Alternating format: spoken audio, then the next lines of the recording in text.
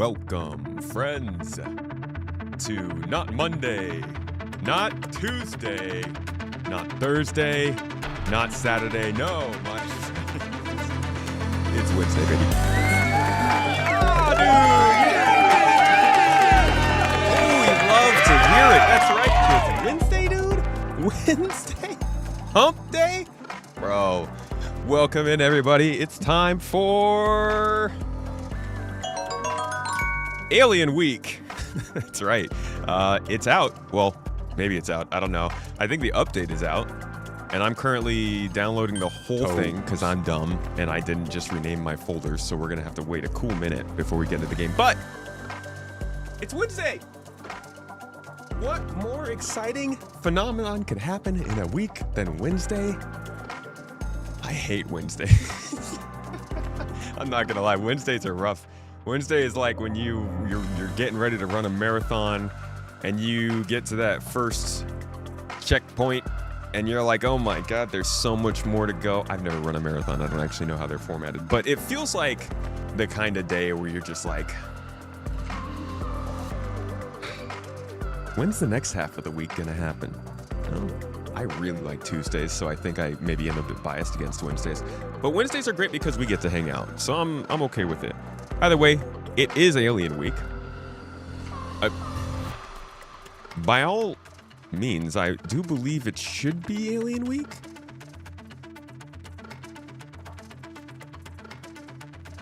I'm not actually seeing any announcements that Alien Week has started, though. It's supposed to be today. But, CIG's schedule's been a little weird lately, so let's do some investigating and find out. I see we got subs, though, in the chat already today. Fish Dip. Fish Dip. Thanks for the one sub, dude. The prime sub. Vastin, 36 months he's been in here. I saw your streak. What's your streak up to now? What are you streaking with? Or something. I don't know. Let's go ahead and add you in here. Austin KG also with the sub. 1 month at tier 1. Thank you, brother. I appreciate your support. And Just Game. Just Game with a Twitch, baby. Let's hear it. 9 months subbed on the channel. Much love, buddy. I appreciate you. Hope you're having a good day. And Austin with the bits. Vastin, where are you and what is your streak? Where'd you go? Where is our favorite Vastin in here? There you are. 136. What are you at now? It's got to be like 137, I think, math-wise. That's how that works. Well done, sir. More streams than I've been at. Website still waiting for the update. Okay. Okay, good. Website's always a little bit late. Late getting out of bed. Running on CIG time. Maintenance is still on. Okay, okay. It's almost like CIG is not having a great last month plus when it comes to delivering things properly. I'll tell you what, it's more than just delivering stuff properly that they've been not having a great last month. Well, it's a lot going on with CIG right now. All right, we got some streaks coming in here. I'm gonna make sure y'all get known for these streaks. Thaki wasn't even in here yet. The man deserves to be recognized for 35 streams here in a row. Appreciate you, dude. That's far too many spaceships. I'm sorry. Sounds a little bit painful, if I'm being honest. Who else is updating? Spanzer. You as well. Y'all might be lurking, or you might be actively chatting. Either way, I appreciate you being here in the stream. And I promise this is going to turn into something eventually, like I said. I just need to get to the coding of it, which is not necessarily my forte. I'm learning. I'm going to learn to code for this one to work. Arctic Wolf.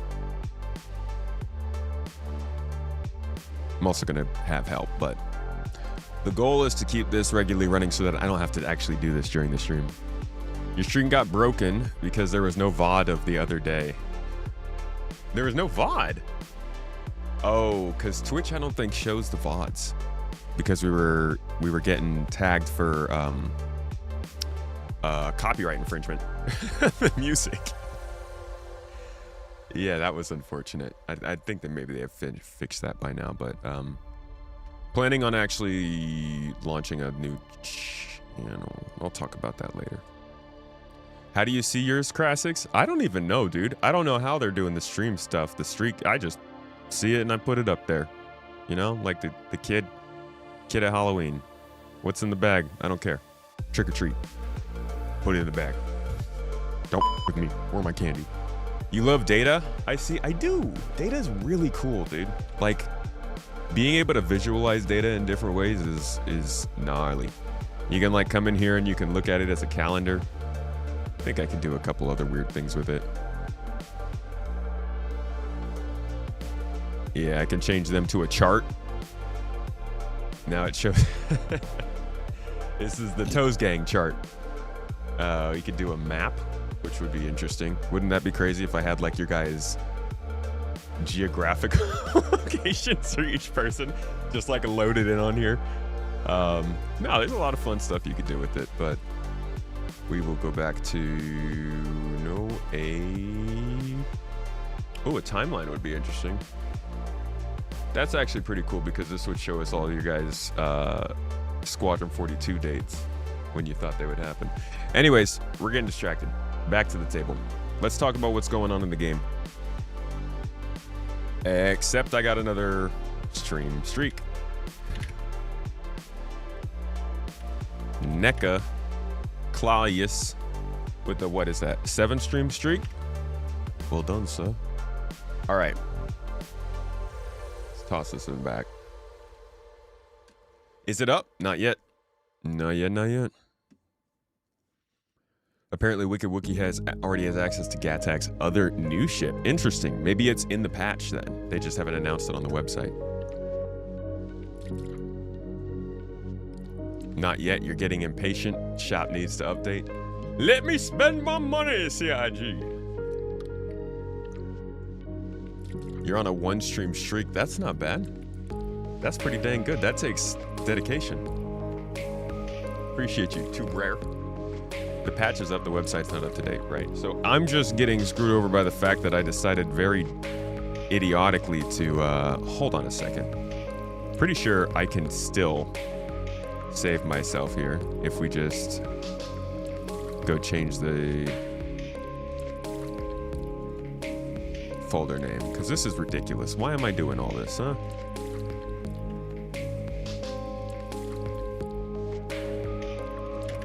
How funny is that going to be if I do this and then... What? I do this and then it ends up being a bigger download for me. Oh, god dang it. That's right.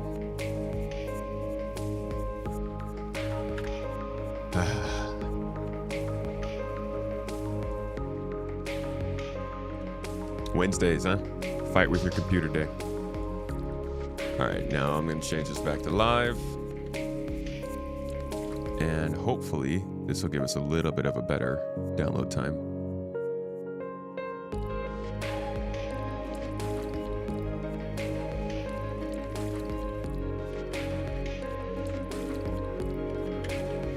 Can you guys hear this keyboard? It claps, dude. Like a booty. They describe it as thawky, the sound.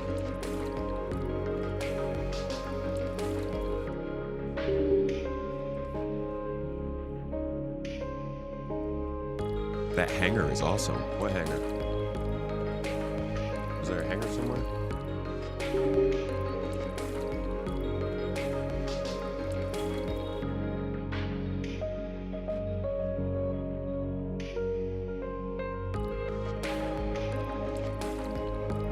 You've been sending CIG tickets for what? You did not miss the showing of the new ship, Fluffy. We're still trying to get in. You're shard locked. Oy.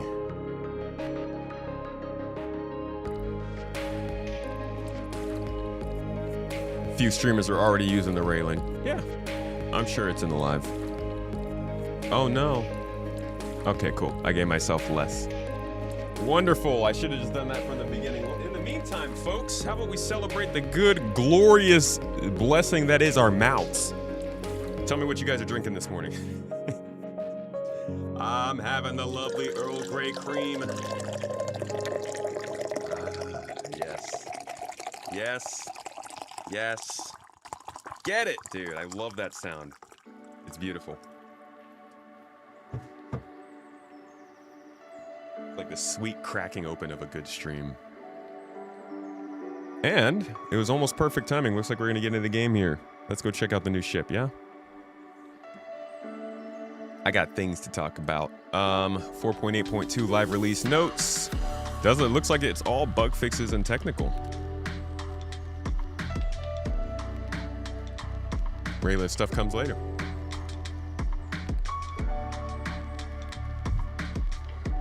Now you gotta pee. That's what I was going for. Sorry, yeah. Valis got to go to the bathroom now. We're moving on. Oh. We're graduating fetishes. I got another stream streak going on here. Fluffy gamer. Ex-fluffy gamer. Does that mean like you used to be a fluffy gamer, or is the X like your cool 2006 gamer tag edition kind of thing?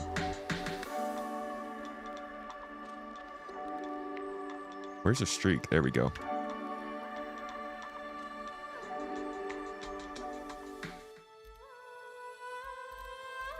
Alrighty. Thank you very much. Rolling in the D. Oh, Fluffy! With the 5 subs, thank you so much, dude. I appreciate you.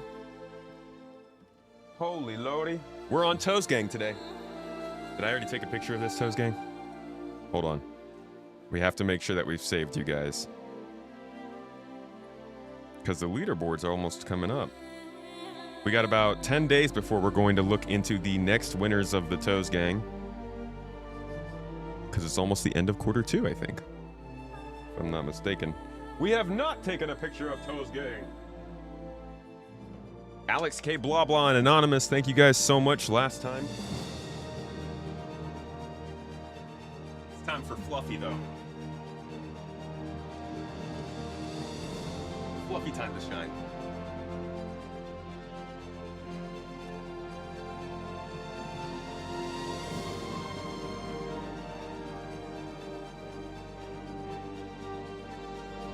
Wow.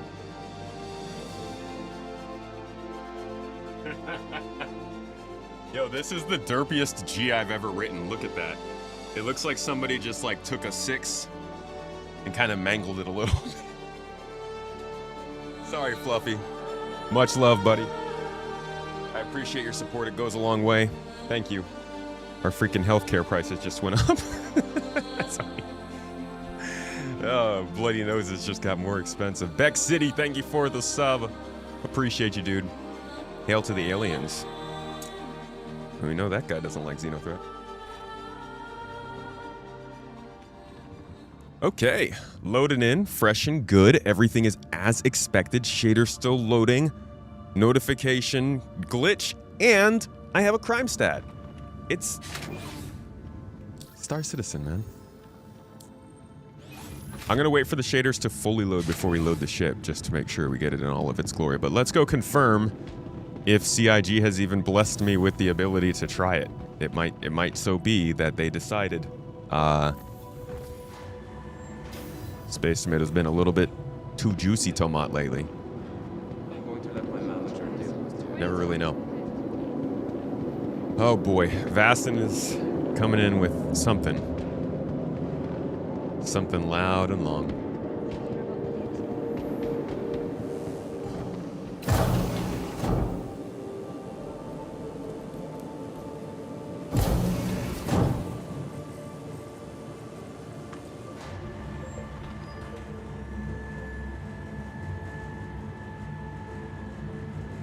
Where's Obama?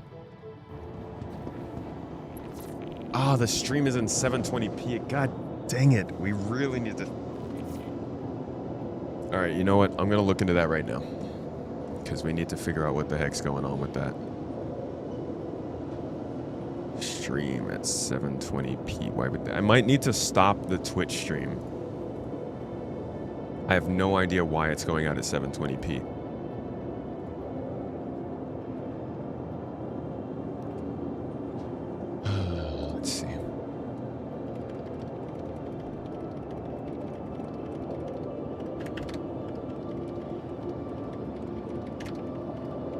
YouTube, what's your guys' resolution at?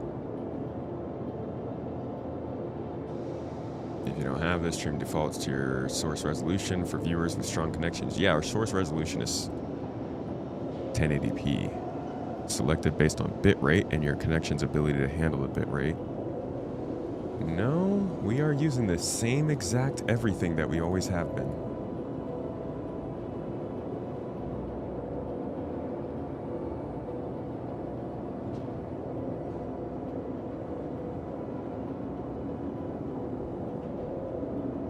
I'm not going to do a restart to fix it because it's not like if a restart fixed it, you guys would be seeing 720 because this was a problem we had on Monday.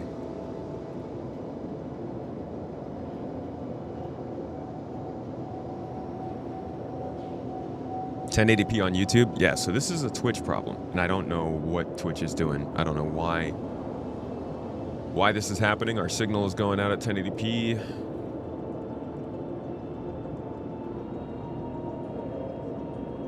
Something is wrong with Twitch.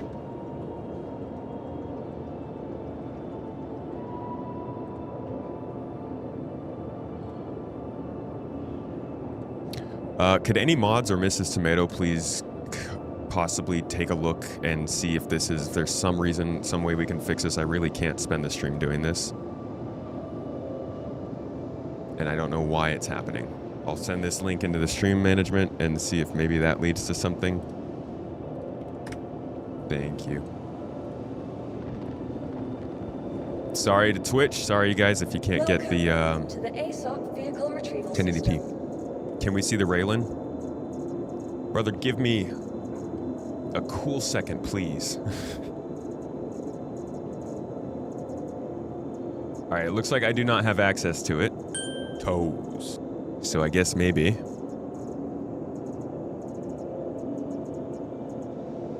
I guess I can't see it. Oh, this is a small hangar. Why am I in a small hangar? Where am I?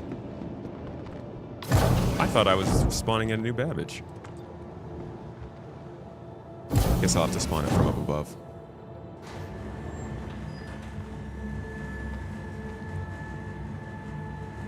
Wonder if Twitch is lowering max res based on total bitrate of the stream. No, my bitrate is higher than necessary for Twitch. The ASOP vehicle retrieval system.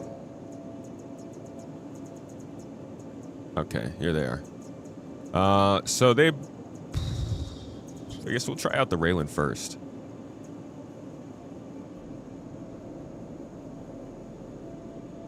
Just here to see what Star Citizen looks like. Never played it before. It's a good time to try it.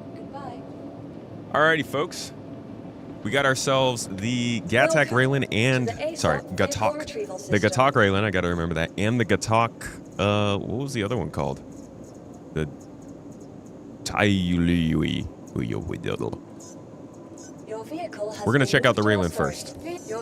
This is small hangar. No, large hangar.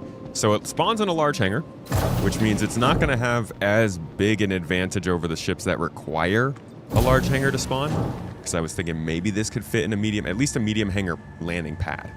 So when you have outposts that require certain ships to land at them, this thing could be a huge win. Oh, that's good. There it is, folks.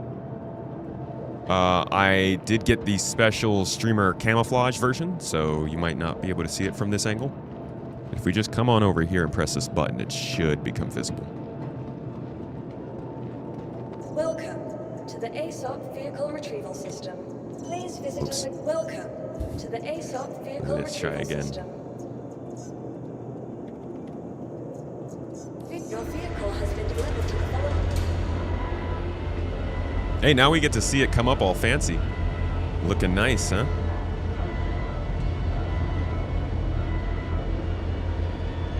Oh, man.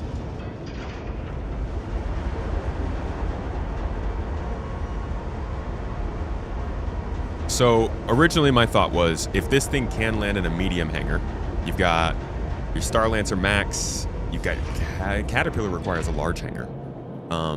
Starlifter requires, I think, a large hangar. Miss Colby can fit in a medium hangar. But I was thinking at 640 or so SCU, If this thing can fit in the space of a medium pad at these outposts, it could run some things differently than the smaller ships.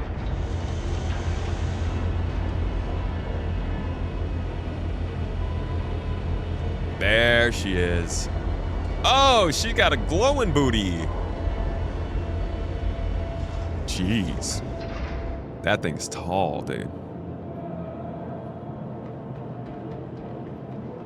Holy crap. Wait, this looks exceptionally purple. Very Covenant / Forerunner vibes I'm getting from Gatac as it grows and grows. A whole bunch of just hover elements everywhere. Things not actually connecting to each other. I wish this was how computers worked. Holy crap, the amount of time that I've like plugged in RAM and then been like, oh my god, did I break it? This looks cool down here in the middle. I didn't know there was a thruster down here. Nice placement. Oof, that's looking a little bit rough. Not sure they can dial that in. So we've got the cargo carrying back here. These pods you can put the boxes on. That's a distinct change from, let me show you what they originally had in the concept. Concept's on my other hard drive, still not on my computer. If you look at the concept art for this thing, it's very apparent that there was some pretty weird cargo stuff going on. And you'll hear people, god dang it. You'll hear people talk about this quite a bit. It was supposed to have these sort of triangular pods in the back that were alien, because aliens don't use boxes.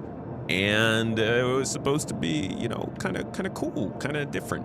A little bit, wow, you're so unique. You're not like the other girls.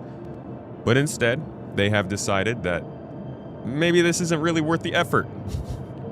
So they've gone ahead and allowed for regular boxes to be stored here, and then they put like this triangular armor that comes out over the box. In fact, let's go grab some boxes. Oh, I'll show you guys the interior first, then we'll do a cargo hauling run. So we got landing gear that floats. We've got more landing gear that floats. We've got ship parts that float. And I think the elevator that'll take us up onto the ship also floats. Let's go on board.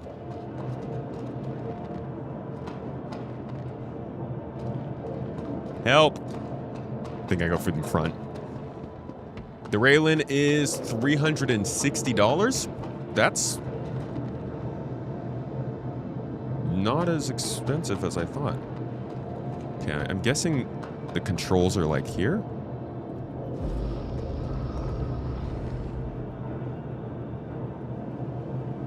Okay, I heard something. It didn't. What happened?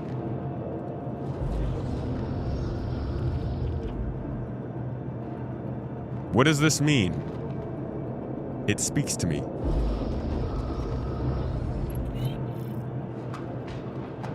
All right, how about we just do... Ah, look at that. That's... Now, they labeled this one. Oh!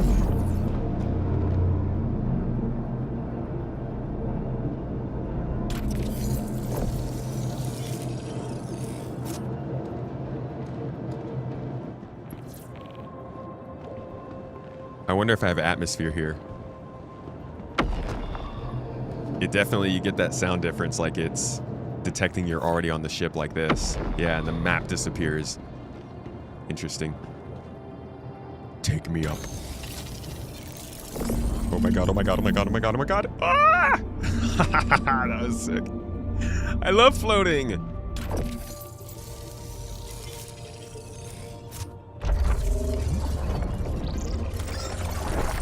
Okay. I am happy to die of dehydration on this ship. Classic Gatac style doorways here, probably little panels that fold away. Yo. Suit lockers. This is the alien style of suit locker, but definitely lockery enough to allow you to store suits. This is actually, I have a video coming out about suit lockers shortly. We'll probably even use this footage for them. Suit lockers on both sides, 4 for the crew, and then we got an elevator here that goes all the way up through the ship diagonally. because they're aliens. They don't go vertical. So let's pass all the way through up to the top deck first. Whoa!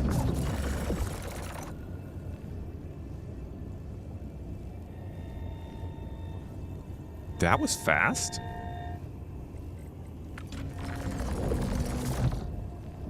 Whee!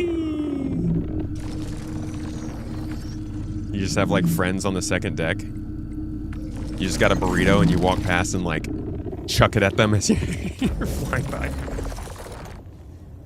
All right, this is the component room, engineering, pretty close to the cockpit. Same kind of flowy doorways. I guess the Xi'an don't manufacture their own fire extinguishers. I think this is an airlock, maybe? Oh no, this is the cockpit. This is where you fly from. Wow, this is such a Spartan cockpit. It really feels, I don't want to say alien, but alien. It definitely feels like it's not designed to entirely be for humans. Is that a light? Even their overhead lights transform. You guys are so extra. Tractor beam operator, pilot seat, co-pilot, and tractor beam. And there's just like nothing. There's no screens, there's no controls anywhere. There's no buttons.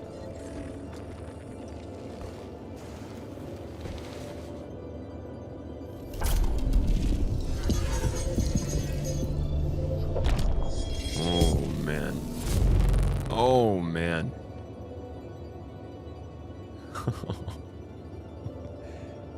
What is that? What do these mean?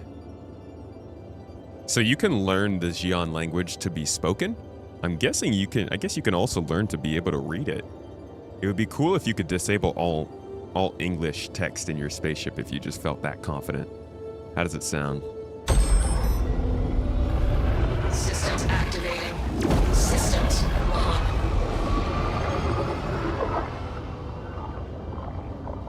Okay, it was a little, had some alien vibes to it. Wow, this thing looks way different than I thought it would when landed. It looks chunkier, which I guess is always true of Star Citizen ships, but just like a little bit of a thicker boy.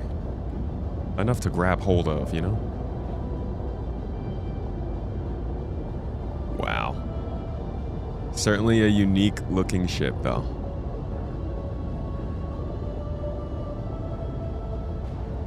Why don't we take it out? We'll do a cargo run in it, but I want to show you guys how it flies.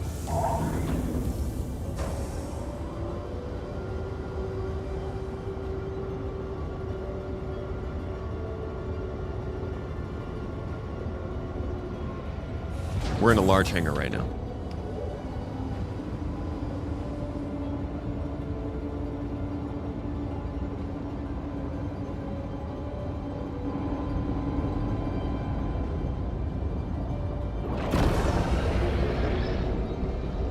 So I'm guessing the number one thing to not do is try and transform this thing in the hangar. Should we try it? Just for posterity, just to see what happens? Don't do this at home.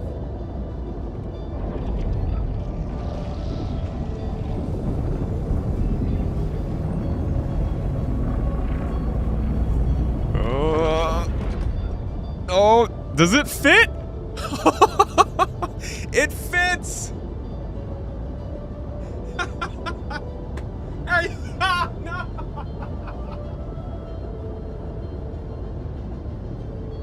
We crashed the whole game! Don't transform your ship in the hangar, folks. You're gonna break the server. Now we know. I wonder if they made sure that it would fit in a hangar if you opened it up.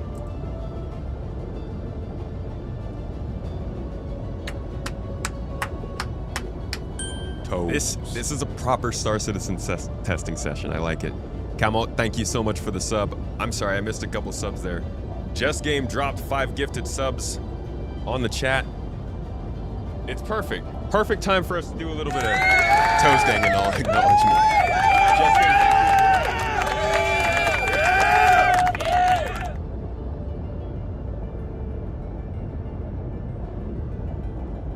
Thank you, my man. You're on the Toes Gang. All who are on the Toes Gang are in the entry to get one of our thank yous at the end of the quarter. And Lionel's, thank you as well for the sub, the Prime sub. I appreciate you. Resub on Alien Day. Excite. They should give you a Railen for that. Whoa. Look at the graphics.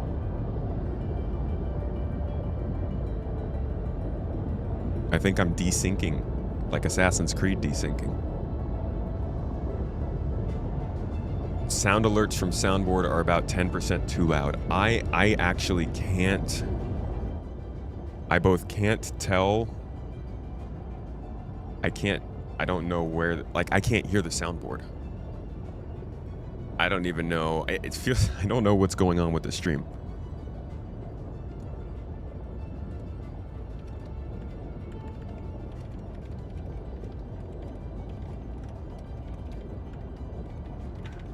I'm just gonna start writing down the problems I'm having because I'm not getting them fixed.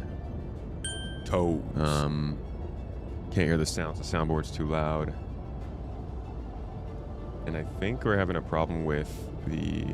So you guys can hear the sound alerts?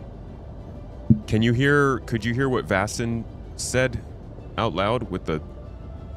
You know, his usual rants?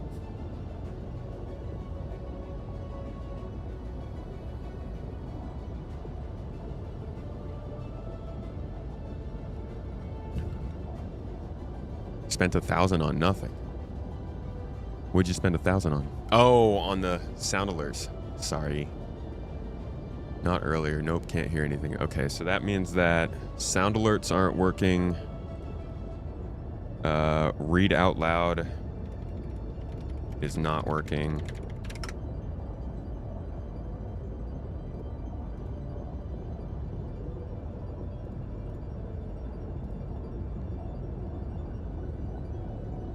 Viewer attack, I'm guessing, is not working.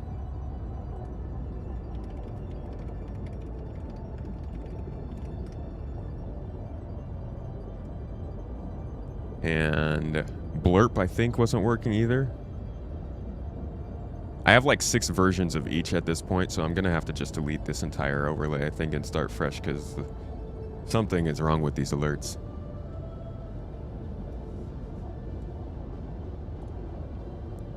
Catch-up gamer. It's 30 months subbed. Holy crap, bro. Thank you. Appreciate you, man. Hope you're having a good day and a good week. You can buy a $10 Warbond CCU upgrade from a $350 ship, and it gives you a $400 ship. It's how CCU upgrades work between Warbond and store credit. Yes, that's the game. Dude, is this getting worse and worse graphically?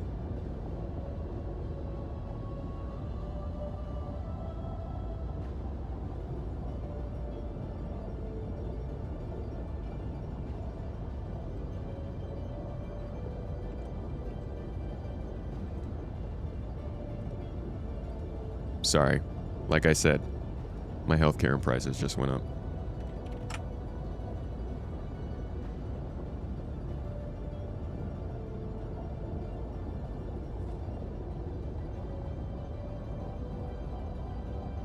All right, so they announced the Railen and the Taiyo.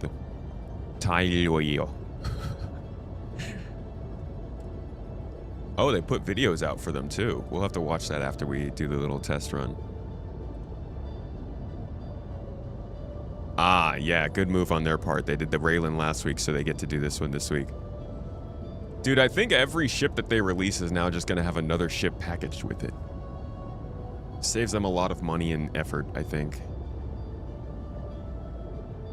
Discord be popping. You're looking around who's trying to get a hold of you. That's what Mrs. Tomato's Discord sounds like.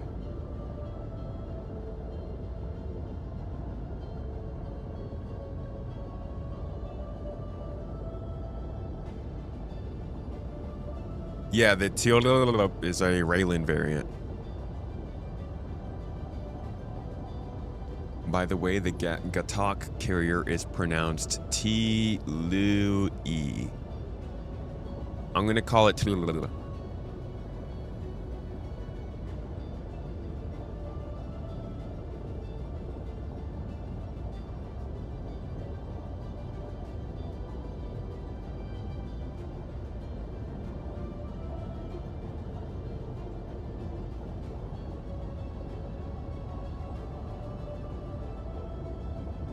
this is good.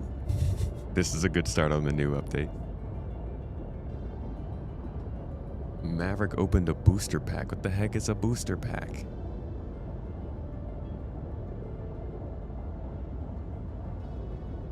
Tulu? No, he's just throwing tomatoes. Alright, I'm gonna sit down. This is too much server error to stand for. I'm gonna sit down, I'm gonna get my tea, and y'all are gonna tell me, is it good? Has it met your expectations so far in the 2 minutes we got to watch it? I don't want to watch the video because I don't want to break up this session, and that video is probably going to take us off track. Maverick, thank you for the bits, dude.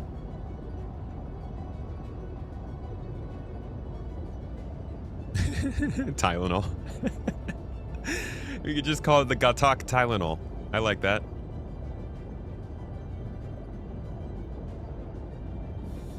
Good call from Wookie. Sound alerts aren't working. It's probably my computer.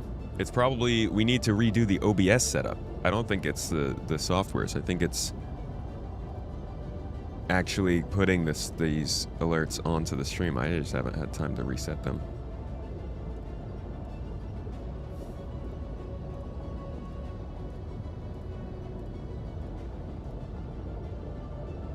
Sorry, I'm just refreshing everything. See if that helps. Channel alerts, blurb, Twitch alerts, sound alerts, all that stuff. I just Oh, Fola, dude.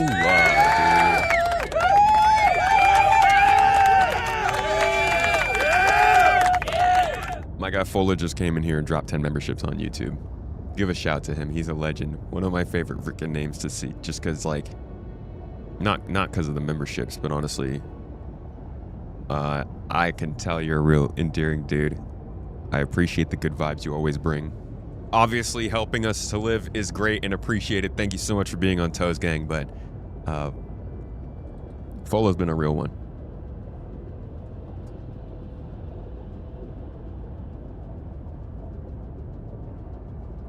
You know, talking about like the upcoming baby and everything and just fatherhood and things. It's nice. It's nice to have conversations with the League of Space Dads as I become a member myself. I didn't show you guys the freaking nursery. Hold on. Wait. We got a little phase 2. Can you not? Get over here. We got a little phase 2 done the other day in the nursery, thanks to so much of the amazing support of this community. And of course, the absolute patience of Mrs. Tomato as I struggled to put together a simple dresser and a chair. And here it is. Or rather, the beginning of it. A little chair, a crib. We got a giant speaker because we know that baby boy is gonna want to listen to his loud music. No, that's just, we're just trying to flatten the carpet. But it's, you know, slowly getting there. Got the books over here. And it's all gonna be space themed. We're gonna put stars on the walls, and we wanted to get like a sun-colored dresser. Freaking beautiful. It's been such a blast to put together.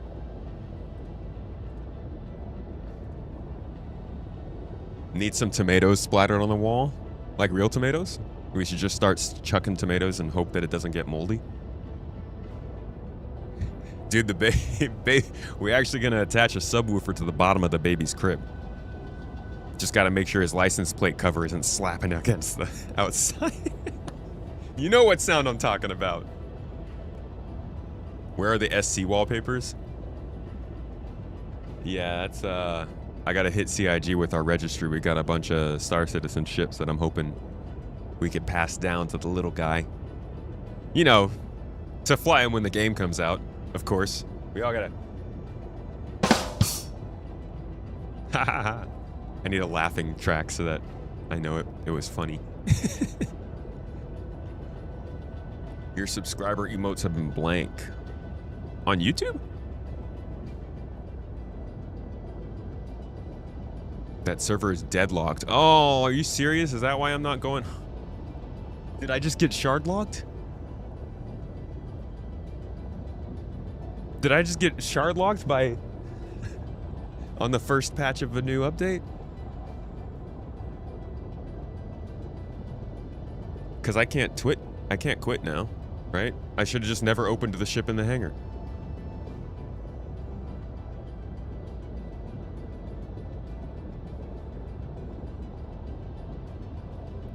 The neighbors are gonna hear your baby crib down the street.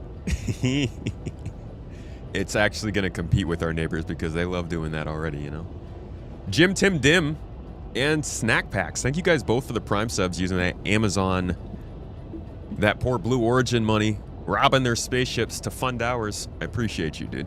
Both of you.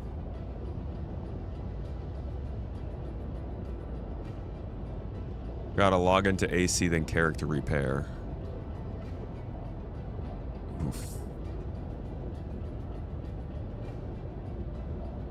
You only have to wait 24 hours for Benoit to explain why. Wonderful.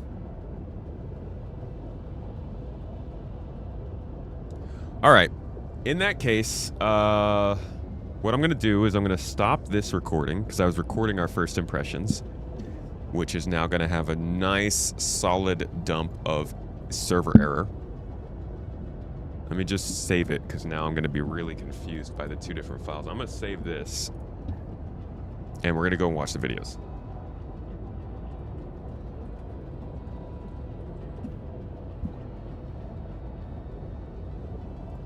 Let's see what they have to say about the Gatac Tylenol.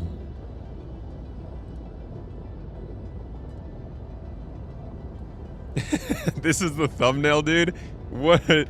Oh, it's brilliant. I'll save the screen just in case that really does feel like the right way to do it. That's a wonderful idea. Let's turn this all the way down. That's going to be real funny if it ends up unlocking right now and I just get stored or something. Ooh! There's a new Gears of War video. A tech demo. Yo, isn't that crazy? Gears of War was being used for tech demos for Unreal Engine. Okay, that's kind of poetic. And I'm wondering if they're doing that because Unreal Gears of War originally came from Epic, for those who didn't know Epic back in that day. And they used to use Gears of War as their tech demo showcase for like soft body physics and stuff. And I remember very distinctly that was one of the videos that got me to play the original Gears of War, was seeing what they were doing and being like, oh, they're trying to like push stuff forward. Let's jump in on that. So it's cool to see that they're doing it with the new Gears of War too. Maybe we'll watch it afterwards if we're not too hyped to get back in game. Which I think we might be if it works. All right. The Gatac Tylenol is the most easy to pronounce way I've seen this word. Shout out to Wicked Wookie for that one. This is a variant of the Gatac Railen. And it's kind of, I mean, at this point, it's become pretty clear that every ship that comes out, whether it's a reworked old ship that needs to get an update or it is a new concept ship that hasn't been released yet, I think it's pretty clear that everyone that does come out is going to have some kind of a variant or a close ship to it that does something else, because it seems to be an easy way for CIG to get more ships out. Either way, let's see what they've done with the variant of the Railen.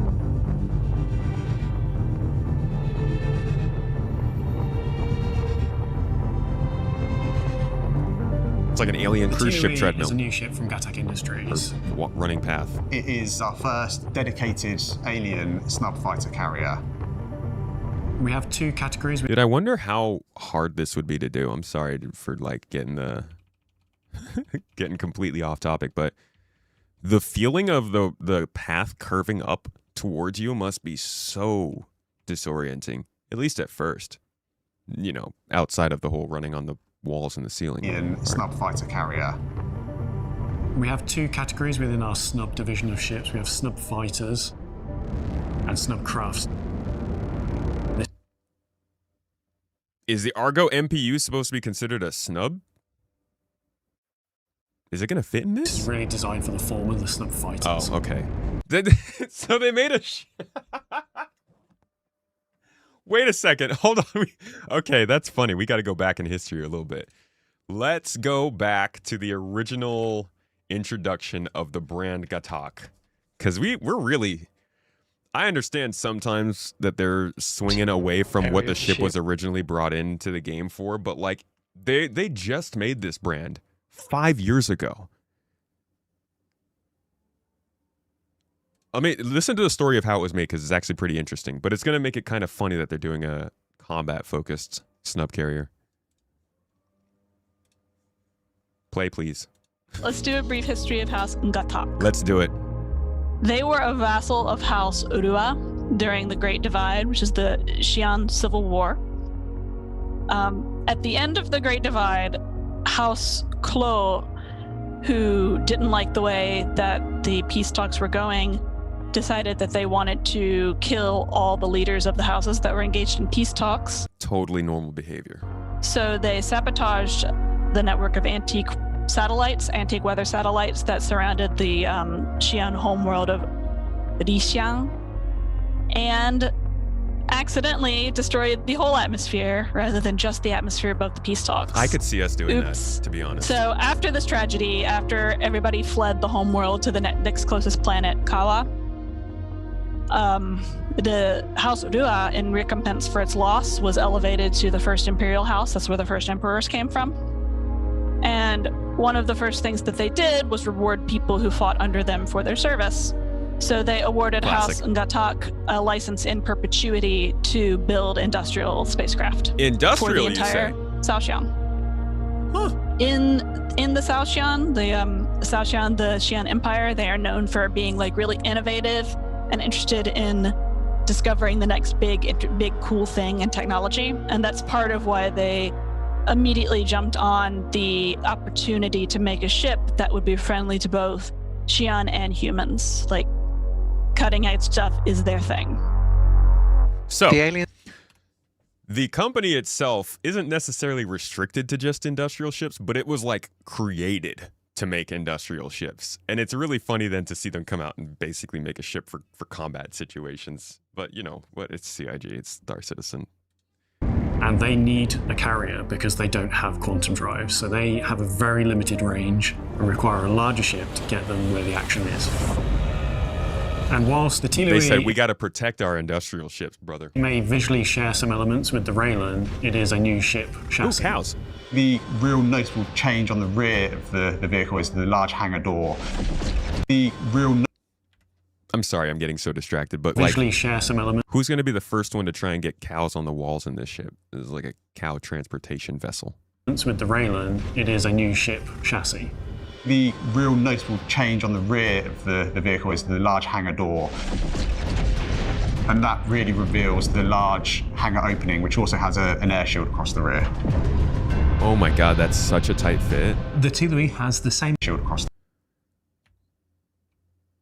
Wow. That's a real tight fit, guys.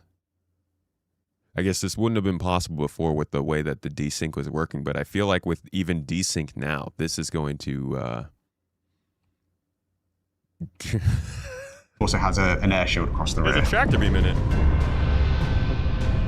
The Tilui has the same armament as the Railen, plus 2 additional top and bottom rear-facing remote turrets. The Tilui holds 4 snubs in its rear section, as well as 96 SU of cargo space. Enough to The purpose of this rearm. cargo is to enable players to use the rearm, repair, refuel mechanics. So there's somewhere for the RMC if you're repairing your hull, for the hydrogen fuel if you're refueling, for the missiles if you're restocking, Gonna need some auto for the landing here. ammunition if you're reloading your guns. It's a very different environment to what we're used to on a lot of our human manufactured ships. The Xi'an are the masters of sort of gravity and magnets. So the rear section of the Tobii is its centerpiece. Not only does it hold the 4 snub bays, it does it in a sort of 360-degree environment, allowing you to sort of get in, and you can walk the whole way around the interior of the ship to get to your landing pad. That is cool. That's a nice gimmick. Like, it's a little gimmicky. I like that the actual gameplay of the ship and the feeling of using it changes enough to make you understand that this is not normal human behavior. I just don't know how much this ship is necessary. From the perspective of, hold on, sorry.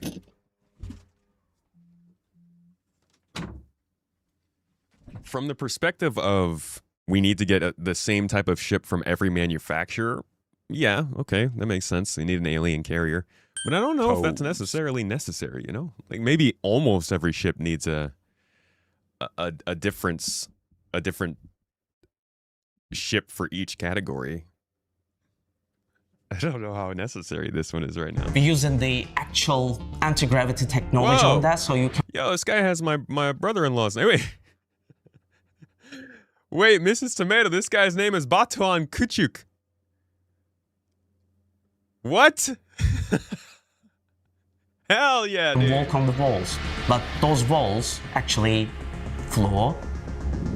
The impact is pretty instant. There's no real sense of up and down. You can go for a jog all the way around it. It's just a really incredible tech. It's a really fun space to play in. So, Sata Ball, maybe? As you leave the hangar through one of the exits on either side, you walk through a little ready room for your snub fighter pilots. These are small, almost cave-like Plants on the f***ing ceiling? God, I love alien stuff. little corridors that allow you to transition from that intense experience of flying a snub fighter into the calm and into the safety of the rest of the ship. It looks beautiful. And then once you get back into the main elevator shaft, you're back into kind of like the shared hab area that you're used to on the Railen. The whole rec room, which is just like a huge space, really high ceilings. These massive, imposing arches on either side that frame the whole space. It feels like a fancy Turkish restaurant for me. A bit Grand Bazaar vibes. Bro, I knew it. He's like, you cannot have that name and not be Turkish. And the overall art language is like kind of Art Deco / alien. And I like to use in the organic materials like actual alien rock on the walls, which feels nice, more architectural masterpiece. The turret access rooms, there's one on either side of the ship, and they feel really interesting. They've got a little more than a typical turret access might have. I like to call it the turret reception, just because it feels like you go in with an appointment to see the turret, and there's this really nice window that gives you a nice view of the side of the ship. We love windows. And there's like a nice bench in front of it to sit and look out. You have some escape pods in there as well. Kind of an awkward place for a window, but we do love windows. Also, I like this shot.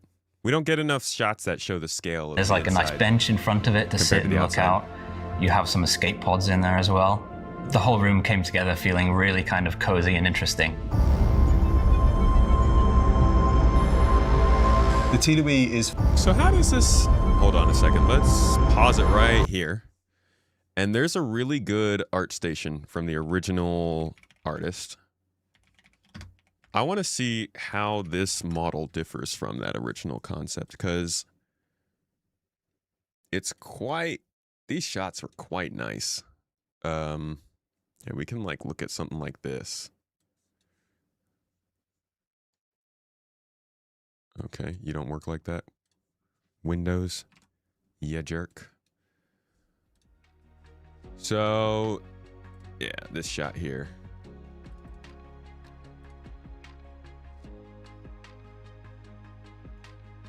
Honestly, it's pretty close. It looks like there's definitely like a difference here. The top had like a hole, and that might be because this is the other one, not the Railen. I need to see if the Railen is different, because the Railen might have something up here. But at least for this ship, there is a difference in that top center section. Turrets looking mostly the same. The wings look mostly the same.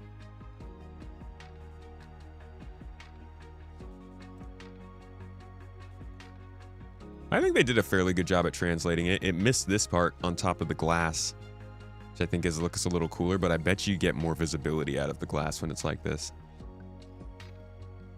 A little bit different here, different texturing. Just like all around, the exact folds are different, but the general design is pretty much the same. It didn't get fat.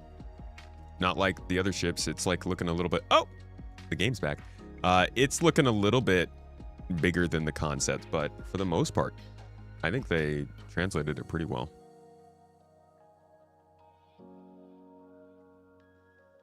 Was the engine on the top there?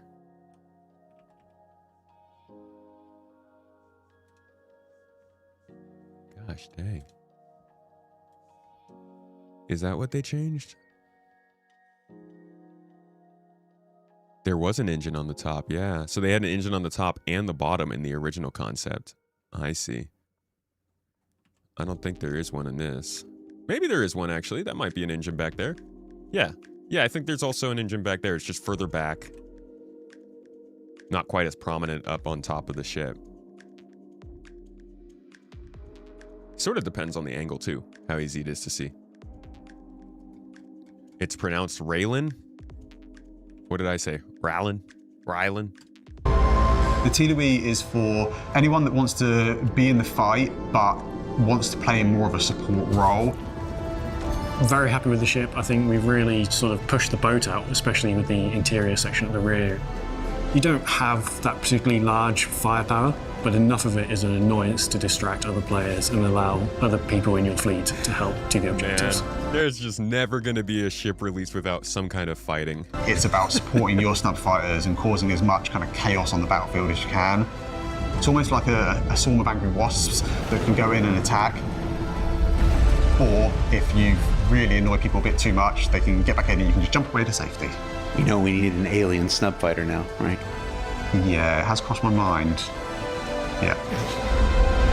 How many of you would have preferred if they had just released an alien snub fighter instead of an alien snub fighter carrier? Because I'm wondering how much people want to keep doing this snub fighter stuff. I know it'll probably be better when the game has a lot more localized gameplay. Like, we're heading towards a way more localized style of Star Citizen. So right now, snubs don't feel useful because you have to fly quantum drive so many places. But it feels like we would do better with a snub than a carrier, because we have carriers, but we're pretty limited on snubs. Granted, we don't have an alien carrier. I don't know. It's definitely up to opinion, but I think it's interesting that they came out with an alien snub carrier before the alien snub, and not doing both at the same time, maybe.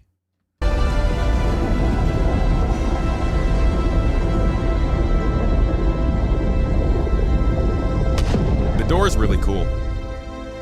Door is super sick. I would say anybody who's trying to quantum travel that quickly after somebody landing inside of the ship probably doesn't play very much Star Citizen. One of the things that our players are especially fond of doing with a new ship is playing a good old game of what fits. What about the MPU? Oh. It almost always goes way beyond anything that we expect. Hold Z, not the B. Oi! Try it at your own risk. Have a reclaimer claw go into the rear of this. It's going to look like a proctology thing. Rear docking close. Oh my. Bottom suffered major damage. That's an official request. Damage. This is going to be useful B-roll. Close. This is literally Star Citizen pushing through a patch. This is what it looks like. This is us. This is 4.8. And here's CIG. I should probably just like screen capture this and caption it right now, because stop doing this. Stop doing this to us. Bottom suffered major damage. That's an official request. Well, interesting ship. We're going to have to test it out over the next couple of weeks, because as much as I think it's cool for us to get the alien snub fighter carrier, and I genuinely think that the snub ship kind of gameplay is sick in Star Citizen. It's still really cumbersome, and so it might not be something that like really works out for people right now, but we'll test it out. We'll try it out as an org probably next week because I'm gone this weekend, and we'll see what kind of trouble we can get into with it. But that is a look at the variant. Now we're gonna fly the Railen and get some first impressions, and hopefully the server lasts. Let's see if we can't just like open the... I can't get back to my first person. Okay, there we go. Thought I was stuck. Let's see if we can't just get out of here like this.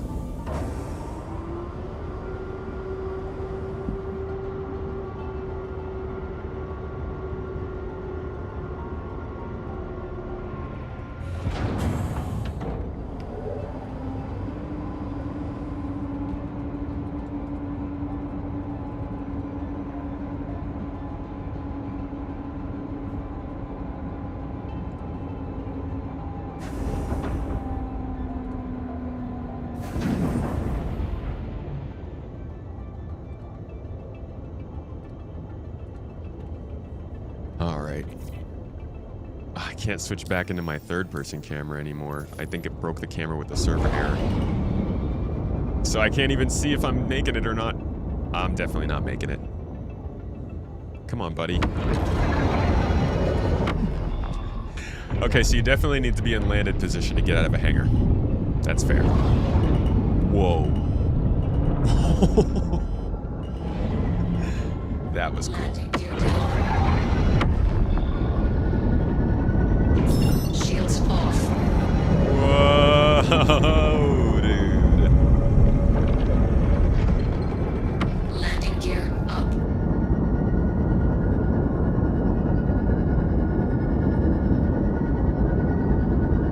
I need to log out and back in real quick so I can get our third-person camera back.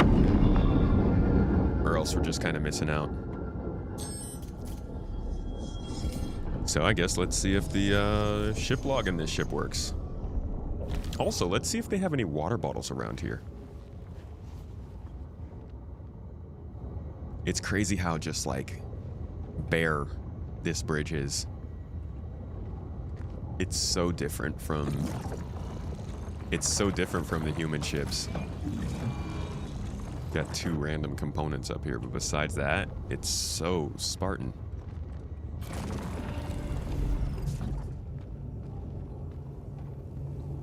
Oh! So you can just, it doesn't, it's just an open hole? That doesn't seem good.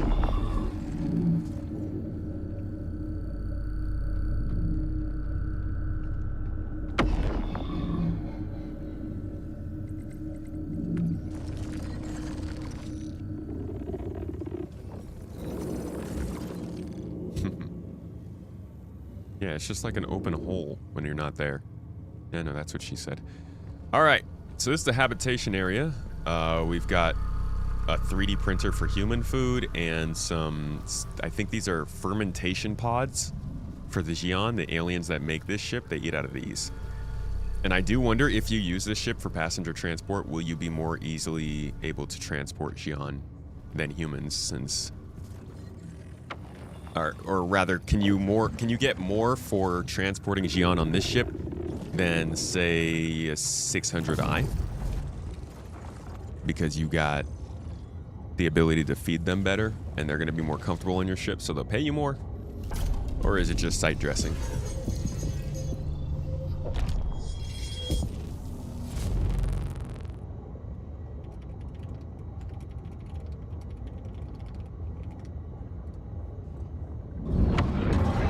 Okay, I'm gonna go land, grab something to drink, and then we're gonna make a jump out to Mike L1, and we're gonna, not Mike L1, probably Arc L1, grab some cargo and see how this thing is on a cargo run.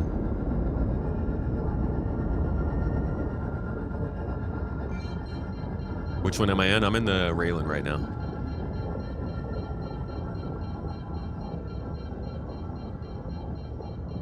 Oh yeah, Yui!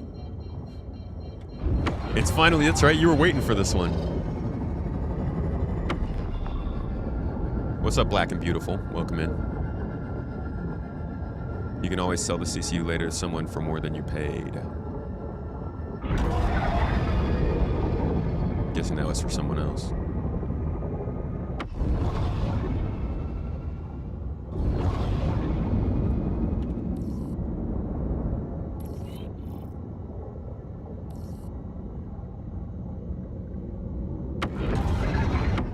Oh, okay, third-person camera's back.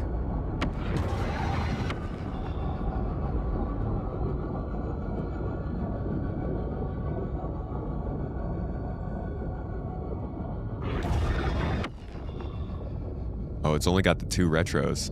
Just the upwards and downwards retros, that's all that slows you down. They seem to be pretty strong, though, compared to the rear-facing thrusters.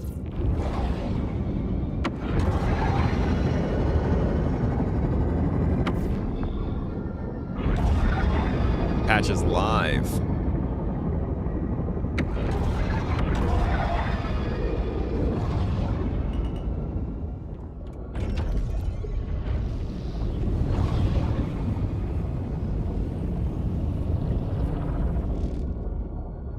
Okay.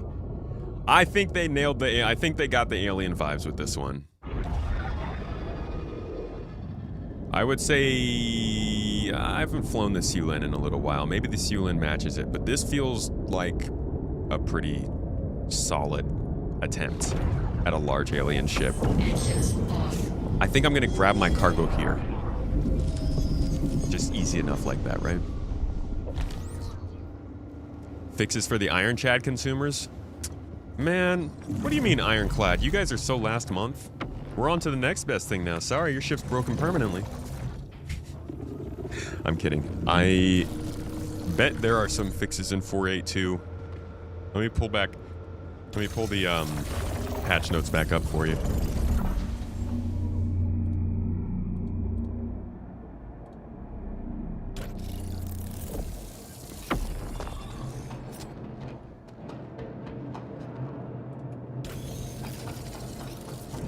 Is there an in-game event going on? No. No, well... Actually, Alien Week does sometimes have... It's usually not in-game. So what they've done in the past for Alien Week is they'll release something that is written in the language of one of the aliens of Star Citizen, Banu or Xi'an, sometimes Vandul.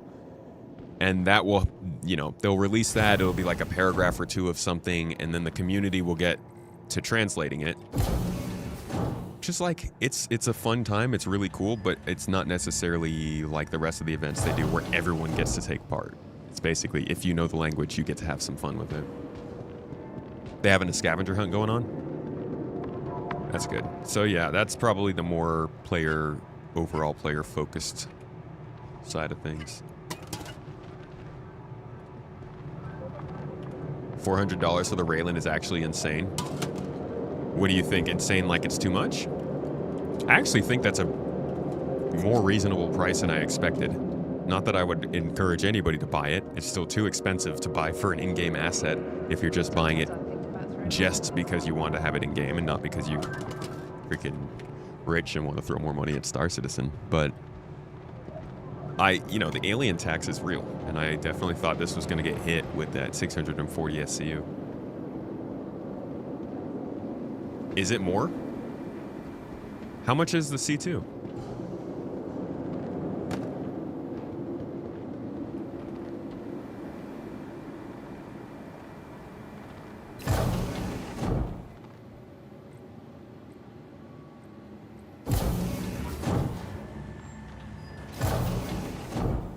$225 to $400. They doubled the cargo space. C2 is $400.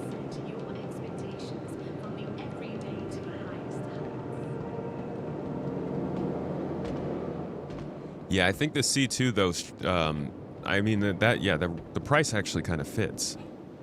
You're trading that extra storage for the ability to just load stuff faster from the outside. There's a little bit of an alien tax there, probably, most definitely. That's what I was saying I was expecting. But if it's about the same price as the C2, then no, that's not as good a deal as I was thinking.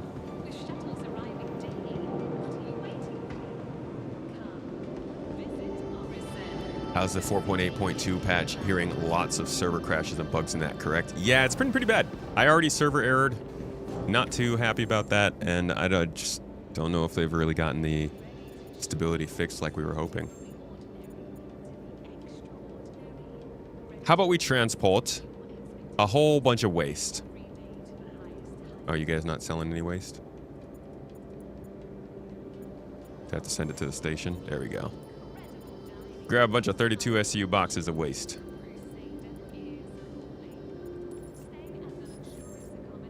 I don't know how many boxes we can put on there, but we'll try.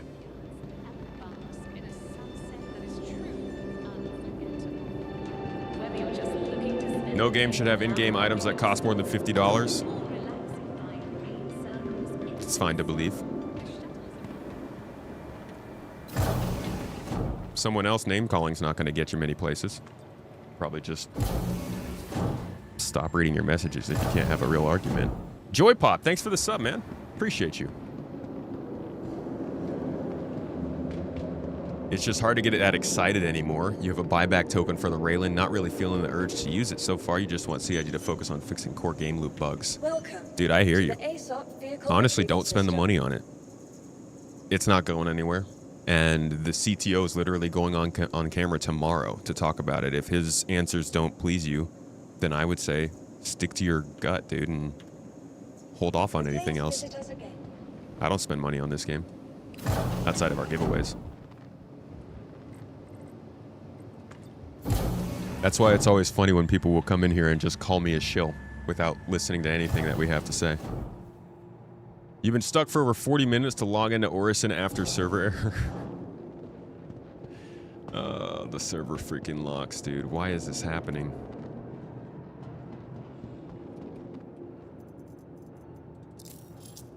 All right, tractor beam. And that's really all we need.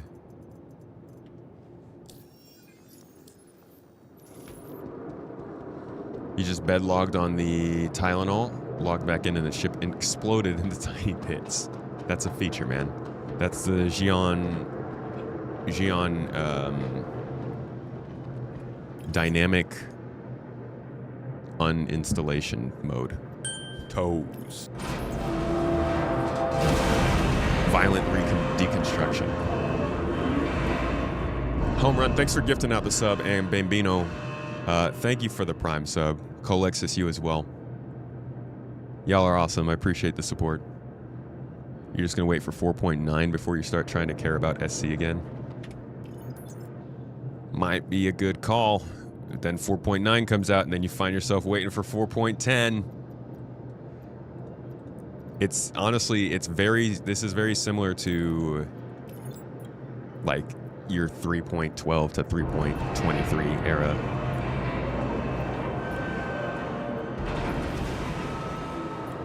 Maya Chu, welcome in. Star Citizen is treating me like an abusive relationship would today. And here we stand. All right, let's see how it is to load this thing. We've got what does not look like the space for 15 boxes, but we'll give it a go. Excuse me. Ow! Excuse you! 31 tons, my ass.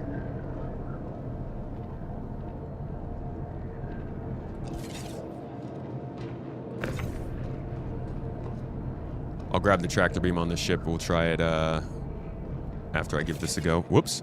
Wait.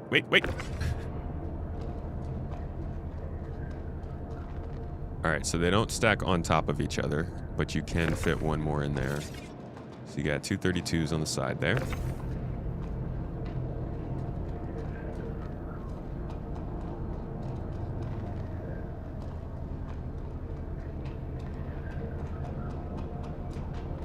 And you got 1, 2, 3. 3? Can you fit? No, there's no way you can fit 3 boxes there.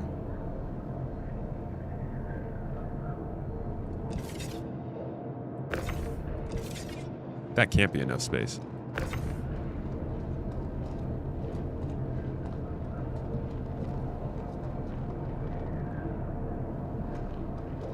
Yeah, there's not enough space for another box there. Oh, but you can stack these.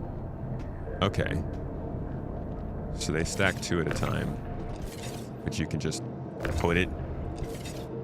I guess maybe you could fit other small boxes in there? Or this one? Does this go in there? Yeah, it does. Okay. That's interesting that they let you put it in that side spot. So 2 boxes there, 2 boxes there, probably 2 boxes here, here. All right, let's get on the ship tractor beam.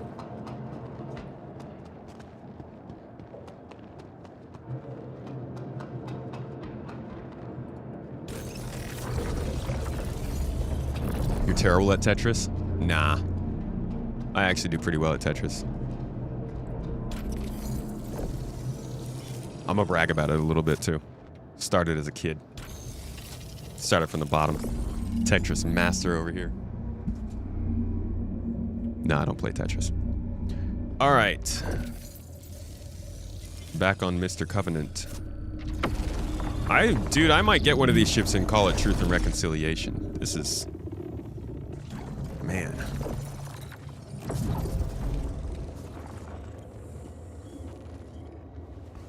Have I checked out the Tylenol? Not yet.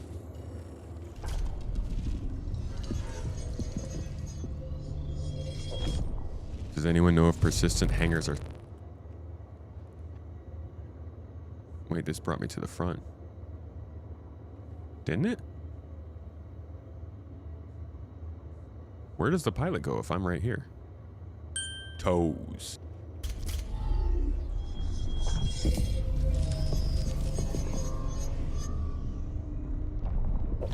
Huh. Okay, he must be further up next to the canopy.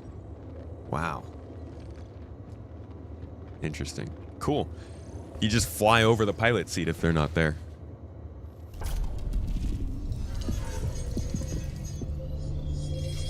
Dude, we're so far forward, though. Maybe he goes underneath us?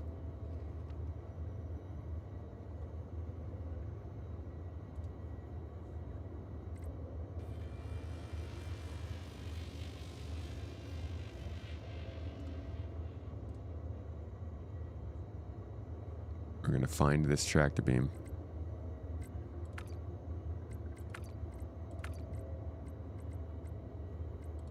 Wow, these MFDs are hard to read.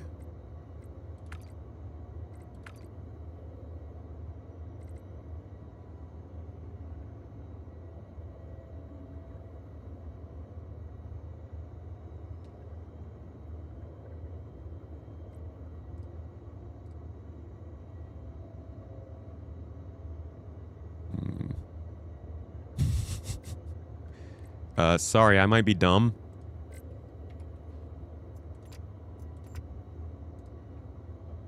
I'm struggling to find the tractor beam.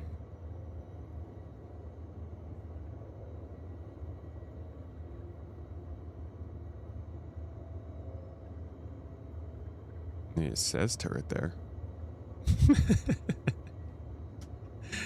I know it says turret on it.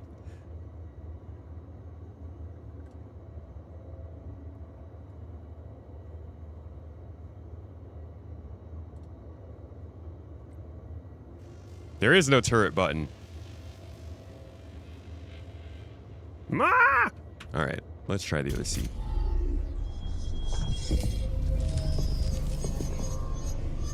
Power cycle. Let's try the power.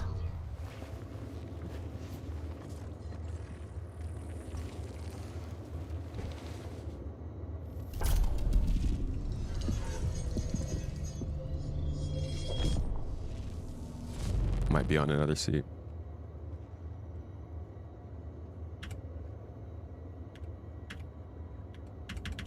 Nope, power cycle's not working, at least keybind wise. Just gonna turn off life support. So let's see. I think what's happening is like it's not rendering the power signal here, so I'm having trouble seeing where power is allocated. I believe the tractor beam is powered. But this button isn't working, so let's try another seat.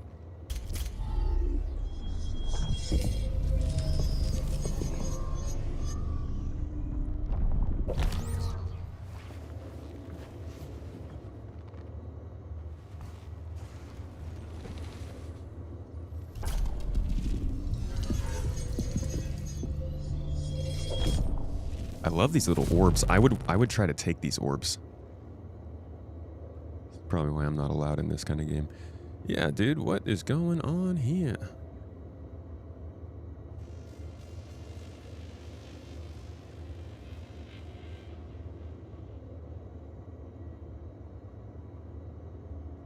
All right. I think I'm just going to go with the handheld tractor beam for now.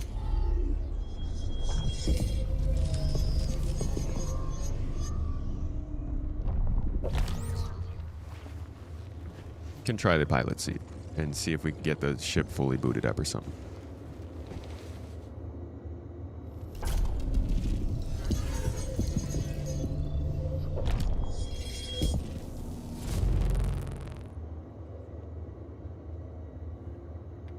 Systems off. Mm-hmm. Systems activating. Systems on. Uh-huh. You say systems on.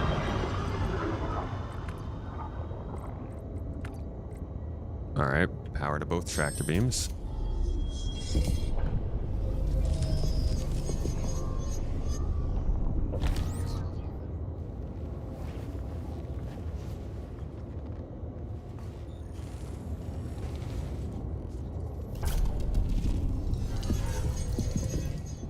Ooh, little metal pasta over here.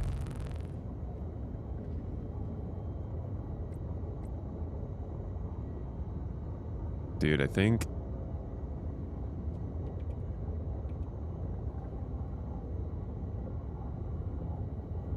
I might be cursed. I might be Railen cursed.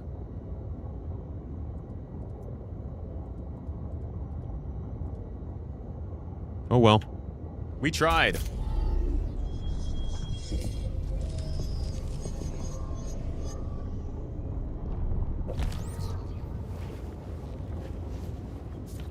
Let's go back out and just load these boxes and get going.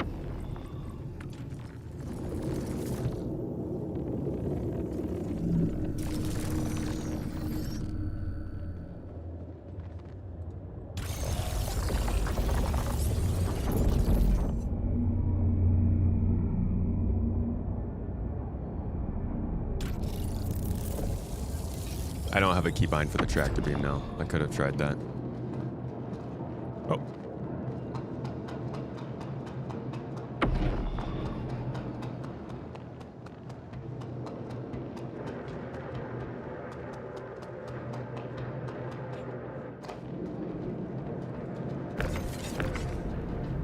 Come on out, box boy.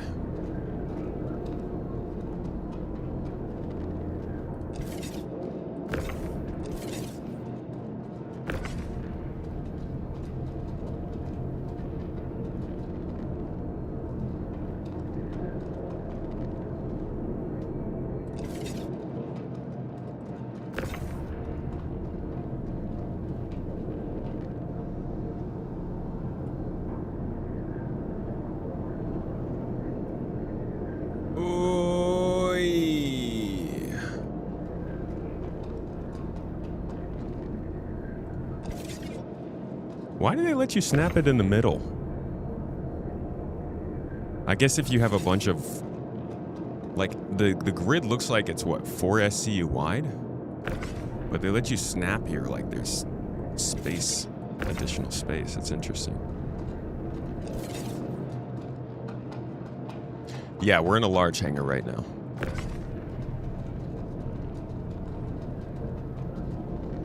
It has 2 onboard tractor beams, yes.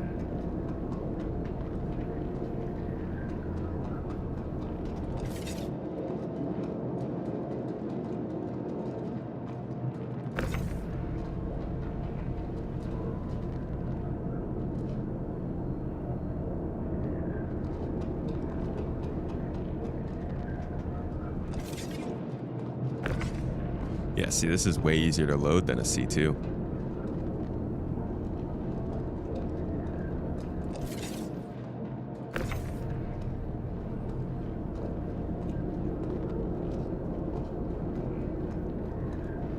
And I think you can stack double layer? Yeah. So I could actually carry more than I was able to spawn. I'm going to bring these other boxes out here and try that ship tractor again.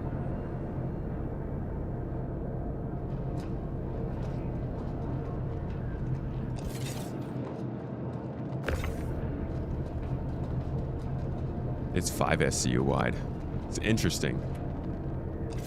So, I mean, I guess you could load in a couple smaller 1 SCU boxes with it.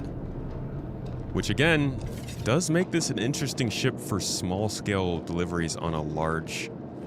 Like, making a lot of small-scale deliveries over time. Landing in facilities that other large ships can't.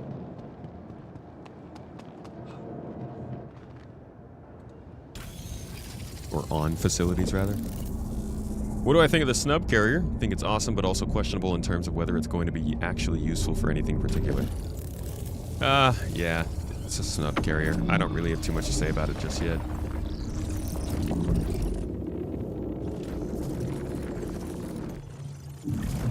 I'm assuming this thing has VTOL support. Otherwise, if it does not, then the C2 still has VTOL over this ship. If it does, the C2 still has better aerodynamics over this ship and the Caterpillar and just about everything else that carries at that size. So depending on how control surfaces affect flight and fuel loss, the C2 may still have a pretty big hand up on these ships. All right, this is a pilot seat, right? No, this is the tractor beam seat. Okay.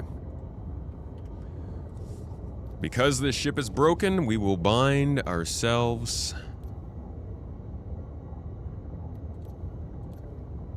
a specific keybind to get into the tractor beam. Hold on. No, pressing the M key does not do anything. Does not help.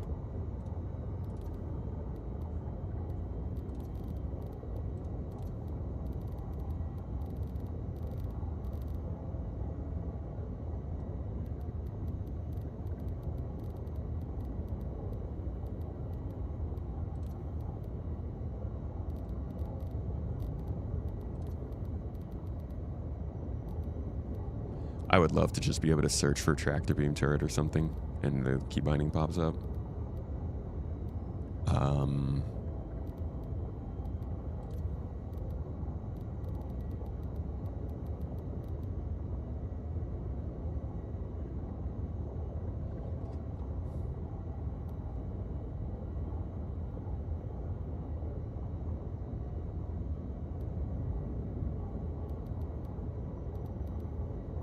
Weapon presets.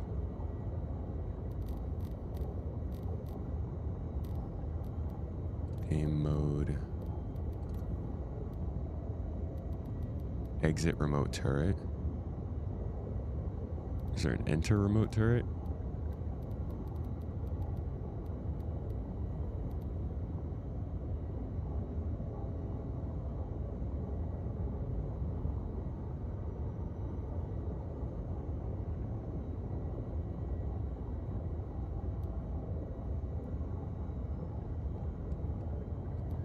Oh, man.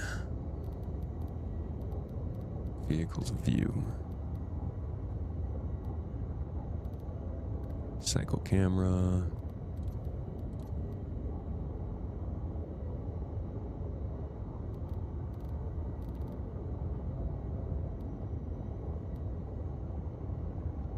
Vehicle seats. Okay.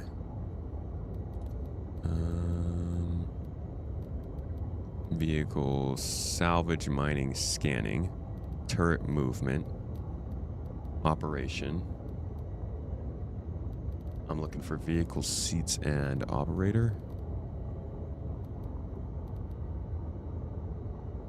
I see vehicle mobi-glass. I see shields, missiles, weapons, mining, scanning.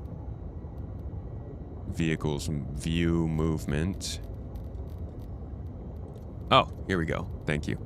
Okay, toggle tractor beam. Enter remote turret. Just put this on my mouse somewhere.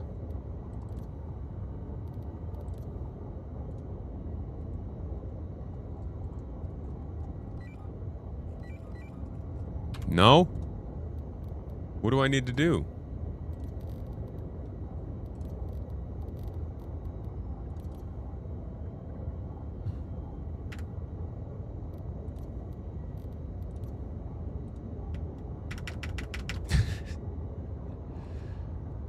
Oh, man.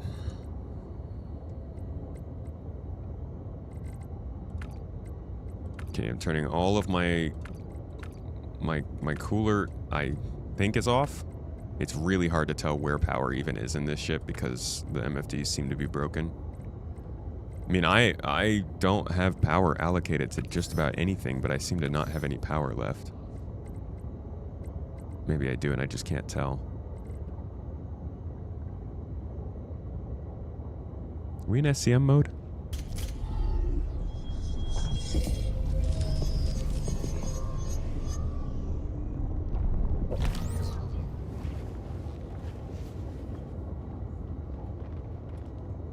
Back to the pilot seat.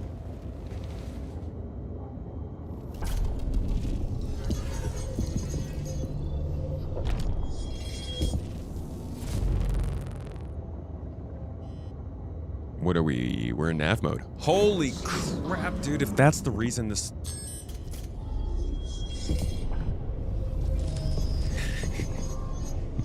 We shall see. Yeah, I'm trying to put 4 pips in the tractor, guys. The power is a weird...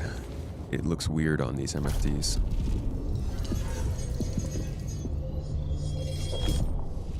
I swear to God if this works.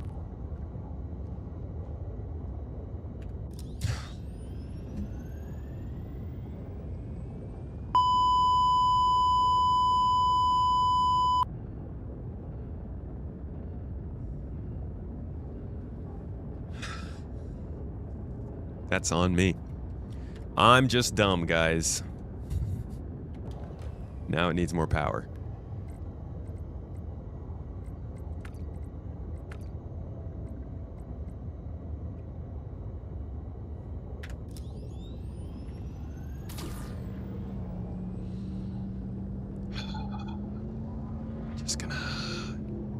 Just gonna move on with our day, yeah? Look at us, huh? We're loading stuff into the Railen. So I realized I was not actually recording a lot of what we just did. Sorry to everybody who's watching the video. You luckily get to miss me fumbling around for 20 minutes, not realizing we were in nav mode. But here we are. We are loading up the Railen with 32 SU boxes. We got 15 of them, though I don't think that's the max we can carry. And we're in one of the remote turrets here. Having already put the boxes on the other side. Well, actually not completely on the other side. I think I might actually have to get more cargo to fill this thing all the way up. Or we could just not be gluttonous.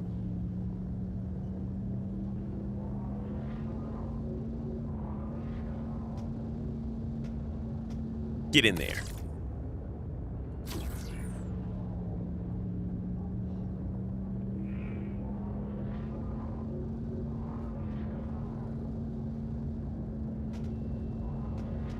Isn't there another layer?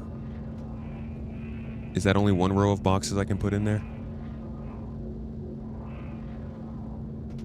Looks like it, I think, yeah. Okay, so the other ones would have to go up here. No. Down here. No. Where do we have some left over? Let me see if I can jump into the other seat from here. I think if I just use the D key?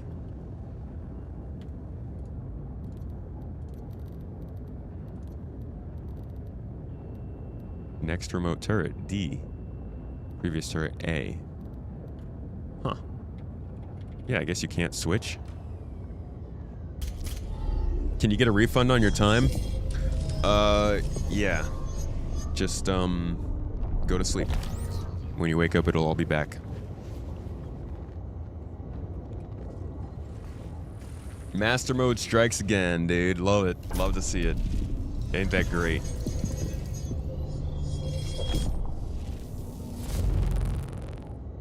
Gotta go down the checklist of things to make sure I'm not being the dumb one here. Look at that! Look at that! The freaking button works!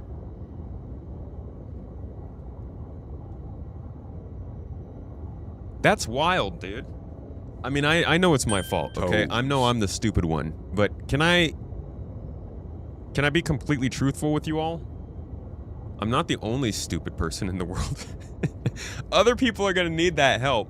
It would be a fantastic quality of life thing to just like red out anything that can't be used when we're in nav mode. Cause that still manages to confuse me after all this time.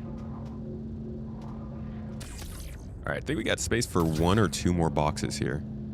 So maybe it's 640 SU overall, 32 SU boxes. By 640 would probably be like 20 of them. Oh, literally, yeah, exactly 20 boxes. So I'm missing some space. Merchantman available for purchase. Do we know how far that ship is out? I only asked because you're a fancy list. Oh, dude, the merchantman hasn't even touched my list. That ship is so far out. It's not coming in at least the next year and a half, I would say.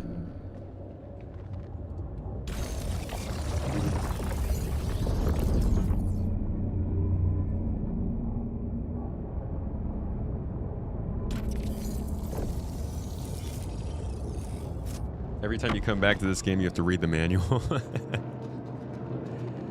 That's honestly why I think that this keyboard is going to be a nice choice for folks. It's fairly expensive right now, but having the customizable buttons on it is going to be really helpful for something like Star Citizen. God dang, this ship looks so good. Like, just the mechanical parts of it, the details, the extra, like, grommets and rigging for pleasure, ribbing. It all looks really, really intricate at a large scale, which I think makes it look even better than the Sealand, or more impressive than the Sealand. So this is the tractor beam I was just using, sitting on another hover tripod, of course. And it looks like we got, so we could fit another box right here, 2 more there, and that would put us at 18. Oh, and then 2 more right there, 19, 20. Okay. 20, 32 SU boxes is not bad.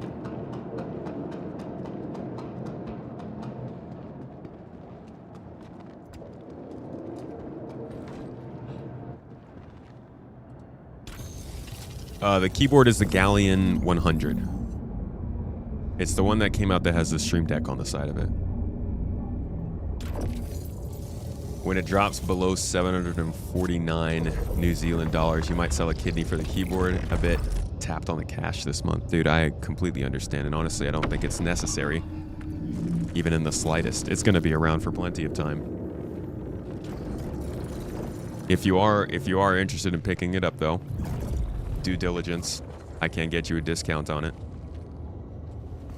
And also, I'm thinking possibly if you guys have problems with them that are like extraordinary, maybe I can get in touch with Corsair and see if they can help out.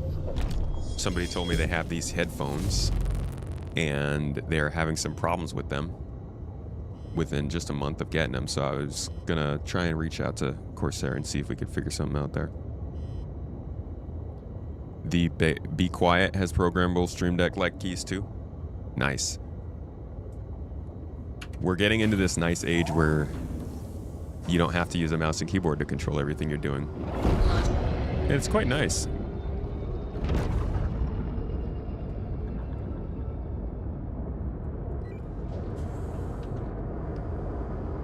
Toes.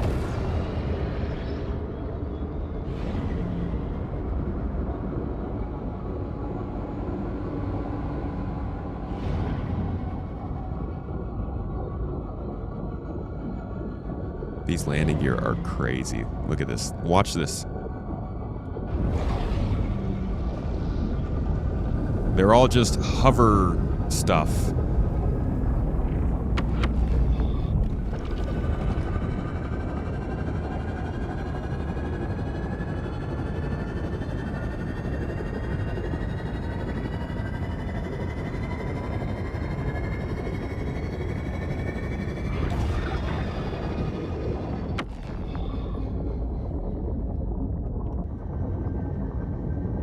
Whole bunch of you in the org, yourself included, cannot get in game. All stuck with 60K errors. Are you kidding me? Bro. Shields off.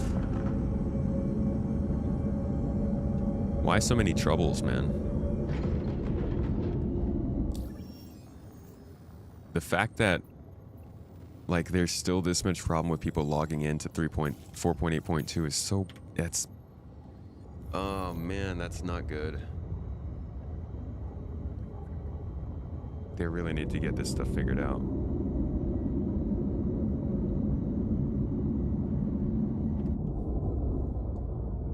Cargo shields aren't in. Hold on. How do I activate them?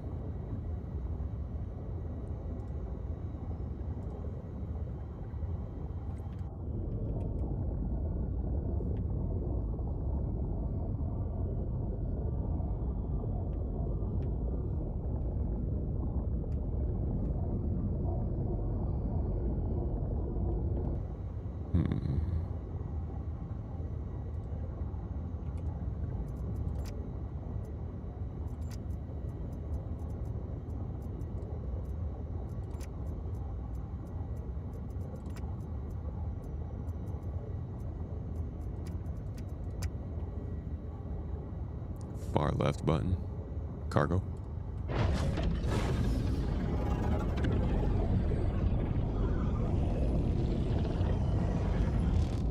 Bro, what? Do that again.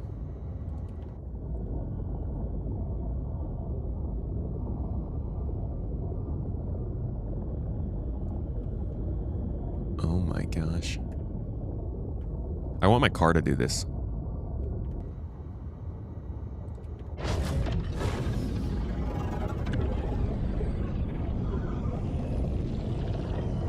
God, that looks nice, dude. It's a bummer that it doesn't make any noise when it's uninstalling. A little strange.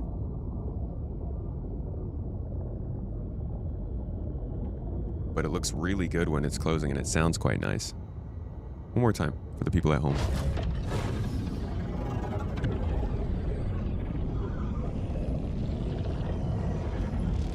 I love the inertia that this piece gets. This one looks so... Oh, you guys could barely see it. Hold on, let me do it again so you can see. It's got like this really nice sort of like slam and then it kind of like bounces into place.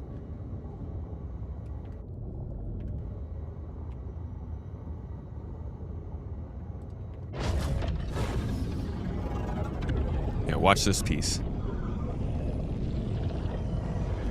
See how it kind of like... Yeah, I don't know how to describe it. Love it, though. Love to see it. Let's get on our way.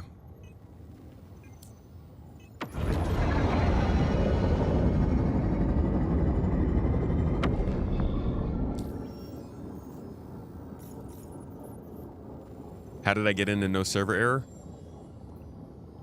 I was born in the server error. Melded by it.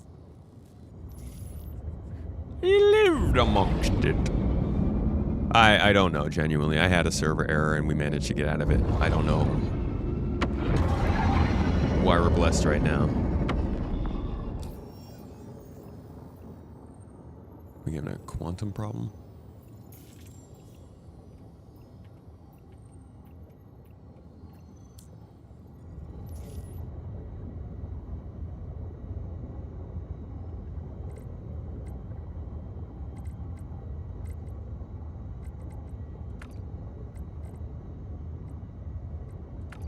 I can't tell how much power I have in anything.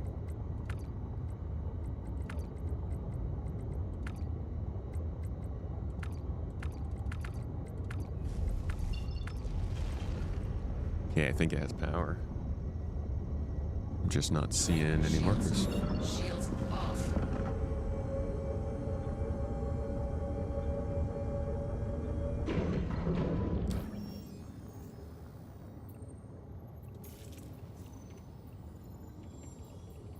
Dude, I can't set a quantum route. It's just not working.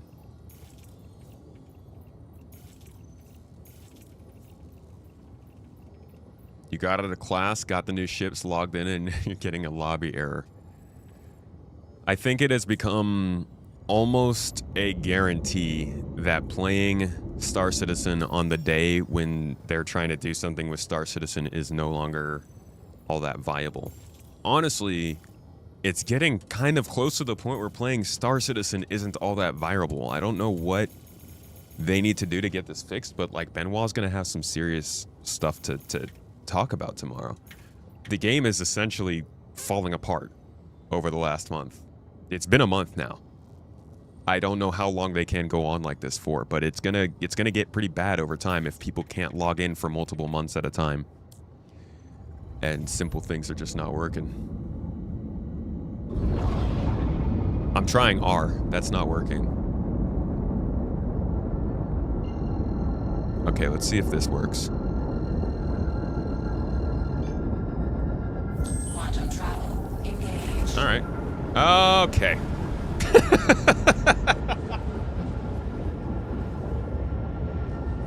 Oh my god, oh my god. CIG, what are you guys doing?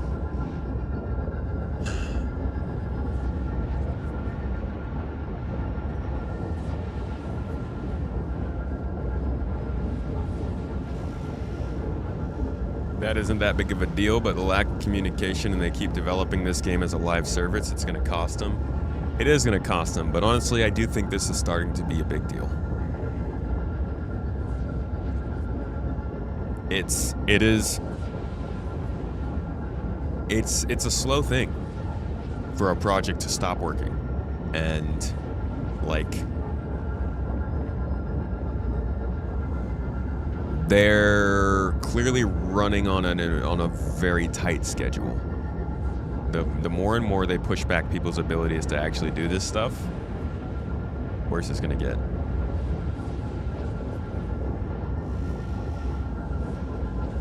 CIG needs to just like take the master server out and blow it in a little bit.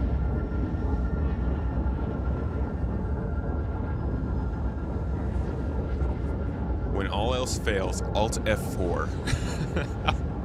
I feel like Alt F4ing during a server error is like taking your shoes off in the desert. You might be able to get out of it. You gotta move fast enough. Might find a little help, possibly a distraction. Ultimately, you're gonna be screwed. You bet their schedule would loosen up more if someone took away marketing's control over the patch schedule.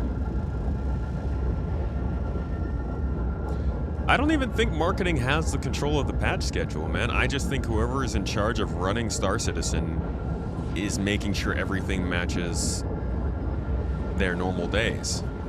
Invictus Week, Alien Week, next is going to be the Foundation Festival, after that's going to be the ship show, after that we'll have CitizenCon Week, and then IAE.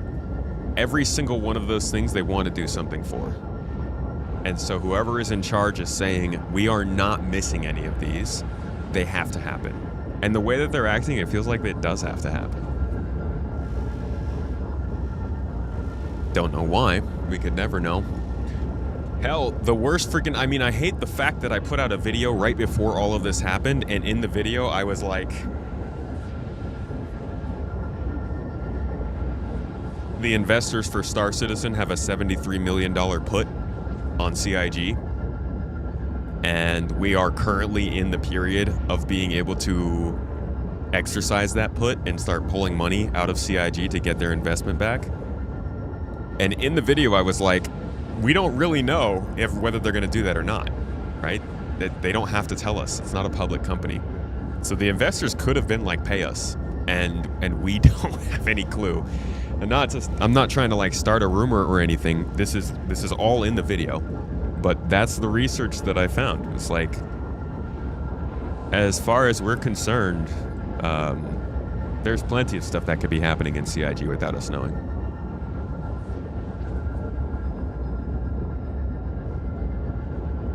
And I don't think it's just like some conspiracy marketing thing. I think it's the people who are running the project are making these decisions.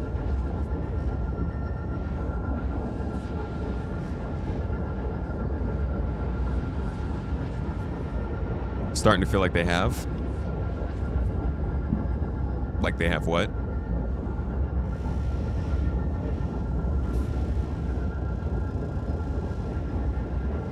Degraded performance warning on the launcher now.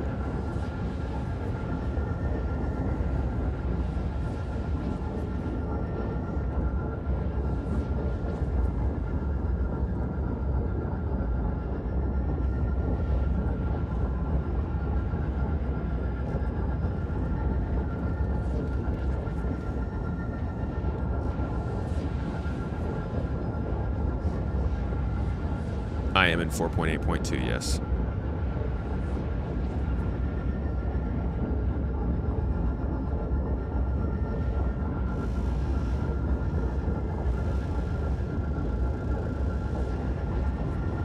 Is it a put betting against CIG or just a refund for the investors? It is...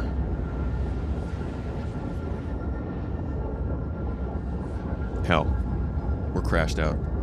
I'll pull it up for you. So it's not like it's just my hearsay. Whoops. Wait, I could just... My own video popped up. I could just click the link in there. Perfect. Alright, so this is the release from their 2024 financial year, and... How am I going to find this? 71... 73. What if I search for option? Adoption, no. Here it is. Company has a turnover of 77 million, no.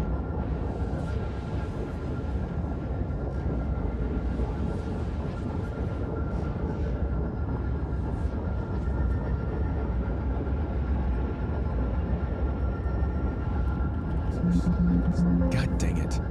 No, I actually think that the reason that they're doing it is because of Squadron 42. I think that's pretty important.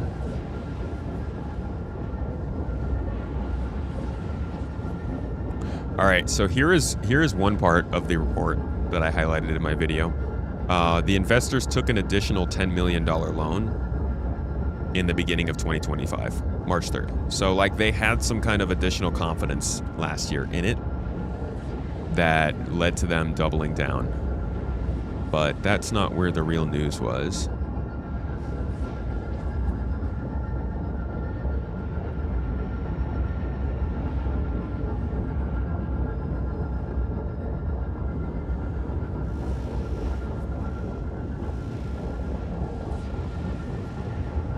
Turn the game sound off.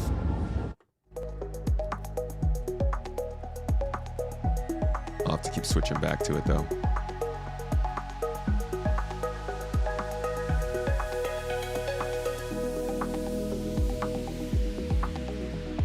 Did CIG server maintenance, but servers are still degraded? Yeah, unfortunately. Let's see. Authorized and issued 245,000 shares.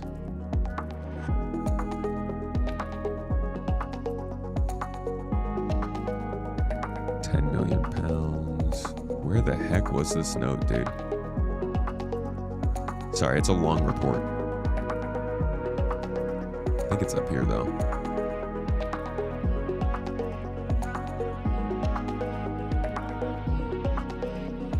They could go in PTU and let us test before going to PU? Nonsense, man. There's not enough hype in the PTU game anymore. Future outlook. Toes.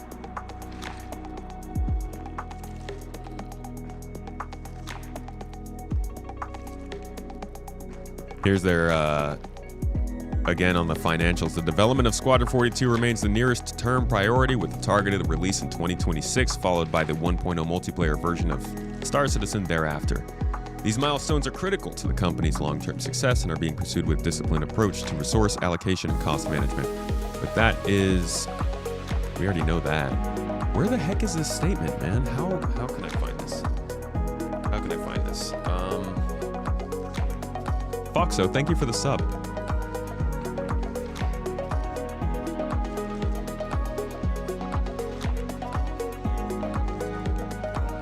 It's weird that I can't find it now.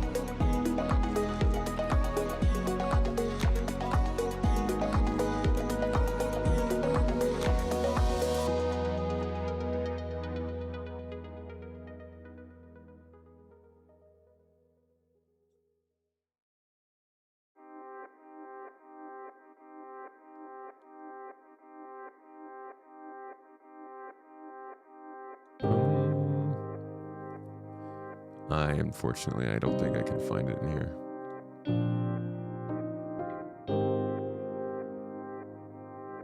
And I'm not really interested in going through all of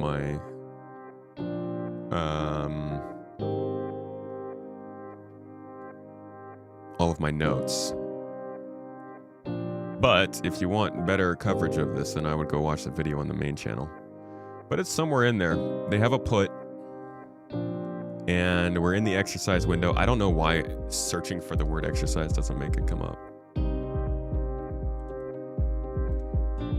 Exception, exception, exception, exception. Exclude, exchange, exchange, exchange. Yeah, it doesn't come up. That's weird. Am I looking at the wrong? 2024.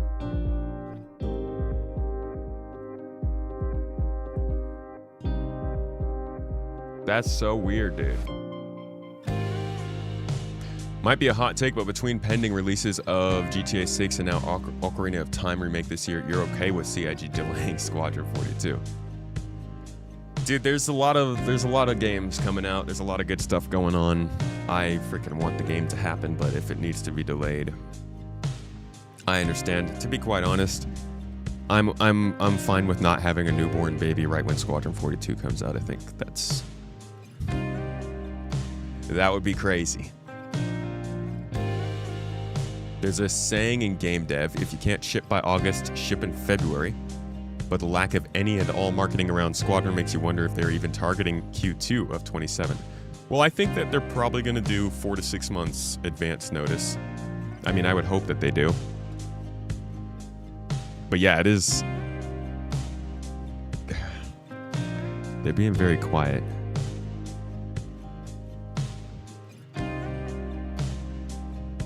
I'm really annoyed that I can't find this.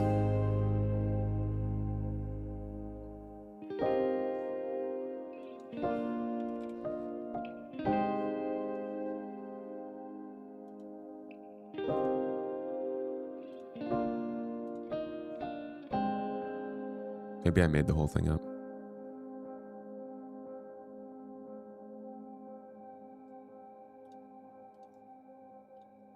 By the time Squadron comes out, you'll already have grandchildren? Aw. You gonna pass that merchantman concept art on to them?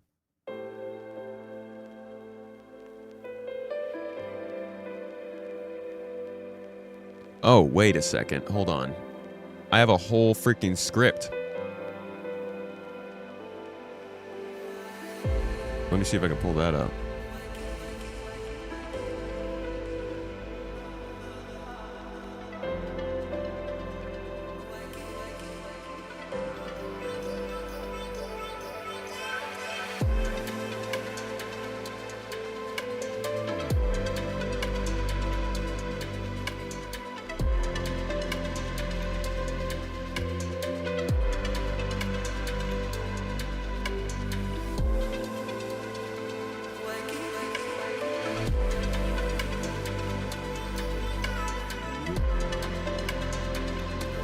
It must be PK's fault.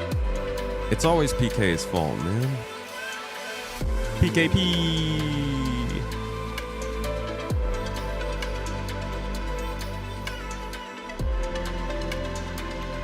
Summary of Star Citizen article, Defense Con, page, lore, main points.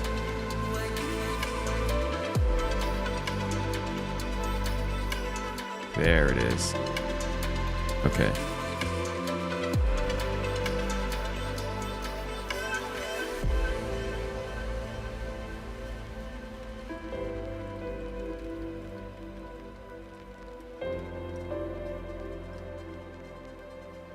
Always loved your taste in music. Thank you. I'm a, like, this is This is the royalty-free music. You should listen to what I'm regularly... I actually spend too much time just like sitting here listening to Stellar Drone with no... It drives my wife crazy. Mrs. Tomato cannot handle that music for a long amount of time because it's so repetitive. Note 29. Note 29. Okay. Let me try it. Why is this still open? Jesus. My computer's working.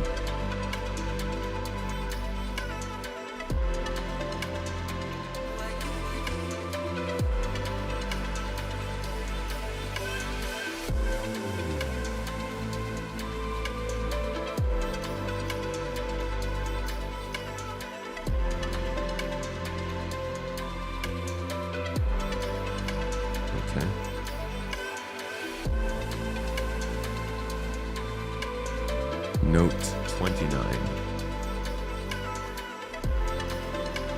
These notes aren't even numbered. Oh, here we go.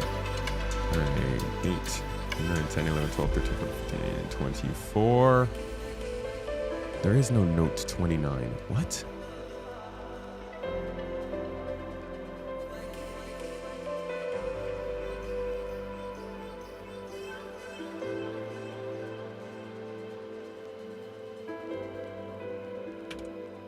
Dude, this is so weird.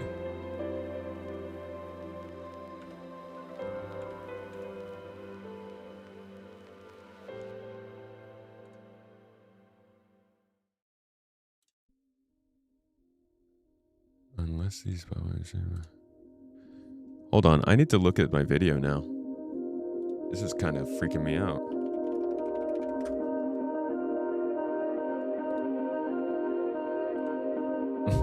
Still server error.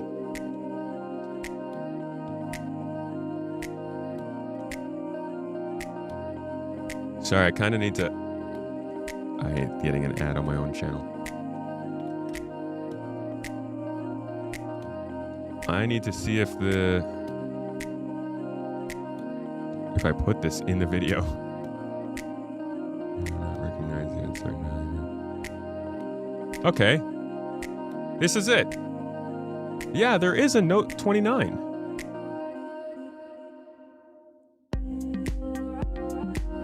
What's going on here?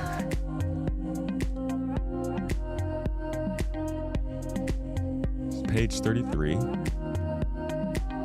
Did I have pages? I don't think I showed any pages here. 29. Notes to the financial statements for the year ending 31st of December 2024. So it literally should be right here. I don't get it. This is so strange. Maybe I downloaded it earlier?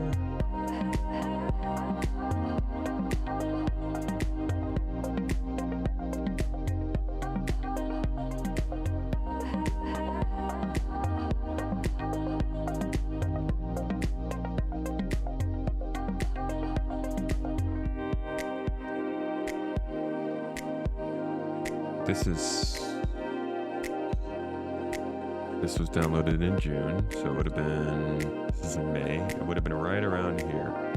It's April time, right? Yeah. But it's just straight up not.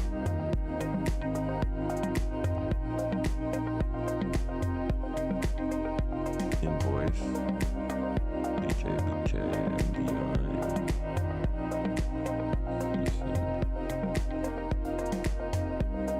Here we go. So this should be it.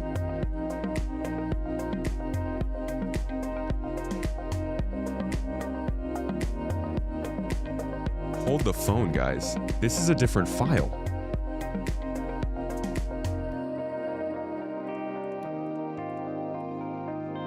What's going on?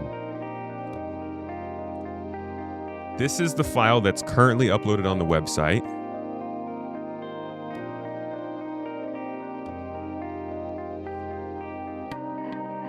I think I must have clicked something different. I don't know. This is weird. Because these are both for the year ending 31st of December. I'm flabbergasted. You guys can't see this side. You can see here, it says right here, for the year ending 31st, 2024. The Cloud Imperium UK.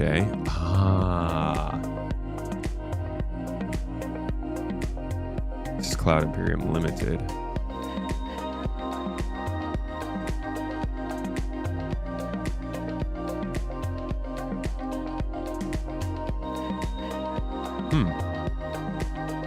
So is there another page then?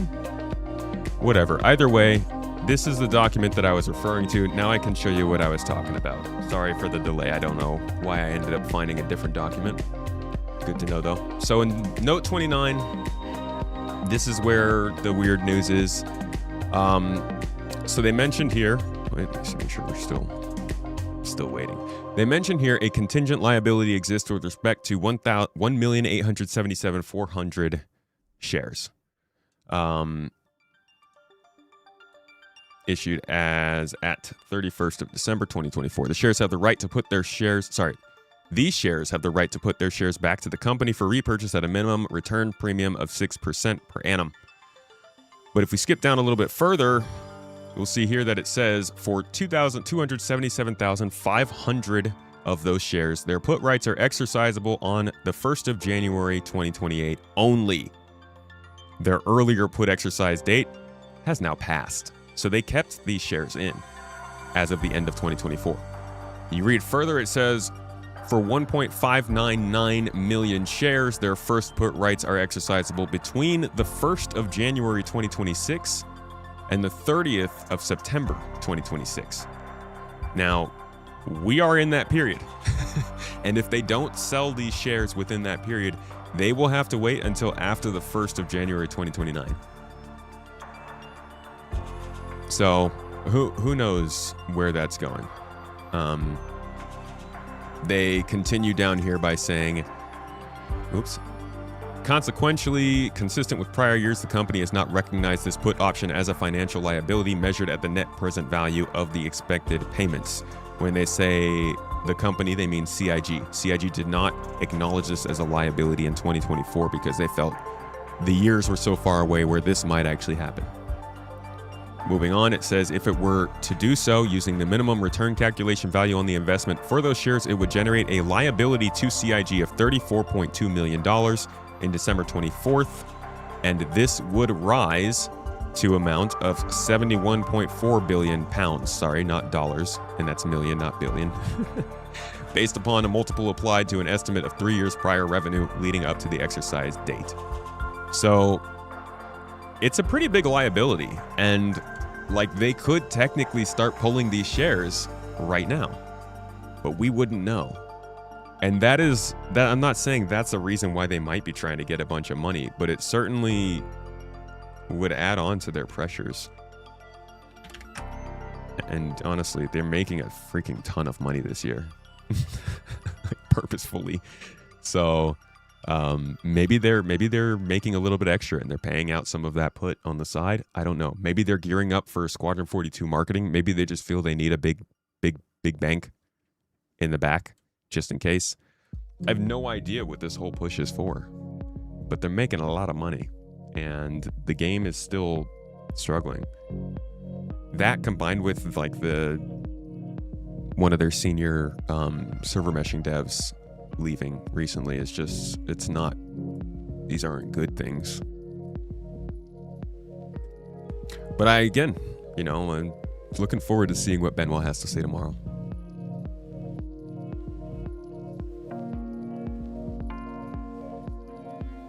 Gotta sell a lot of spaceships this year. They have. We have so many spaceships. We're blessed with spaceships. Gluts. Can't really read investor behavior by game performance. No, I'm reading investor behavior by their expectations of Squadron 42. I'm not saying that this has anything to do with what investors are doing. I'm saying that I think that the investors would or would not take that put based on whatever is going on with Squadron.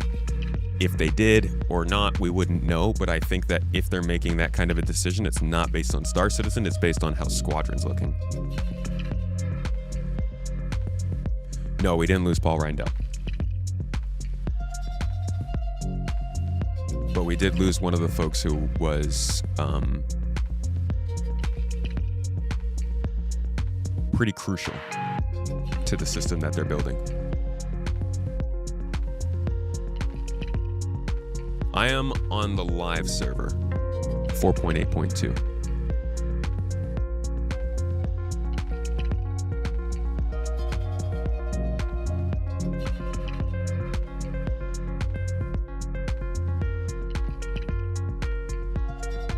If they thought it was dropping, maybe. That's what I was hoping.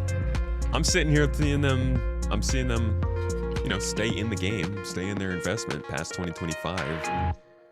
If Squadron wasn't looking good, I feel like they wouldn't have done that.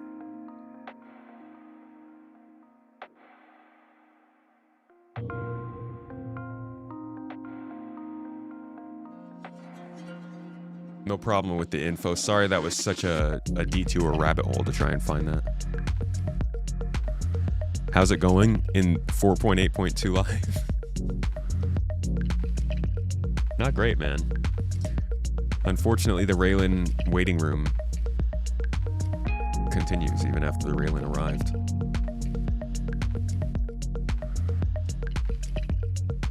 At least I have my tea. I'm happy for that. I guess in the meantime, we can look at the FAQ for the Railen.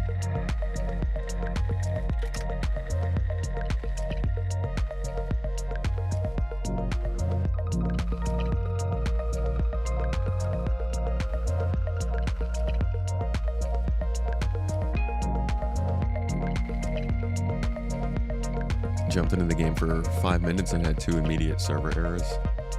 Yikes, man. Oh, this is not the Railen. This is the Tylenol. Rides alongside the Railen, introducing 2 Gatac ships at once, while they both share similar interior and weapons. Is the Tylenol a variant of the Railen? And what sets them apart? They said that they share the same and share some of the interior, mostly the habitation level, but the other levels have significant differences to benefit the differing roles of the 2 ships. Externally, while the front profile is similar, the sides and rear have changes to support the snub, and as such, it's not a variant of the Railen. I'm quite over this. I'm really kind of over this. This, like, they're using these old ships to make new ships and then gain the sales of the new ships because they are a new ship. But then at the same time, the new ship, they don't do the small amount of extra work to make the same skins work across the 2 ships. I'm like, it's annoying, man. Come on. What kind of experience were you aiming to deliver with the Tylenol? What feelings or moments are you most excited for players to experience when stepping on a board? They wanted to feel more alien than the Railen with the addition of the multi-directional gravity hangar at the rear, giving a very different traversal experience to other ships. The hangar space allows players to walk on any of the 4 pads and control the rear hangar door independently and launch out. Okay. Where does it sit within the ecosystem of ships? First dedicated snub fighter carrier. While other ships do this indirectly, it's not their sole focus. The Tylenol packs the ability to carry 4 snub ships. That's a decent point. Sorry, this music is loud. That is a decent point to make, that it is a dedicated ship carrier. It's like, I guess the first one technically that is meant to carry ships, and that's it. Can't even get into the game. Yeah, the 60k error has struck. I mean, I'm server errored out.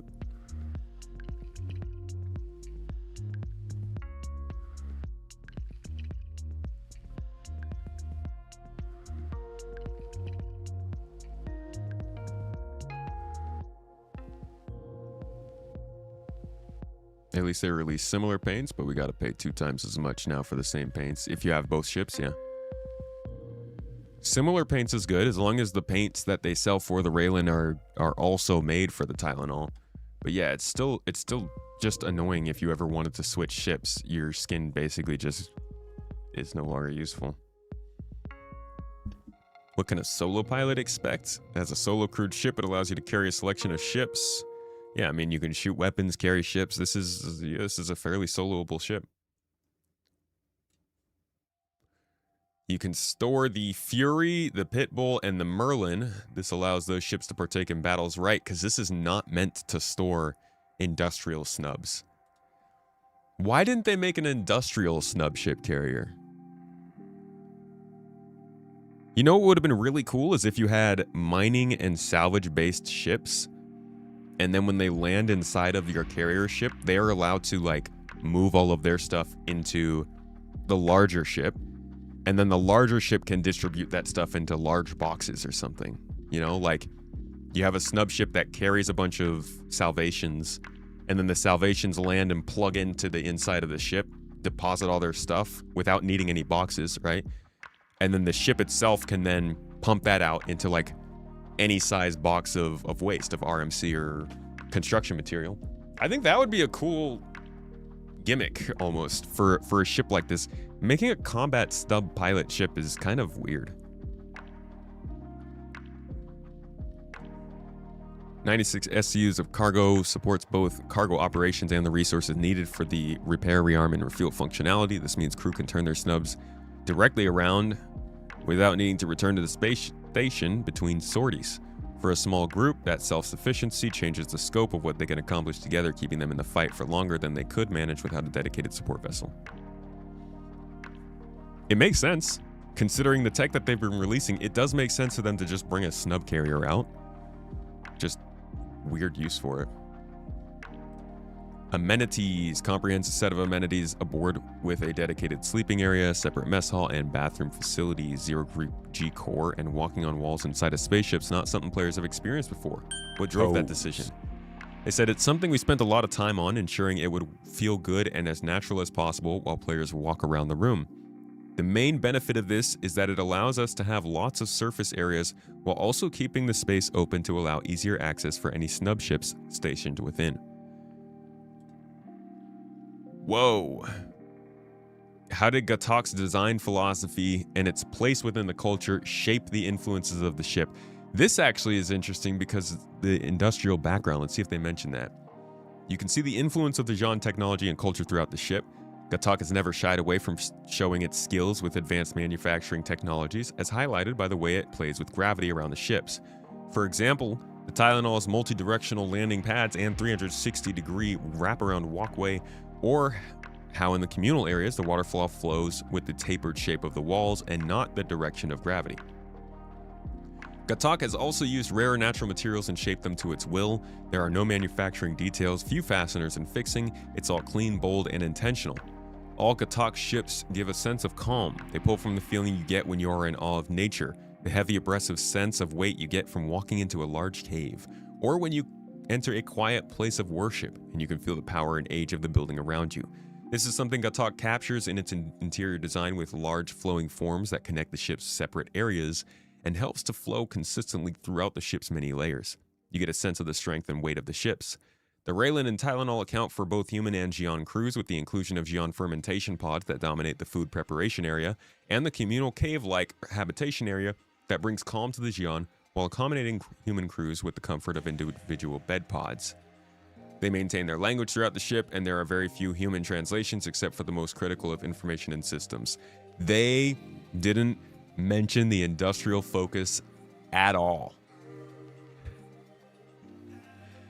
I'm wondering if that's because they're just gonna be like, what?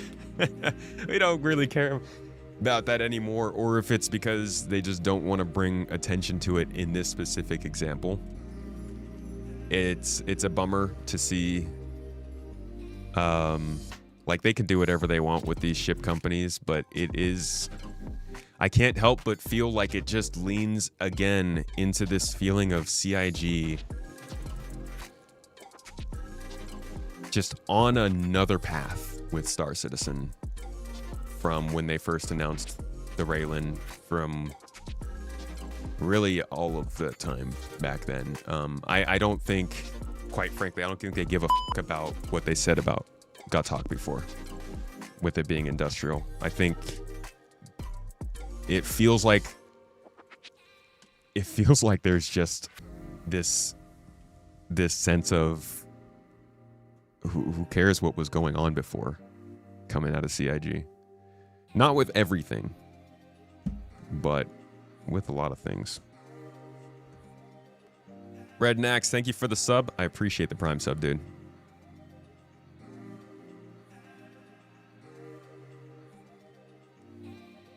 I don't know if I'm getting back in here. Since it has 4 separate landing pads, all 4 snubs should be able to refuel and rearm simultaneously. Where in hangars, like in the Polaris, they would block each other. That's not bad. That's pretty nice.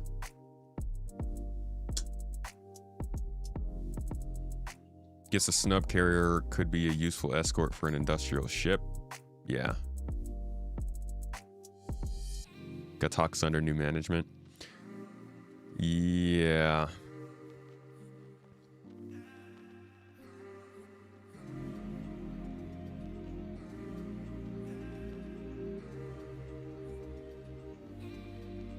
Perhaps a view of ignore that past and focus on the present ability to find money, print money where needed.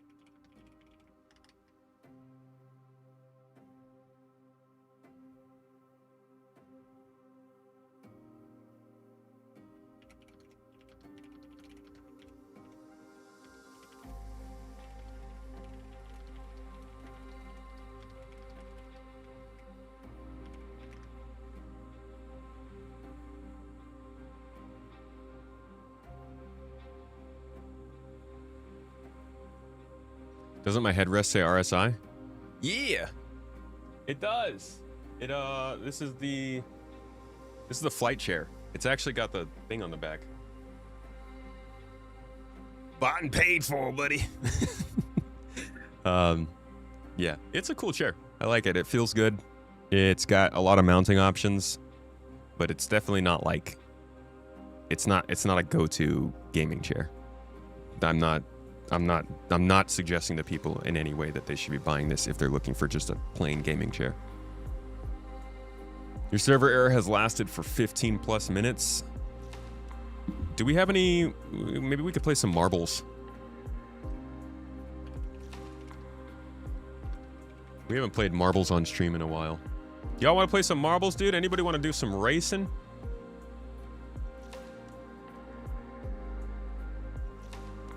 Do I have to get it on? Do I have to play it through Steam?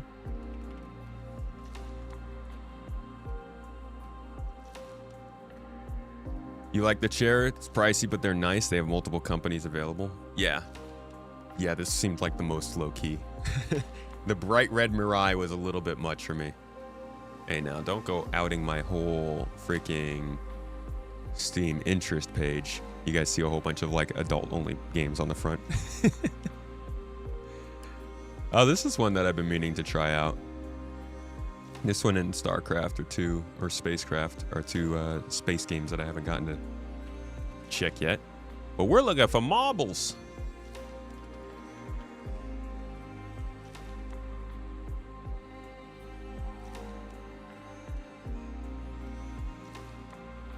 Launch it. I don't think they've gotten the Gen 12 upgrade into the Marbles on Stream dev pipeline yet.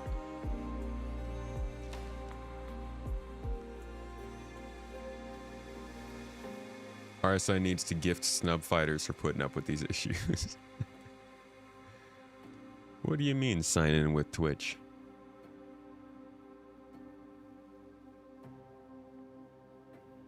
Wait, what? No, I'm not trying to rev share. What the heck?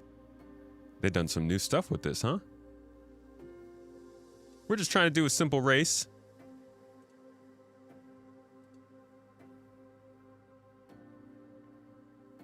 How about one of these?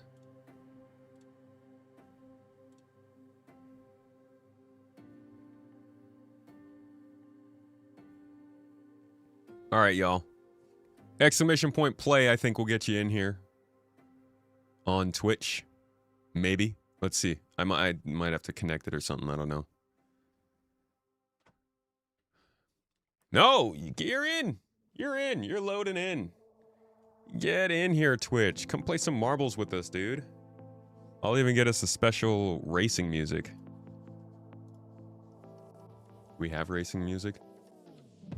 It's got to be dramatic, right? It's got to be like really dramatic music. Who's this?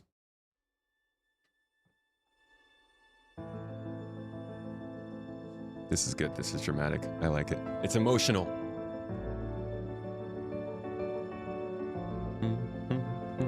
You guys ready?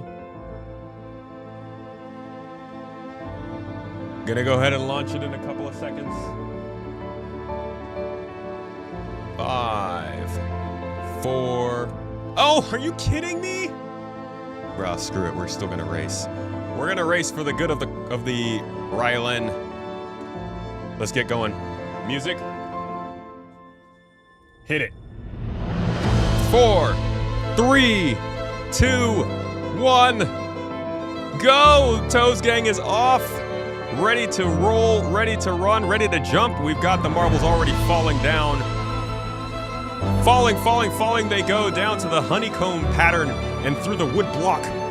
The little umbilical cord of brown. Why can't I see your names? It looks like we got Karmisk in the lead with Red Nax taking over the lead. It's close though. Yuri Keller is coming up out of nowhere, but then falling back behind again. They took 2 different paths. 4 different paths. They are rolling in parallel. Somebody just took a dive and it has exploded.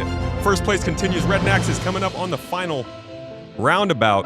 Looks like we got 6 total outward paths to finish this race, but the last one with Red Nax is coming in finally to finish with the last jump. Here he goes off the ramp. Is he gonna make it? I don't even know where he went. He's through it in. Stuck to the board. They continue to fly. Finish line. It's so pretty. Yes. Yes. Congratulations to Parker for coming in from the back. Wait, what? No, there's still, first place is still changing. How is this possible? I don't know how this is possible, but it still says you guys are coming in and placing. What? There's a pickle up here. Somebody races a burger. I think all of our racers are almost in. We've got one last one here. And he made the jump. Winner, though, Akari Sectelion. Marbles! Yeah! Congratulations, y'all. Good job. Music, we appreciate you. You did good. Good job. And with that, we're back to Star Citizen. You only get so much good gameplay and fun stuff for a while, and then we have to come back in here and hope that we don't crash. Anyways, let's continue our run. We're on our way to, I think we were going to Arcal 1? You have to come closest to the center. Oh, that's... So it's not just about getting there first, you also have to hit the bullseye. Not bad. I commend them for that one. Congratulations on winning that one, Hellion. Hey, look, it's another one. Hello, friend.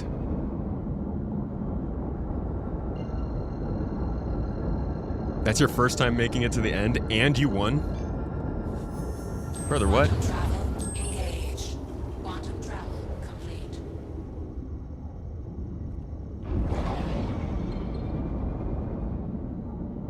That's an interesting way to do it. With the thing at the end. We gotta do more marbles. I don't know why we stopped doing that so much. I have a blast. We could probably make that one of the redeemable things we're gonna...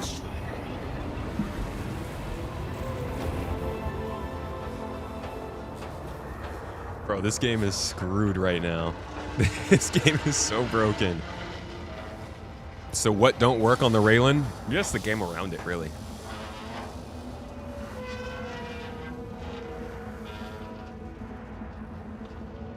We're gonna get marbles into the regular lineup more often because it's a lot of fun. Like I've been saying, I want to make it so that you guys can use your points to like redeem a wheel that comes up with a bunch of fun stuff. Marbles got to be one of it. All right, looks like we're gonna have to do another race. Shame. How sad. Woe is me, more marbles with stream. I shouldn't have even closed out the game, right?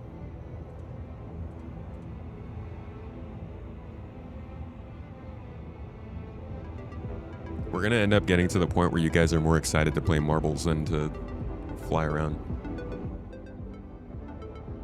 Oh, we got freaking... They have their own music?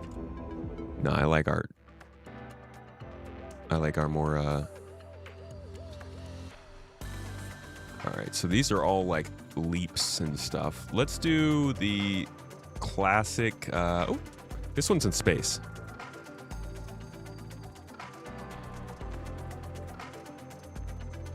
Dang, the record for this was today. What?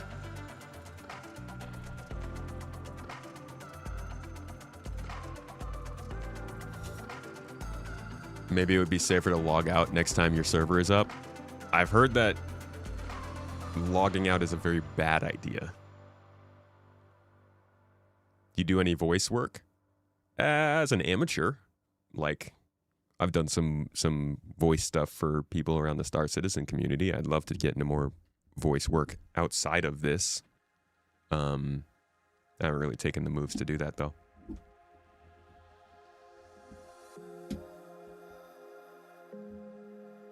This is about as close as we can get to Star Citizen. You guys go ahead and sign up for this. I'm going to go check with management on making this a regular thing.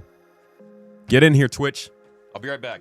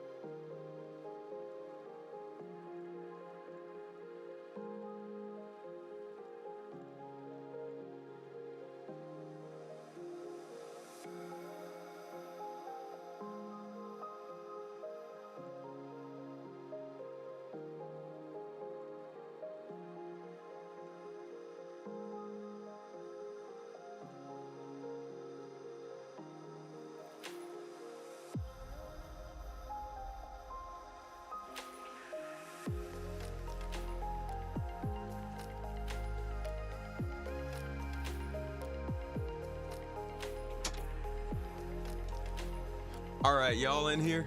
Are we ready to go? Hold on, we still need the dramatic music though. Hit me with something good, DJ.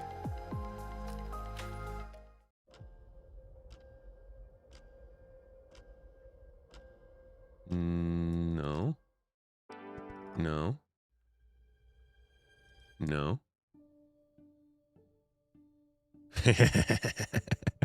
This should be good. All right, y'all ready? Everybody in on Twitch? Let's get started. Countdown 10, 9, 8, 7, 6, 5, 4, 3, 2, 1. To the sound of strings, the gamers are off. Roll your way to victory, my friends. Down the bowl you go. We've got a large subset of players all headed towards the central hole, and the first one down is Stengon, following through the path. Oh, I got turned around. It's a long road to the loop-de-loop, the double loop, the purple loop. We'll call it the Gatac circle, and they're gonna go through multiple of them. Make sure to stay on the track, folks. Don't fall. It's a long way down. Prophet of Humanity is running tight in there with U-Bow, and they're both coming through. Home Run Man is also up there in the front, making it first to the conflagration of paths, I'm gonna call it.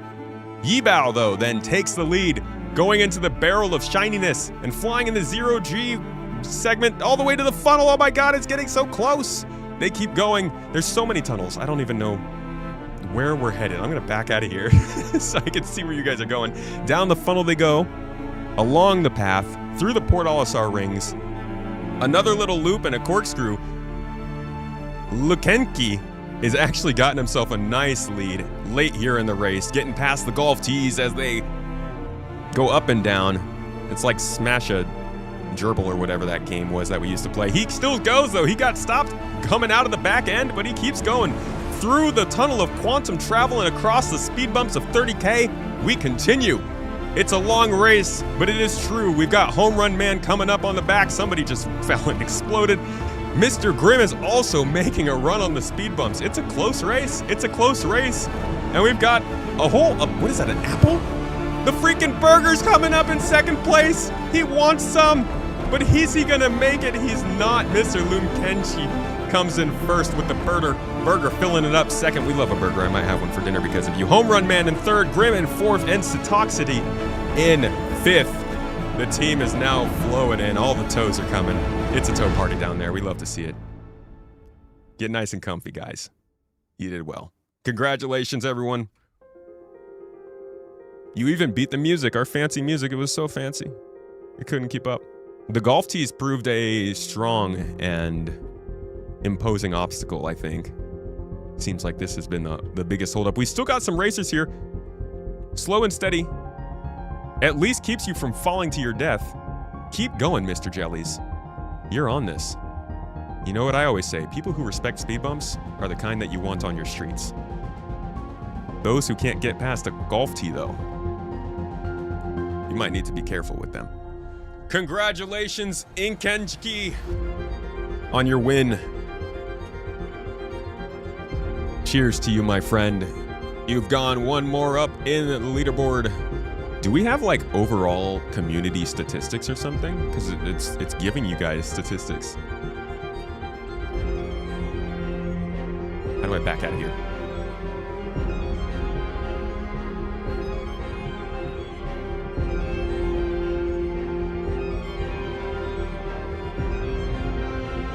Well done. Well done on your win. Local.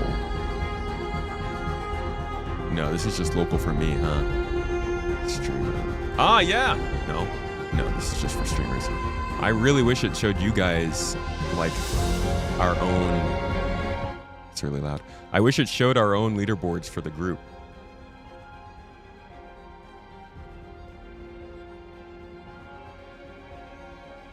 We can have YouTube put bets on the Twitch users. That would be funny. Are there commands we can use? I don't know, dude. I gotta look more into this and see what kind of fun we can have with it. Bloop. How fun. Hey, look, we made it. All right. After several server errors and a whole bunch of marbles, we are finally in approach to Arc L1 just to see how it is to offload this stuff.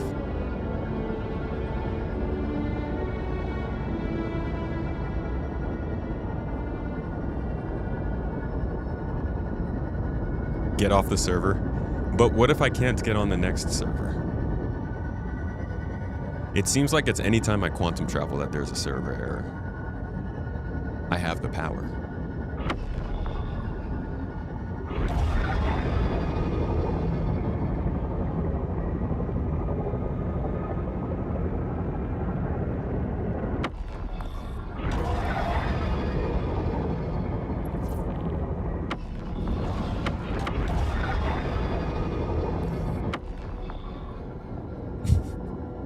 Block. Anytime somebody says hear me out before saying something.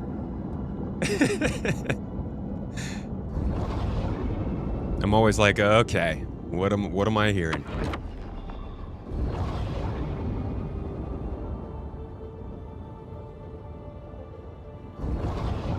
Marbles somehow makes this game work. You know what? You might be onto something.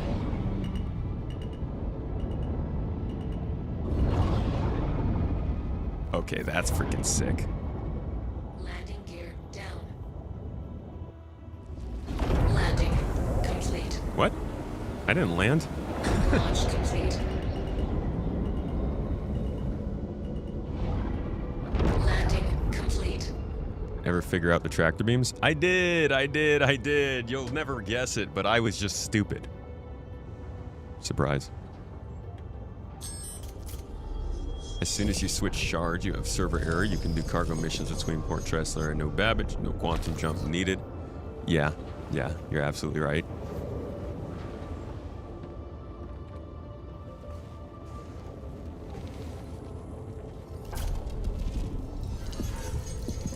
The cockpit view is incredible. Even for the passengers, it's just going to be amazing to be sitting here and like if you're not doing the tractor beam stuff, you still get a great view as you're flying around.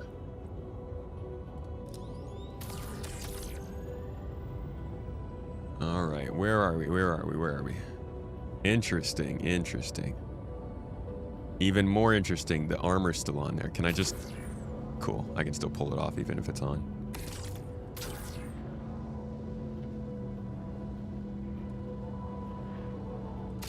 I know you don't want any waste, Arc L1, but I've brought it for you anyways. You're gonna accept it whether you like it or not. Here's the poop! Did I happen to see the tips you kept posting? Possibly. Maybe. It's really hard to keep up with who's saying what whenever I'm having moments like that in the game. But I appreciate you for chiming in to help out. I was just dumb and in quantum mode the whole time, nav mode.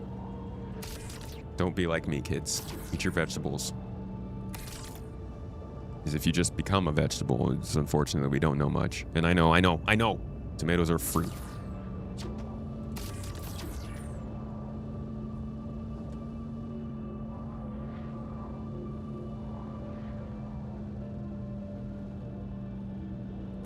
Bing!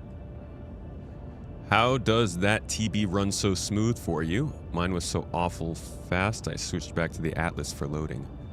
I don't know.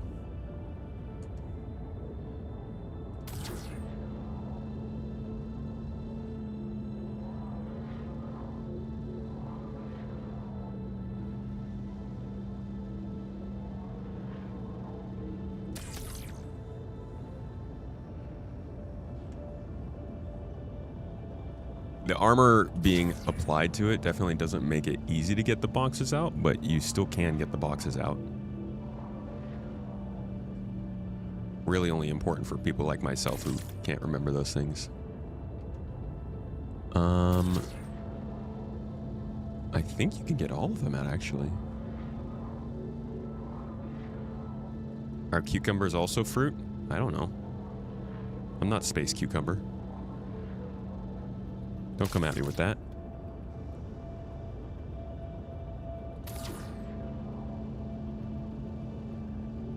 That's a question for Mrs. Tomato. She'll freaking invade a country for a cucumber.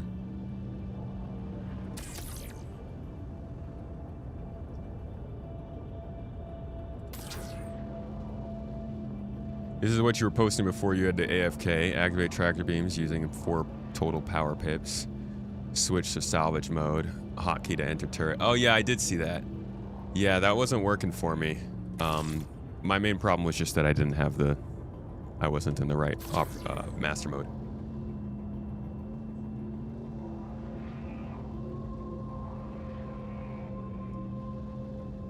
If you mean like this, like your tractor beam is like this, where it's dragging your mouse around, then yeah. In chat, like he's saying, just use the Q button to lock the gimbal.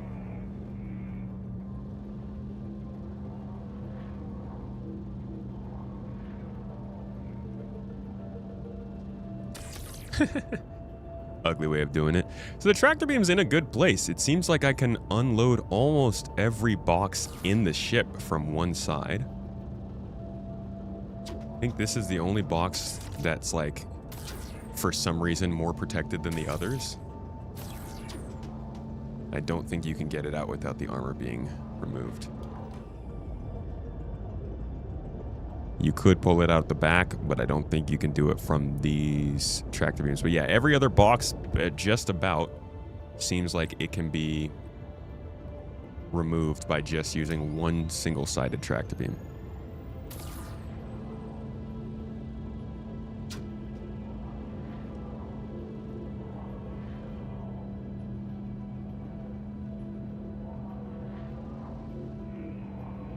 YouTube chat's not showing? All right.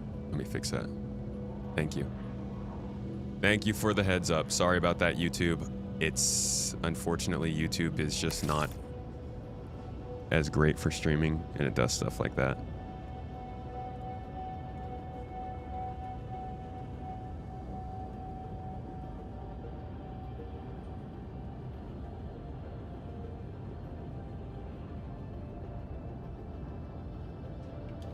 YouTube's back up. Yeah, the armor retracts. I just have to get out of this seat to do it, which is why I was seeing how much I could do before I retracted it.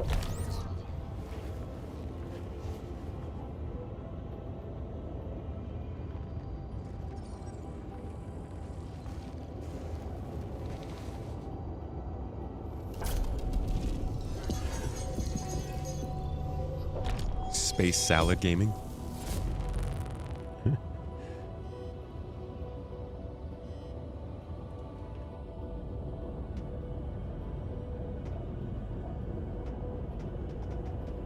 Now protected. I guess you put your most valuable stuff in these. What the? Just dropped one of the boxes. You must put your most valuable stuff in those specific spots, because that's going to be least likely to get shot out.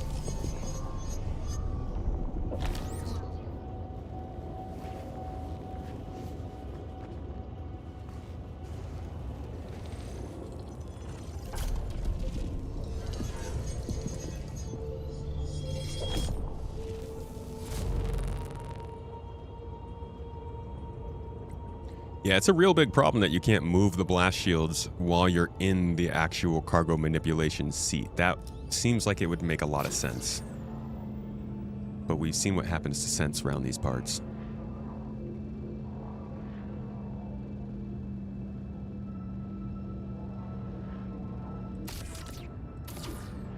Alright, you obviously can't stay like that.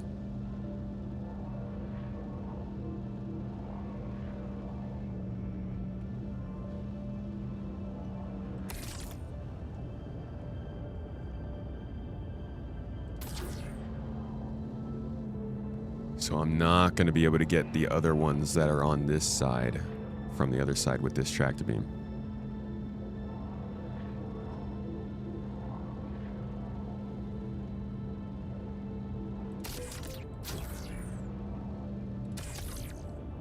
I think they're completely impossible to grab from here. Oh, nice. I got one of them.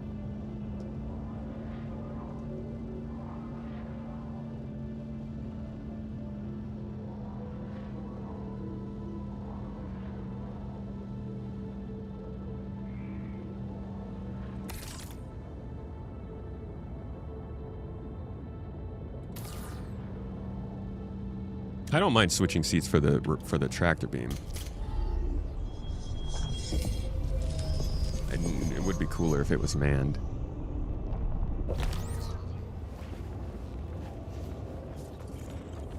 Whoops. I need to go here. How much does this ship cost? 360 war bond, $400 for the credit.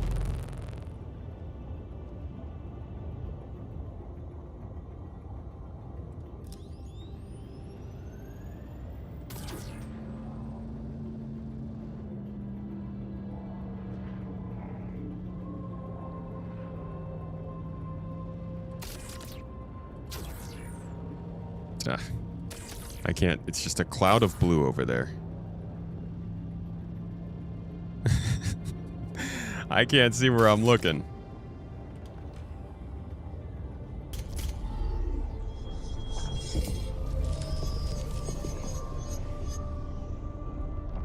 It's a lot of money, yeah.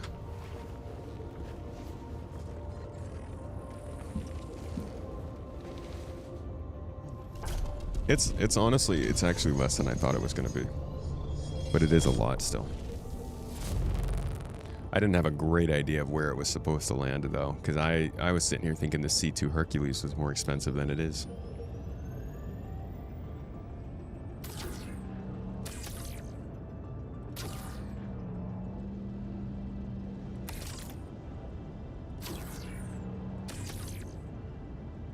Snap, please.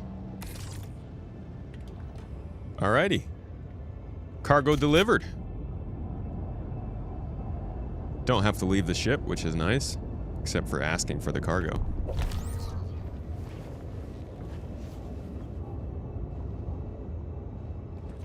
Yeah, being able to switch to the remote either turret from either seat should have been a mandatory thing.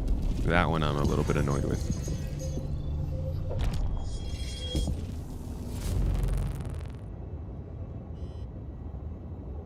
Let's take this thing out and see how it flies in atmosphere. If we can make it to atmosphere. Systems activating.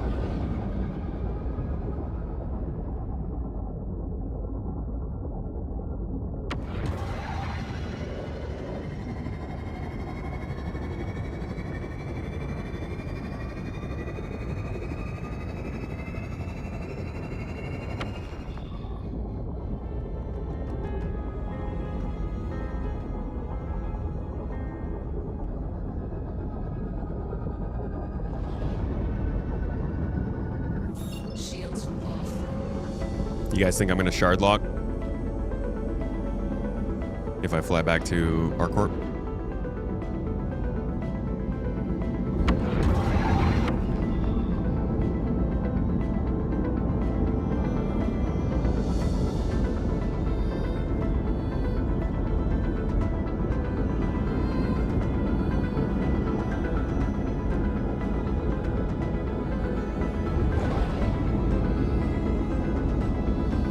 Where the heck is ArcCorp?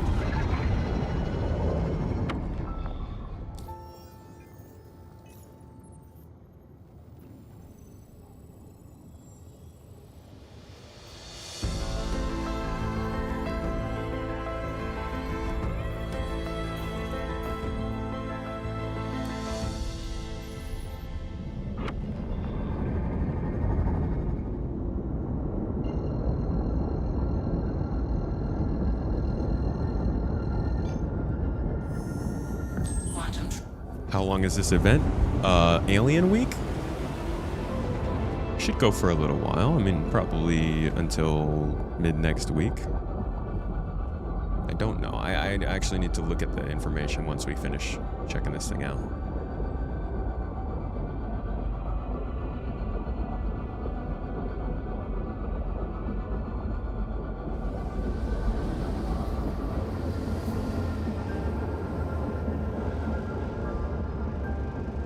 Certainly looks pretty in here.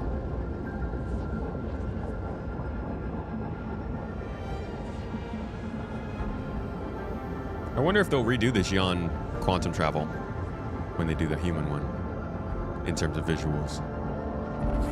Quantum travel complete. Thanks for the roadmap roundup reminders, guys.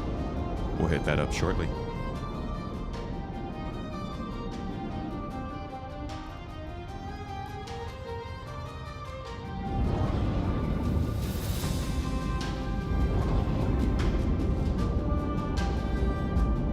The area. That's where we're headed.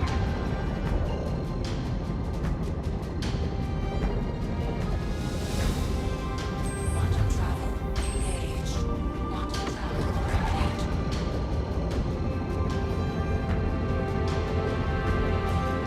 complete. Are there any new missions or something special during the event? No. No, this isn't really much of an event. It's just kind of a celebration of the alien stuff, and we're server error.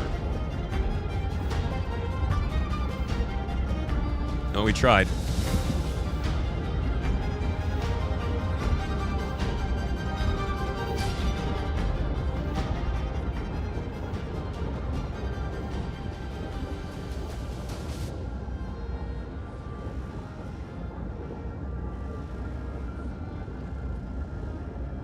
All right, let's check out the roadmap update.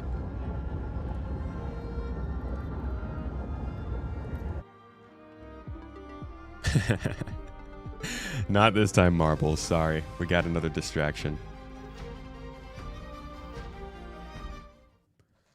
Let's drop in.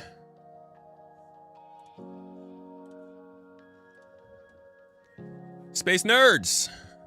The game may be broken, but the development continues. So we're going to go ahead and jump into the roadmap roundup for June 17th, which should be giving us a good look at 4.9. Probably some mission giver stuff, some instancing stuff, maybe some interesting surprises. Let's see. Every 2 weeks, we accompany the roadmap update, with a brief explanatory note. I'm going to put this up here so we can check out the actual things, and I'm also going to check out the Spectrum post. All right, let's start.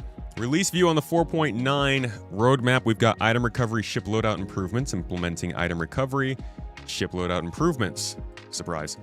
Updating ship and item recovery to better support custom loadouts through timed claims, optional expedite fees, freight elevator item claims, and debuting a free recovery option when losses are detected as outside the player's control. That never happens. Everything that happens in this game is player error, of course. It's a skill issue. This is expected. It's good to see. It's usually the type of thing they'd try to get into a 0.1 update, but I think their hands are kind of full, so it looks like it's coming next month. After that, we got a Ninetales armor update, implementing updated armor sets for the Ninetales criminal organization, refreshing the appearance of grunts, elites, and boss NPCs. There is some really interesting Ninetales art out there, actually, if you do a little searchy search. The character concepts are pretty interesting. They've got a lot of branding, a lot of character, a lot of uniqueness about them that I don't think they've really hit yet with the folks in game, because they're all armored. They're not wearing clothes like this. But the branding, I think, looks really clean. And I'm hoping this is Orison stuff. And I'm hoping that they stick with this styling, because I think this looks really good. Yeah, this would be cool if they did a lot more of the custom Ninetales stuff.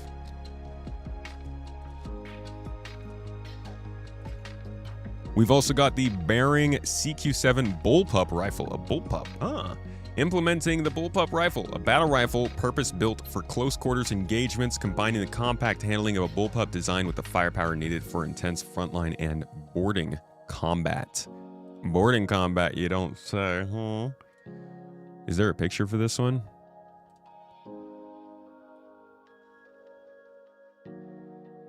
Looks pretty cool.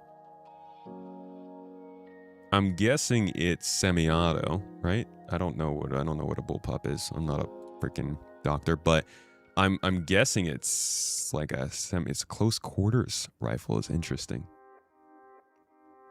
Huh.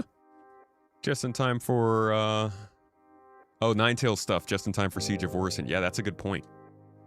Ninetales are the main antagonists of Siege of Orison, so it makes sense they would use this opportunity to get the faction up to speed. Ordnance Cargo Holder, implementing dedicated storage frames for missiles, torpedoes, and bombs. What? Let's go, dude. We were just talking about this. SMG. Oh. It's an SMG. So full auto. Huh. I wonder if this will compete with the C-54. Cool. Dude, cargo frames? What? They're finally doing it?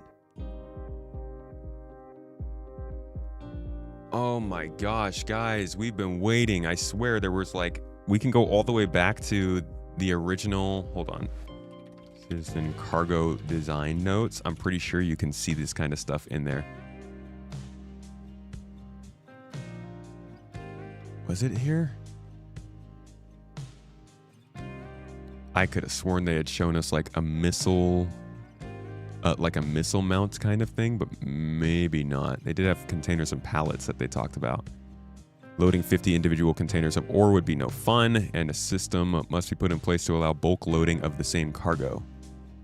The player will interact with very large cargo and pallets, often so large they will obscure your visibility. Yeah, dude, we definitely need more like quick attach pallets to bring multiple boxes together, but even just the ability to store and transport munitions, that's going to be super important because we have to start reloading now.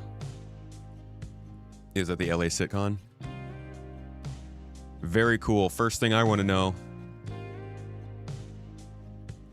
I guess, is the same thing that you're saying there. Is there a turtle holder? We also get new hairstyles for 4.9, to be expected. They're doing new hairstyles basically every time. So at this point, the 4.9 roadmap is bringing us Recco Battaglia, a new narrative-based mission giver, giving mining missions that include different NPCs and voiced lines, which is going to be nice. Super heavy combat armor, which is a new class of armor, something that you can't heal in, probably can't sprint or EVA in, but you can carry specific weapons with. The specific weapon that comes with that armor being the heavy machine gun. And this, I'm seeing, might actually be a trade-in sort of thing for Wicklow. The bullpup armor, the bullpup rifle, which they just announced. We've got new ships. There's probably going to be a couple new ships with 4.9. Siege of Orison, we just talked about. The cargo holding ordnance frames. These are super important. These are very important. This actually means that we might start seeing missions that require you to move ammo as just regular cargo. Which, in my mind, I hate to get down the rabbit hole, but I feel like that then gives them the ability to start giving us specific armor or specific ammo, specific cargo from specific factions that has, like, you can't jostle it around too much. It can't get stolen. If any of it gets stolen, you failed the mission. There's a lot of complications they could add with needing to move around in munitions. I like that. And then on the core tech, obviously instancing is bringing in Siege of Orison. So this is taking a step up with 4.9, and then item recovery, just an improvement over what they brought in with 4.8, but the continuation of insurance becoming a thing in game. We've also got combat clothing, which is probably another step towards Starwear, and the ability to combine combat armor with clothes.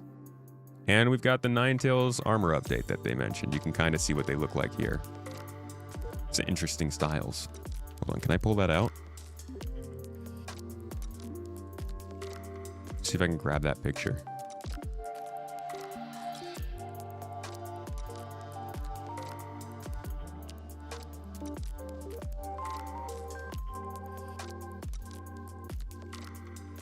What the hell?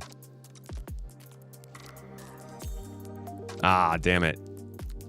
I'm gonna have to literally look at it from here. It's probably gonna be a small picture then.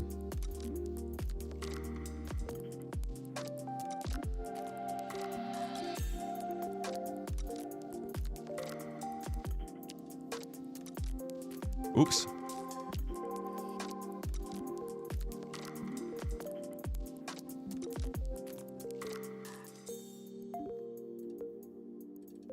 Is it not saved as a picture? There it is.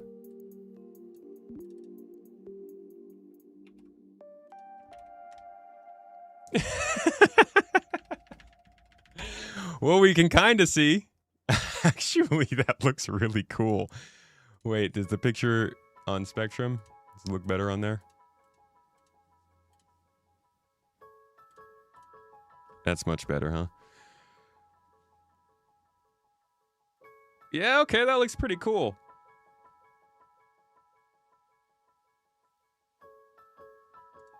That's pretty sick, dude. I like it. I'm gonna download this. Is goes really well with the Covenant purple of the Railen. I'm digging it. What's up, Anarion? Thanks for popping in. All right. Well, there's your 4.9 roadmap update. This is what we know as of right now. We'll probably start seeing this stuff in the PTU as early as, I would say, next week. Maybe the week after. But by the end of the month, I'll probably be giving you guys some more updates on this. So keep it tuned. Subscribe if you like. Thanks for coming. And if you're here live, you're the best. Seriously, though, I like the Ninetales armor. What do you guys think of that? It's kind of it's sticking to the purple vibe, at least.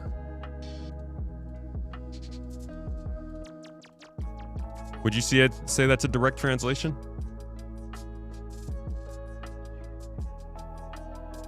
I'm missing the foxes with the 9 tails, though. I think that was nice branding. This guy? Look at that fox, dude. I don't want to get bit by that. Do the frames spawn around the missile when you lock it on the grid, or is it a separate item you attach on a grid and you put the missile in after? I don't know. They're going to have to explain that further.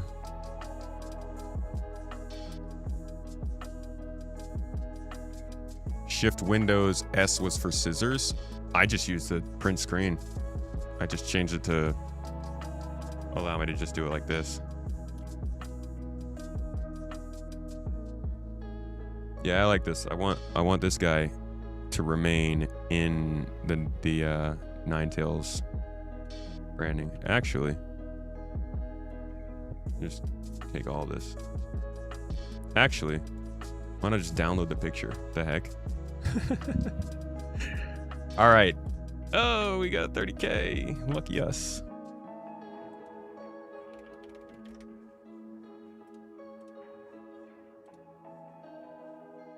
Oh, we're 60K'd. I didn't even do anything. I didn't do it. I was being a very good Star Citizen. I just stayed inside of my server. Let me back in. All right, let's try going to Arena Commander. Maybe we could take this time to just work on our sticks and do some Arena Commander flying.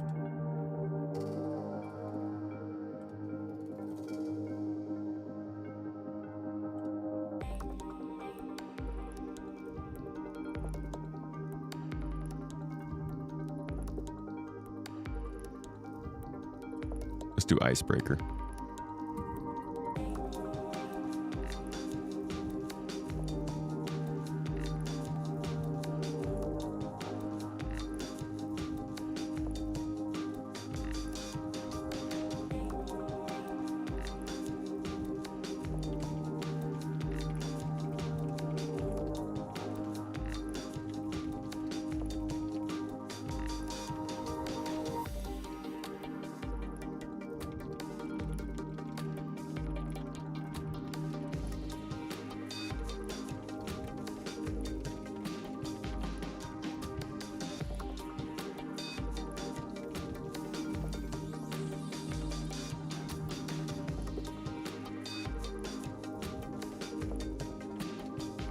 Racing.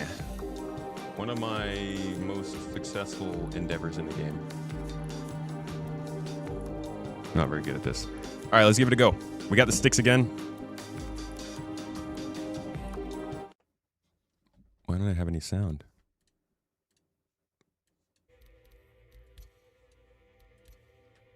It's so hot in here, man. I'm sweating. I don't know if you guys can see it. And that's not because I'm bad at racing. Oh man, I already forgot how to do this. Wow, this got uncomfortable very quickly. You really have to keep doing this just to be sure that you can remember how, huh?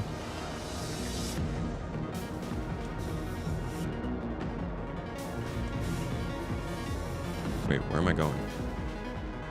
That way?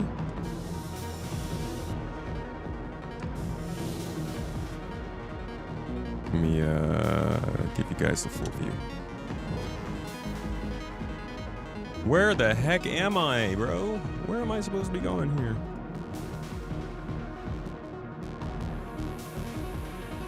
Is this a gate?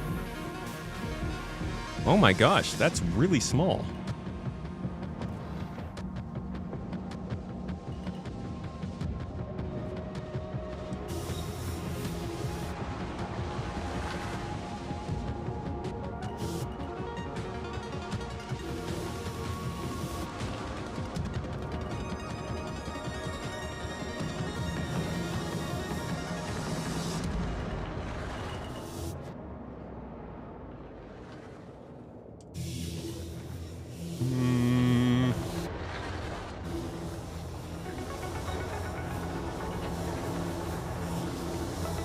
Woohoo, I like this. This is fairly simple. Still can't hold my ship to the line, though. I can't hold the line. Help me, CIG. I need more ship sails.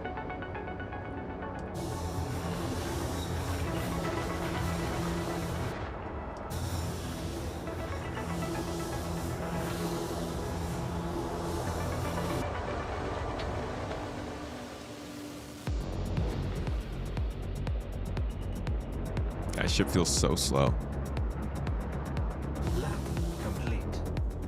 Oh, all right.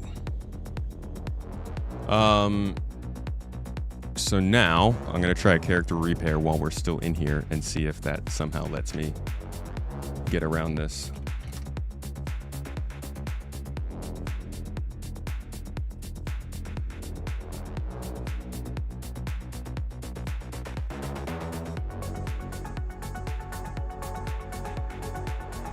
Fix that stick before it leaves the country. This one. I just got a mouse pad. I just got a glass mouse pad. You can kind of see it here, the white. And so this moves around a lot more now. You can kind of hear it. It tries to stick. It kind of does, but it's not nearly as good as... Well, actually, no, this might stick better to the glass. That's funny.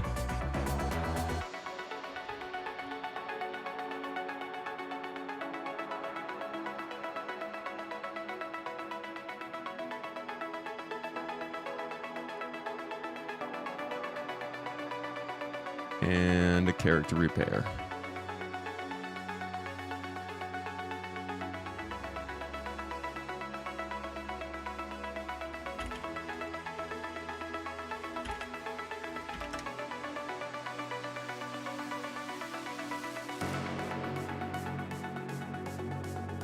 There we go. Let's see how long that takes to kick in.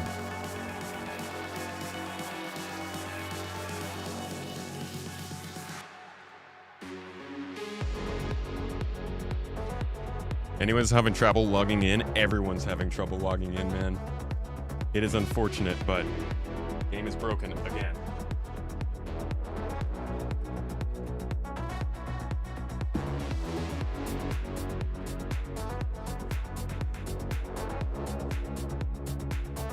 So I'm thinking while that's going on, we just go back to the website and look at what they're saying about Alien Week.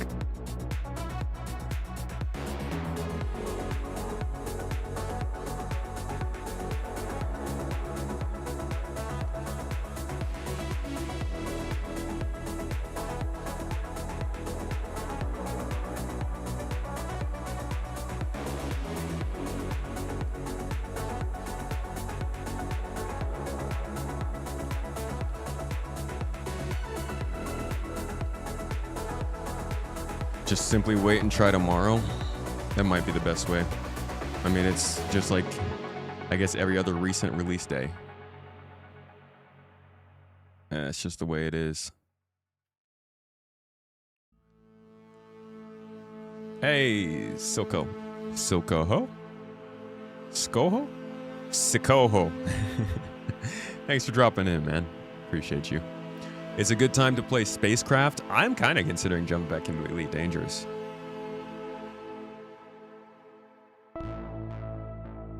I think I might have Spacecraft downloaded. No, I don't.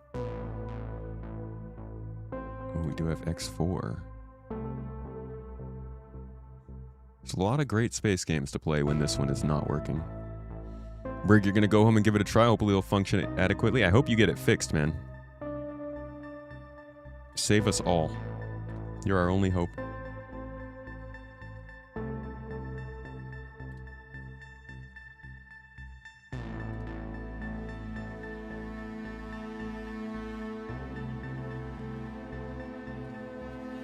Oops.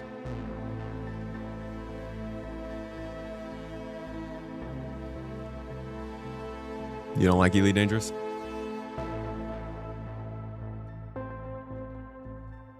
What is this music? Let's get back to something a little more interesting. Alrighty. Space nerds, it's Alien Week. What the heck does this mean, though? Obviously new ships, but it sounds like there's something else going on. Some in-game activity that everybody might be able to take part in. So let's do a little read-through. Humanity's appreciation for all of its alien allies, whether Banu, Xi'an, or Tavaran, continues to foster collaboration and celebration around the verse. Since first contact over half a millennia ago, our shared kinships have only grown stronger. Join the festivities as we give thanks to our pan-galactic peers. Proudly don't, we call them turtles, man. We're like, yeah, we appreciate and respect them, and then we call them turtles. Come on. Proudly don new paints, discover Gatac's newest ships, silence the Vandal threat in Arena Commander, and pay homage to any or all things alien with your own artistic creations. All right, so we got new paints for the Railen, the Tylenol, and the Stinger.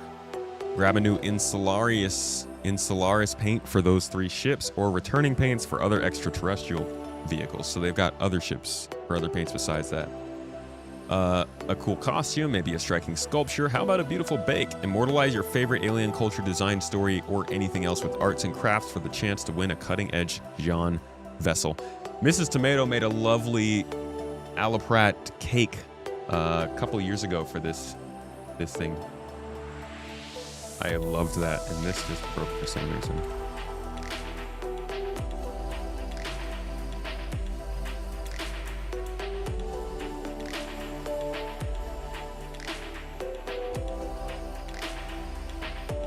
That's annoying.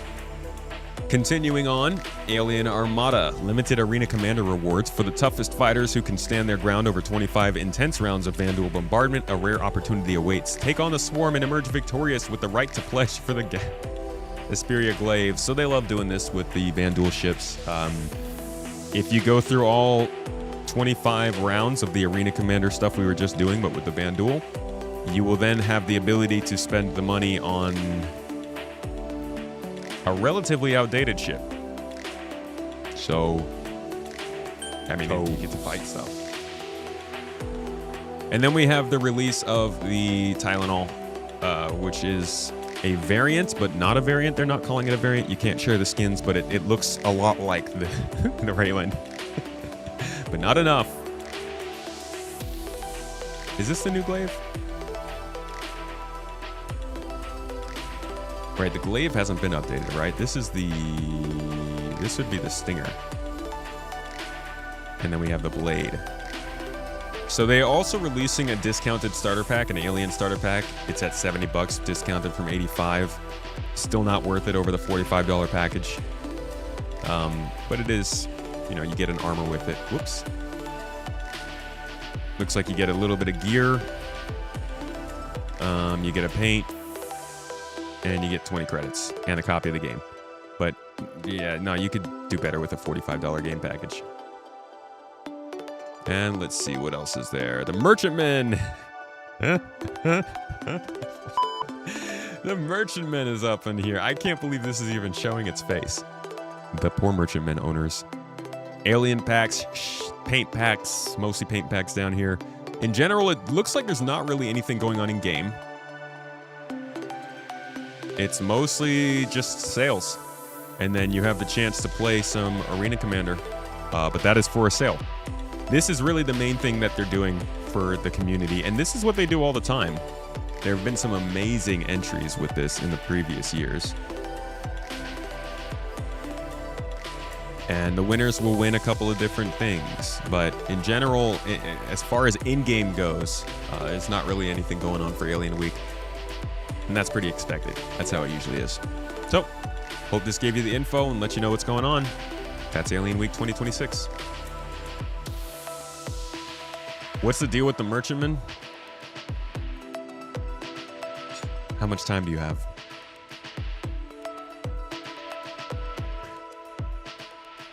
We could probably do a deep dive into the Merchantman.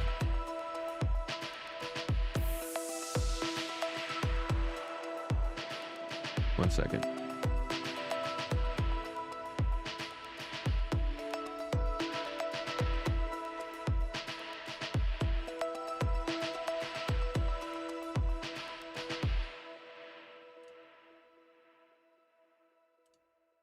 All right.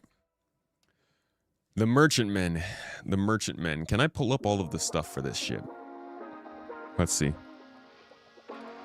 We're gonna put together a little deep dive, but it's gonna be a quick deep dive. We're not gonna go too hard. Got to go back into the archives though.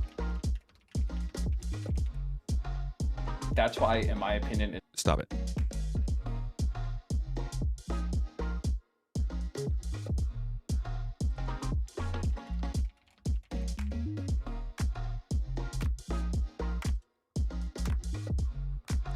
All right, let's see. Merchantman is a legendary ship because it's been very much wanted for a long time, and it has been absolutely teased to the ends of the world.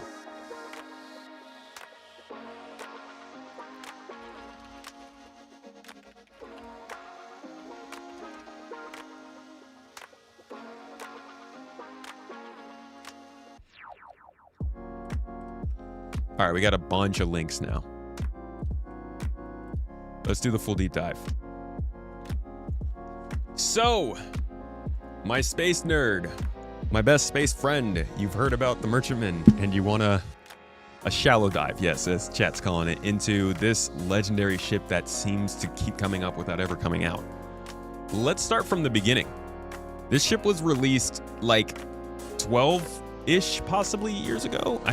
Hold on, let me see if I can find the Merchantman sales page. That would probably be on the wiki. So it was first announced as a stretch goal, and then yeah, here we go. Concept sale. So the concept sale took place November 25th, 2023. It initially came because it was part of the $27 million stretch goal from CIG. I got a shortcut for that, I think.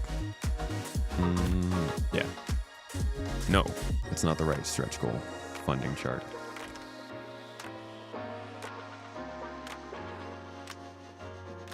So if we go to their stretch goals, we can actually scroll down to see this for ourselves. 27 million. Banu Merchantmen unlocked. Banu traders are renowned for their merchant prowess, traveling and the space lanes and trading with everyone from humans to Vanduul.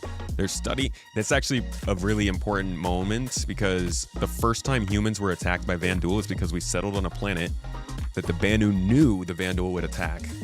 Well, they knew the Vanduul were in the area, and they didn't let us know. It's before we knew the Vanduul, so the Banu are very friendly with people to the point where you can't expect them to let you know somebody's about to stab you. Their sturdy, dedicated trading ships are prized beyond all other transports, sometimes passing from generation to generation of Banu. At $23 million, we dedicated additional resources for making Xi'an spacecraft a unique experience. Oh, that was when they unlocked the Xi'an Scout. It's funny, right after that they unlocked public transportation. I'm sorry, this is a little side piece, but like this one makes me laugh. Need to get from one place to another but don't have a starship? We're building a galactic transportation system. You can travel via transport from system to system and Star Citizen and even ship items With this stretch goal, we'll expand the system: starliners, long-range transports, charter ships, and flyable shuttles. We can't wait for that. And you can see this in the starports in the game. They just don't actually let you go places, but this is going to be great. Because essentially with Starkitect and the new mission system, if they were able to get this working, you really wouldn't need a spaceship to play Star Citizen. Anyways, continuing on. They said at $27 million, we will expand that same thinking to the Banu, starting with the merchant ship. The design team will expand Banu technology to offer players a completely different way of experiencing their universe. Remember that. The Banu merchantman was their way of expanding the Banu, right? This was a big deal. So then we go to the, not that.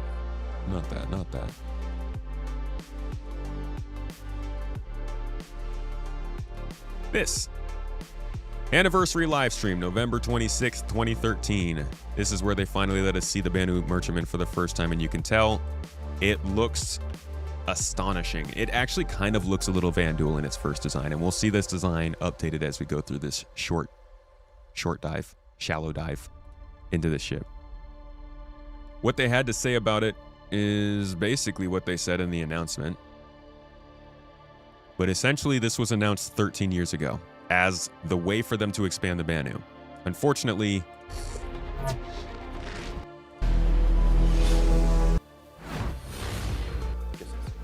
unfortunately, then they made this first. This is the Banu Defender. So this landed in 2017. So the ship is... And this is still concept art. This wasn't actually in the game. But this was their way of saying, okay, we're going to start small. Like at first, they really didn't understand how much they needed to work their way up to the complex ships. That's why ships like the Starfarer and the Reclaimer feel so off. And so they tried to get back to these smaller ships to work on them first to build the branding of these species and these companies. And they might talk about it here.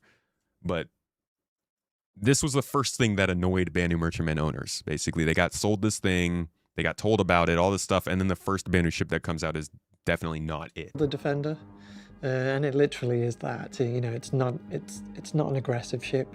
I mean, it's a very unique looking ship. We needed to link up with the writing team in LA, so David Johnny and Will, to with the find short out hair.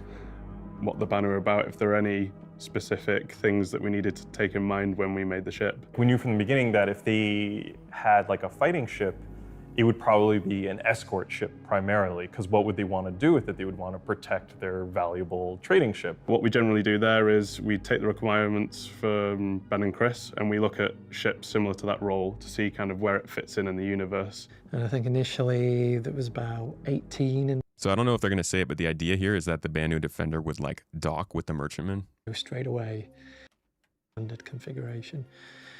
You know, I really like the landed configuration. It just creates a really nice silhouette, and you know, you'll know straight away that's the Defender when you see it on a landing pad. There's just no way you'll mistake it. One of the things that we've been talking about internally was the idea that they, as a culture, they don't have art, fine art, but the idea being that kind of creative energy goes into the manufacturing of the thing. So that's why they, like, all their stuff has really beautiful kind of quality to it. And also the way they... You know, you can actually see this architecture in the Banu Wikilo's Emporium. Like, they stuck to this architectural design for the Banu stuff. But anyways, that's enough about the Defender. In 2017, it was not the Banu Merchantman that came out, but the Defender. That didn't stop them, though. They also had a Q&A about the Defender where they talked about the details around it and how it's supposed to work. And I think there is even mention, yes, and a picture of the Banu Merchantman once again showing up, saying, we're considering options for storing the Defender in the Merchantman's hold, but we haven't decided one way or another whether the Defender will be able to be carried internally in the Merchantman at this time. Don't know if there's anything else here about it, but it keeps coming up, right? People have questions about the Merchantman. How will its range compare to the Merchantman or other vessels in need of an escort? They say the Defender should never quite be able to match the long-range endurance of a Merchantman, as its size gives it ample room for powerful, efficient jump drive and lots of fuel. A Merchantman that wants to keep its escorts around for the entire trip might need to stop more often for resupply and making fewer jumps. Overall, still, just adding on to the idea of what a merchantman might be. Putting out pictures with the merchantman here. You can see this is a slightly different design than what we saw before. By this point, 2016, 2017, they had already changed that design internally without the players fully understanding what that meant. Again, something else that just kind of added on to the laundry list of things that Banu Merchantmen owners were dealing with. Now we continue forward though, and I believe we have a November 26, 2017. They did a full talk about all the different things that are being worked on. They used to do these kind of updates to another edition of the where they brand showed new which Ship ships were where. We provide the latest news on ships coming to Star Citizen, interviews with the developers, and I stand here in front of a green screen like a weatherman giving you the forecast. I'm your host, Community Content Manager Jared Huckabee. Behind me on said screen is the ship pipeline, an ever-evolving, continuously refined network of phases, stages, and checkpoints necessary before a fun idea becomes a fully fleshed out spaceship. On today's show, we're sitting down with the team members working to bring 2 exciting new additions to the Star Citizen universe. First up, let's check in with some of the team working in our studio. So this was when the Cyclone got introduced. Yay, go us. But then there was this one. And you can see it's the most replayed part of the episode. People were hyped. Again, this is 9 years ago. Already folks have been waiting 4 years for this ship. Working on the... Oh, heck. I don't want to spoil it. Check it out. The Banu Merchantman is an interesting one for us. It's been around for a long time. People are waiting. People are really hoping for the ship to come out soon. Also, you'll notice this guy is an interesting... Paul Jones. He's popping up every single time this ship comes up. Keep that in mind. People are really... He's also really soft-spoken. Soon. And it's had some concept art done on it. It's had first round. And now that it's sort of going into production, we need more time. We've done some investigations into corridors. I mean, for me, the sort of corridors are essentially the backbone of a ship. You start with the corridor. From that, you then sort of work your way out. It's kind of like the human body. You just spread out and just, everything attaches to those corridors. We have also a new ship, which is a Banu Defender, which is of the same race. So we have to keep in mind that those should go hand in hand. Like we've shown some concept art of the Merchantman with the Defender. And this is a ship that we sold a long time ago. So we have the same issues as some older ships, which is, does it respect the same metrics as we have with the new ships? And does it still make sense, like, to have those guns, those thrusters, those... You're hearing one of the worst problems this game suffered with before, say, like 2019, 2020, which was that the way they would build the ships before is they would have a concept artist, sometimes not even in the company, just an externally contracted concept artist, and they would tell them the brief of the ship, they'd give them all the stuff, and then they'd have them go make the art. But a concept artist isn't necessarily making the art based around what the game needs. We didn't have physicalized components. We didn't have physicalized cargo. We didn't have NPCs walking on ships. We still don't. But like the considerations for the ships back then led to all kinds of concepts coming out and then needing to be just exploded or changed to fit the actual game. Mercury Star Runner, the Carrack, the Apollo, all of these old ships, you can see it happening, and it'll probably happen with the Merchantman. Yet another thing that adds onto the list of things that Merchantman owners are like, okay, but we already saw how much different this modeling looked, right? Now they've updated it, so it's gonna, you'll see in a little bit how the updated look is. And those folks who spent hundreds of dollars on the Merchantman kind of have to accept those changes without ever getting hands-on with it. Like some other cargo ships, like the Misk Hull series, but especially this is a trading and selling ship. It has a negotiation room inside. And if you have some clients, you can trade with them and sell them stuff directly in your ship. So I swear to God, don't have to go through... I thought he said if you have crayons, you can trade with them.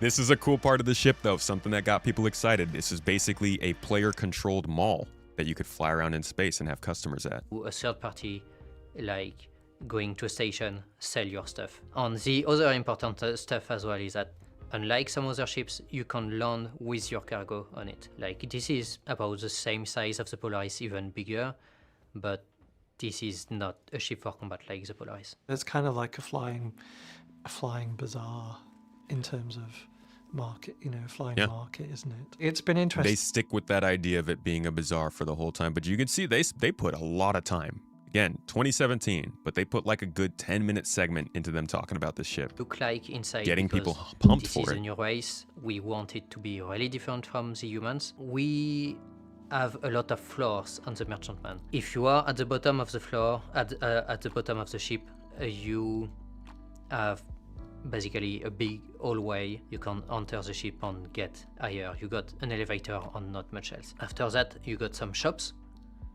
You got the negotiation room, but the negotiation room is more for the VIP clients. If you are a VIP, you can get in the negotiation room. If you are a regular client, you can buy stuff in regular shops. And after that, basically, there's one half for the clients. You don't get access to the nice parts because you're too nice. That's what the Banu would look like. The Banu race was undergoing some rework at some time. So we had to work with character artists to be sure that which size the Banu were. So for example, if you do human ships, they will all have the same metrics. Like when you make a house, they usually have the same doors. They will be this large, this high. If you make an alien that is way bigger, like the Vandal, obviously you can't make it the same way. They're hitting their heads. If you make a ship for the Banu, same thing, it will be a different size. So this is... So you guys are getting this, and yeah, we miss this man. He came up with the tonk. For those of you who ever hear the Storm tank referred to as the tonk, that's because of this guy. So again, you just can see how much they continue to go back to this ship over and over throughout the years of production and development, and it never really actually makes it into the game. I mean, even as of now, it's still not in the game. Now, there were a few years there where we didn't hear about it at all, and then we saw this. This was big. This was huge. When this happened, this is when people were like, oh, they're gearing up to do this. And I think even around this time, Jared said something along the lines on one of these things of like, this is the lead up to this ship. But there were some complications that we'll get to. Anyways, here is the new design for the Merchantman after 5 years of not really hearing much. This is 2022. Interior. Let's find out more.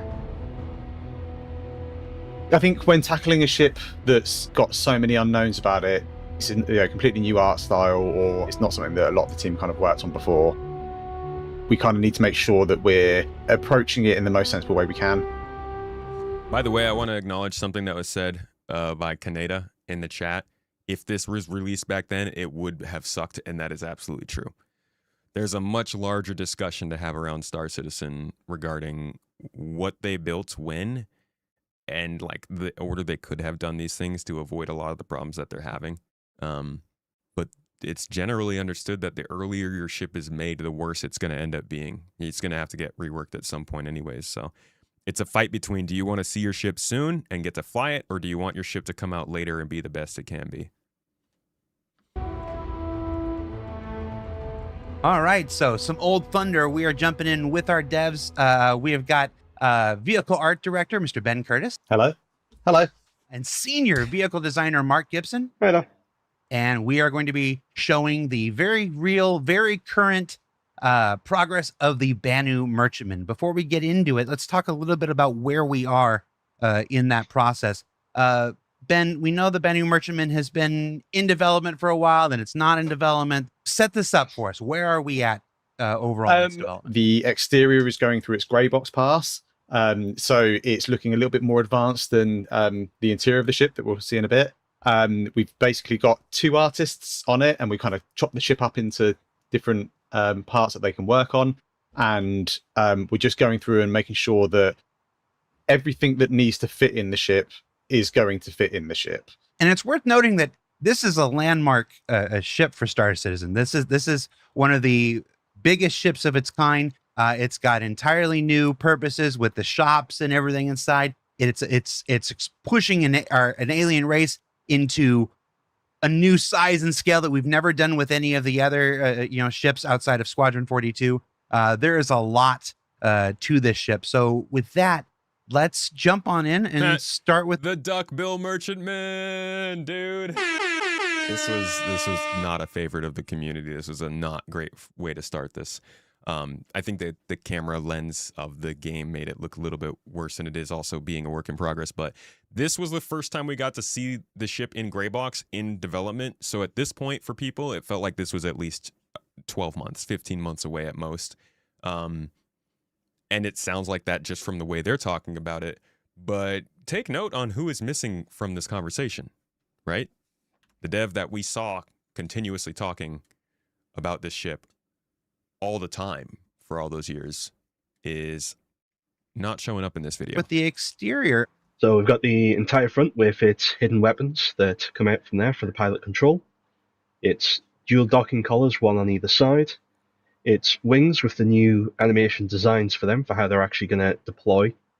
As you can see, there's a lot of detailing on the wings section, a very elaborate and almost elegant design on it, because at the end of the day, this is something they use as a trademark to show how wealthy they are and well they're doing as a trader. That's a lot of detail, even for gray box phase. Yeah, it's a new art style. We've done the Defender, obviously, but for the UK team, it's a kind of new art style, and also the Defender is vastly smaller in terms of its size. There's our normal kind of approach to how we kind of layer in the details has needed a bit of kind of alteration. And we've had to kind of think about how we're going to bring in some of those smaller scale elements to give a better sense of size and scale. Because when you zoom out from this ship, you still want it to feel huge, and it deserves to feel huge. It is absolutely monstrous. There's one thing that Morphologist pointed out on the Ironclad was the detailing and the typical normal things that you recognize on the outside of the ship that helps with the scale. That was such an eye-opener for me, and now I'm hoping they do it on ships like this as well. Find ways to do that because it helps. So huge, and it deserves to feel huge. It is absolutely monstrous.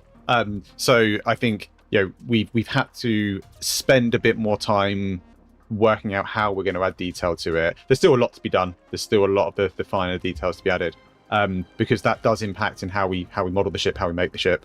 So yeah, it's been a fun challenge for the artist so far.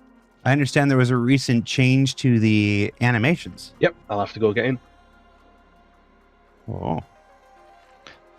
They were very quick.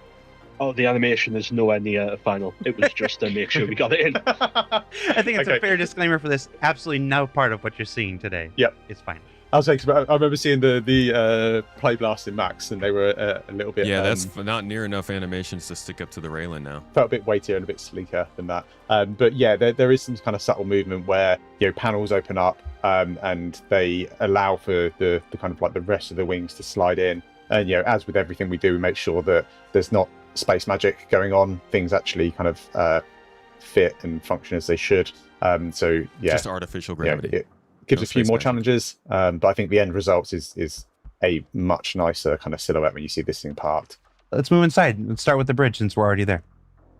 Okay, so the interior of the ship, like I say, is the main. Like you're going to see now, is mainly in kind of white box. The concept mesh gave us like a really good starting point.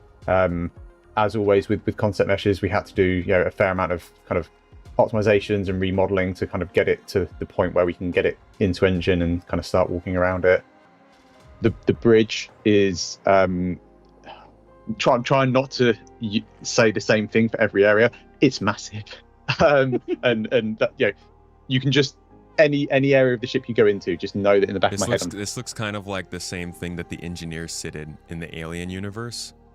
That like gigantic pilot seat for their weird like a donut with a bite taken out of it spaceships. I don't know what you call them.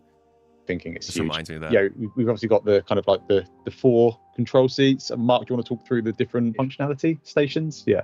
So as ever, the Banu don't have captains. They're a very family communal sort of unit. So it didn't make sense to have a primary captain station for the bridge section. In reality, everything would be relatively even. All right, we're going to take a look at the rest of the ship here, because there's a lot of it. Works, because there's no big arm there behind it or anything like that.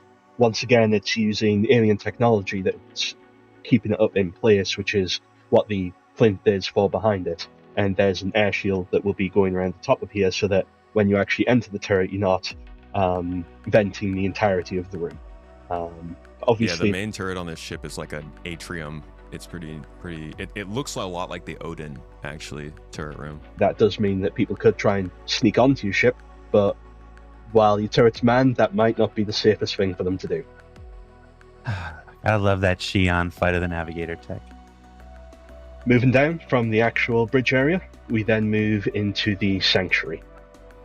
So the Banu are known for being very multicultural when it comes to their religious beliefs. So they have a entire area dedicated to worship, to fortune, to hoping that things are going to go well for them, or that the next trade deal is going to be a good one. So this is sort of at the end of the Tree of Life, which is how the entire ship's... This is where we come to do our anti-30k prayers for the rest of our lives. It's just all this room is going to be used for. Save us. Built around. Deliver us from and evil. It makes sense for it to be at the end of the tree because it's where everything comes out from. So it was important to keep that feel that it runs through the root of the ship. Going off the side of the sanctuary area, we have the med bay, something that people are very curious about where it actually was. It's just off to the side, just behind the bridge, just near where all of the actual habitation is. You have a primary medical care bed, which will do your day-to-day actual healing, and then you have recovery beds similar to the ones we have on the Carrack. Now, rather than just being a bed, decided to try something a little different. It's now these pools of healing gel that you lie in just to recover from any significant operation that you had. Yeah, I think this was again an excuse to kind of just push the ship. All right, more to the flagship rooms. Needing shapes that kind of like lead you through the ship, as opposed to what we're so used to on a lot of our human manufactured ships, whereas everything's hard and angled and flat. Really, the only thing in this ship that's flat is the floor. So the negotiation table has one seat at the top for the actual mediator, which obviously would be a member of the crew, and then even number seats on either side for the delegates to have their discussions. From the actual meeting room, you get a fantastic view of the cargo hold, where all of your goods would actually be stored. As you can see, the amount of cargo that the ship holds is colossal. Holy crap. And just the sheer volume of it gives you this cavernous, cathedral-like view of being stuck in the rafters of a warehouse worth of stock. Yeah, it gives you a real sense of how tall the ship actually is. When we get to the market, you kind of get a glimpse at that, but it's not until you get into somewhere like this that spans the whole, or not even the whole height, you've got the hangar above the height of this, how big the ship actually is. Well, we're not going to be able to go through every single I feel room like and they're nook and not cranny even going to today. let you stack your cargo this high. Like, this is like, how many boxes is this? This is 2, 4, 6, 8. So that'd be what, 8 32 SCU boxes? Assuming these are 1 SCU, this is 2 SCU height. Wait, no, they're 4 SCU in height, huh? Are they 4? These actually might be 2 SCU boxes because he's only going up halfway right here. Crazy though. We won't be manually placing that, dude. You never know. There's supposed to be a crane system in the game in this ship, but I'm guessing it's going to be either ship or our tractor beams. Gives you this. We get to the. I can't tell if these are 1 SCU. They look like. I can't tell if that's a box or if that's a box. Get to the market. Oh, these are each boxes because it says metal. So these must be 1 SCU boxes? I don't know, dude. These sizes look weird. You kind of get a glimpse at that, but it's not until you get into somewhere like this that spans the I don't know if these were actually standardized sizes. whole, or not even the whole height. You've got the hangar above the height of this. How big the ship actually is. Well, we're not going to be able to go through every single room and nook and cranny today. This is too big a ship. So let's go to the market now and take a look at that. We've been at it for 15 minutes, but we're not going to cover everything. Yeah, So I think this is what a lot of the kind of customers are going to see when they first walk into the ship, is this sort of like reveal of the market area. And what we tried to do in this area is kind of everywhere you walk into it, you're kind of walking through a small tunnel or quite a tight space, so that when you kind of do walk into it, it does then open up and you can see that sort of like that grandeur and that height of the ship. And this is only 2 out of, I think it's 5 or 6 floors at this point of the part of the ship you're in. But I think it's just a nice kind of like reveal of the overall kind of again, just repeating that size and that verticality that we see in the other areas of the ship. And then this room, this is where it gets freaking is crazy. Kind of the area that we spent a little bit more time on. It's a little bit further along. We tried to take some areas and push their visuals, so we've got a good understanding of how much work's involved and what the kind of like the final ship is actually going to look like. It's crazy, dude. Because it is such a large ship and there's going to be a lot of people. Like, they have to come up with gameplay for this, It would have been weird for this ship to release with all this stuff and just nothing to do in it. I guess it would have felt a lot like some of the other ships, like the 600, but this would have been too much to release without an idea of how it's going to work.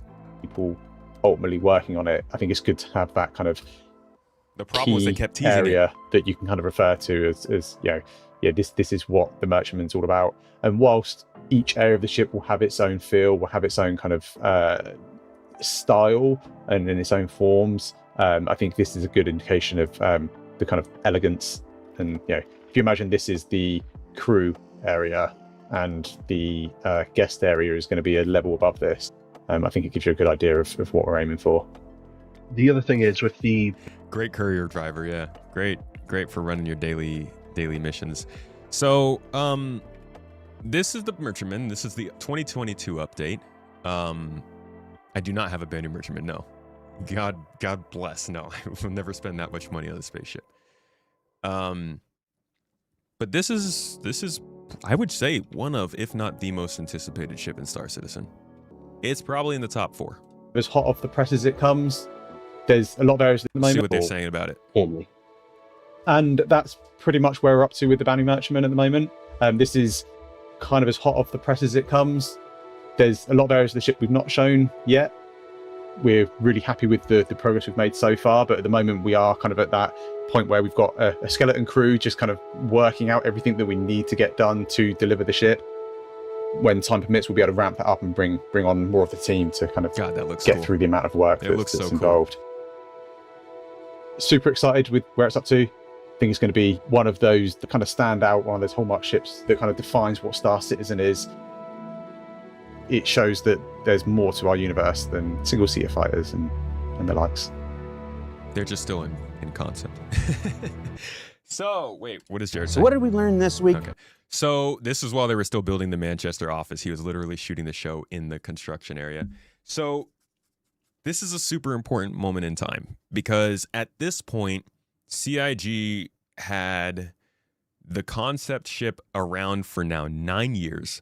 They had teased it at least 3 different times with like some pretty major presentations on it. This one specifically brings it in at Greybox. As he mentions, they have a skeleton crew working on it. It genuinely feels like it's probably not too far away at this point.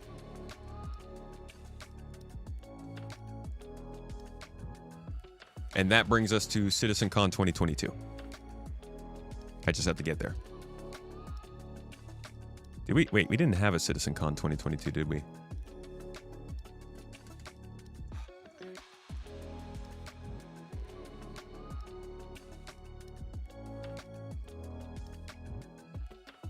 We had these things, yeah. I don't think they actually said anything about it here. Let's see. Could be described.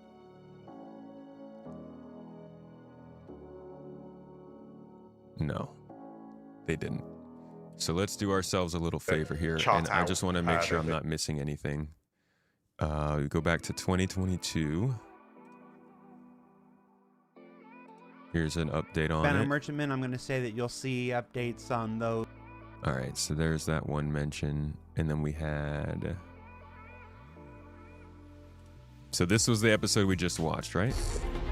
Lonely, up with, let's say, like, the child. Yeah, this is what we just watched, which is a pretty big update. After that, I don't think we really heard too much. They mention it a little bit throughout some of the messaging. Merchantman, This is the Merchantman sprint. All right, here's a sprint Here are report some- this would be August of 2022, so just a few months after that. Here are some follow-up images of the Banu Merchantman from the same time as our Alien Week segment back in June. Mostly to showcase how important having the right FOV on your camera is in avoiding duckbill platypus face. Told you. Same ship, correct FOV. It was you know how the Star Citizen community is. It was like the main topic for a few days. Sorry, Ben. So that's the one update we got after that, and then we jump forward to Star Citizen Live actually the same week, and they say something else about it here. Updates on for the Corsair and the Banu Merchantman. I'm going to say that you'll see updates on those in the other show that we do, or somewhere else maybe in the coming months. Besides everything that we've asked, is there anything? So that sets us up for a Banu Merchantman mention at CitizenCon 2022. However, that didn't happen. He said Corsair and Banu Merchantman updates, but if we go here, you got plenty on the Corsair. Overwhelming amount of firepower for its size, sort of classification to that entry. It's Drake's. Paul Jones is even still there. Immediately see the sort of heritage, the DNA that's running through. So as of CitizenCon 2022, Paul Jones is there, but they're not answering the Merchantman news that they just kind of teased everybody with in June, right? And then followed up by telling everybody they'd be able to see more of in a couple of months. So it wasn't an entire year after that until finally in CitizenCon of 2023, we got this presentation.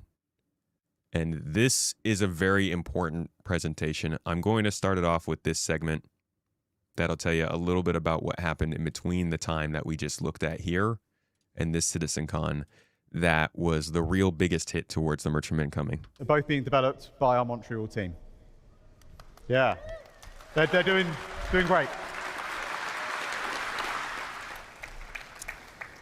We're going to look a little bit more in depth at the kind of the art team and how we've grown over the years. You can see from this graph, this is our kind of like live numbers of how many vehicle artists we have dedicated to the project. You can see there's a nice trajectory going up.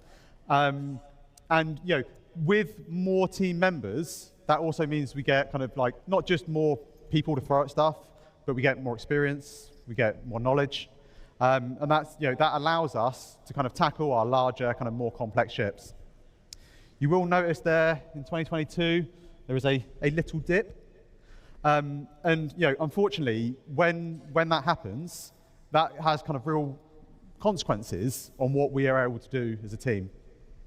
I think, you know, less people, so less power to put on stuff, but also some of that knowledge leaves us. With that leads us to have to make some kind of pretty hard and heavy decisions about what we're working on. And I think most recently, and probably most well known, is the Banu Merchantman. Yeah. Now, we're going to take a quick look at where we got to with the Merchantman, just to show where we were up to before that happened in 2022. Yeah. So he's kind of basically saying what you guys are saying in the chat. At this time, the folks who are working on the Merchantman, particularly led by the guy who is at the one who I keep referencing. Where is he? Your boy Paul Jones. This guy. So in 2022, he actually got poached by Ubisoft. And he went to go work on... you know, I probably could find... Let's see real quick.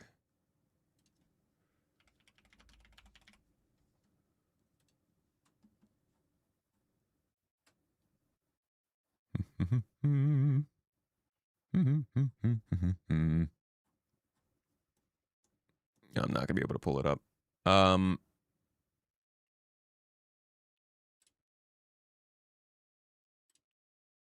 Yeah. So this is a little conversation I actually had with him recently, where he got poached by Ubisoft in 2022. Ubisoft, as you know, is not going through a good time, and unfortunately, they closed the studio that he was working on. and he got to show at least some of the stuff he'd worked on. Dude is an amazing artist, honestly. I think I love Prince of Persia. I would have loved to see what he could have done in that, and it's too bad to see it go. But this was a huge loss for CIG because he carried a lot of that knowledge that he's literally saying we lose knowledge on what we are able to do as a team. I think, less people noticed there in 2022. There was a little dip. He says here, they lose the knowledge when that happens, and they did lose the knowledge. The other thing that happened at that same time was a game started to gain some traction that you might have heard of, may even be super excited about, called Star Atlas. This was a game that really wanted Star Citizen's business. Oh my God. To the point where not only did they poach some of the ship team that was working on the merchantmen to go and work on them, they actually hired morphologists to help them out with his understanding of Star Citizen ships, to tell them a little bit more about what they could do in their designs going forward. Now, I don't know how things are going with Star Atlas. This game is pretty controversial because it is quite a bit like Star Citizen, but it also dabbles in crypto. They've got a cryptocurrency that you go in and I don't know, half the times people tried to get me to play this game, they were like, you can make money in the game. And I'm like, that's probably not the best reason to play. So I don't know what's going on with this one, but they did take quite a few of the folks working on the merchantmen, or at least a couple of them at least. And that is what led to this dip here. So that put the merchantmen on hold, which is why we didn't hear about it at CitizenCon 2022, and we're only just now hearing about it at 2023. And this is what all the fans got to hear when it happened. Where we got to with the merchantmen, just to show where we were up to before that happened in 2022. Star Atlas is not from Ubisoft, no. That was a different thing.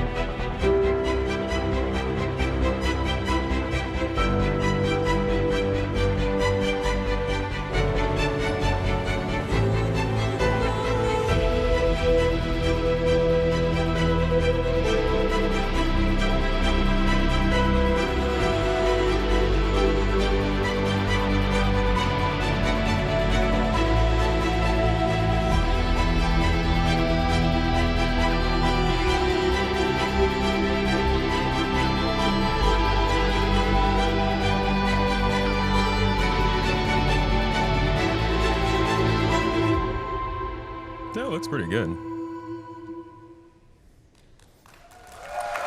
I do want to say that, like, I'm glad that they didn't continue to try to make it right away like that. I'm glad it seems like they're building the team back up, getting the knowledge back together, making sure people are good enough. Because at this point, this isn't the ship they can mess up.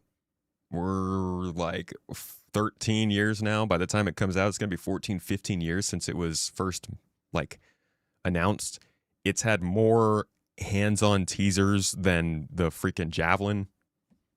It's hard not to feel like they can't mess this ship release up. Just don't release it like the Ironclad, please. So that video shows, where we got up to with the Merchantman. You can see we'd finished white box. We were kind of into grey box. Some areas were further than others. And I think one of the best things about working at a company like Cloud Imperium Games is that we're able to be pretty honest and pretty open with our development. One of the biggest questions we get is, what happened with 4.8? What's up with the Merchantman? Where is it? Why did it stop? And the Merchantman brought a lot of unique challenges to us. It was a completely new art style, something that's very, very different from what we normally do with our human manufacturers. I think, we could have paused other ships. We could have moved some of our other artists onto the Merchantman. But with the kind of exodus of our kind of senior team in 2022, we didn't just lose people, we lost a lot of the knowledge that went into building out that white box and really kind of delivering that art style. What we decided to do at the time is, rather than try and rush something out and just get something out to get it done, we looked at where we were, and for us, the most important thing was growing our team back up. We wanted to invest in our team and use our seniors and our kind of managers to help get us up to the point where we can tackle multiple large and capital ships at one time.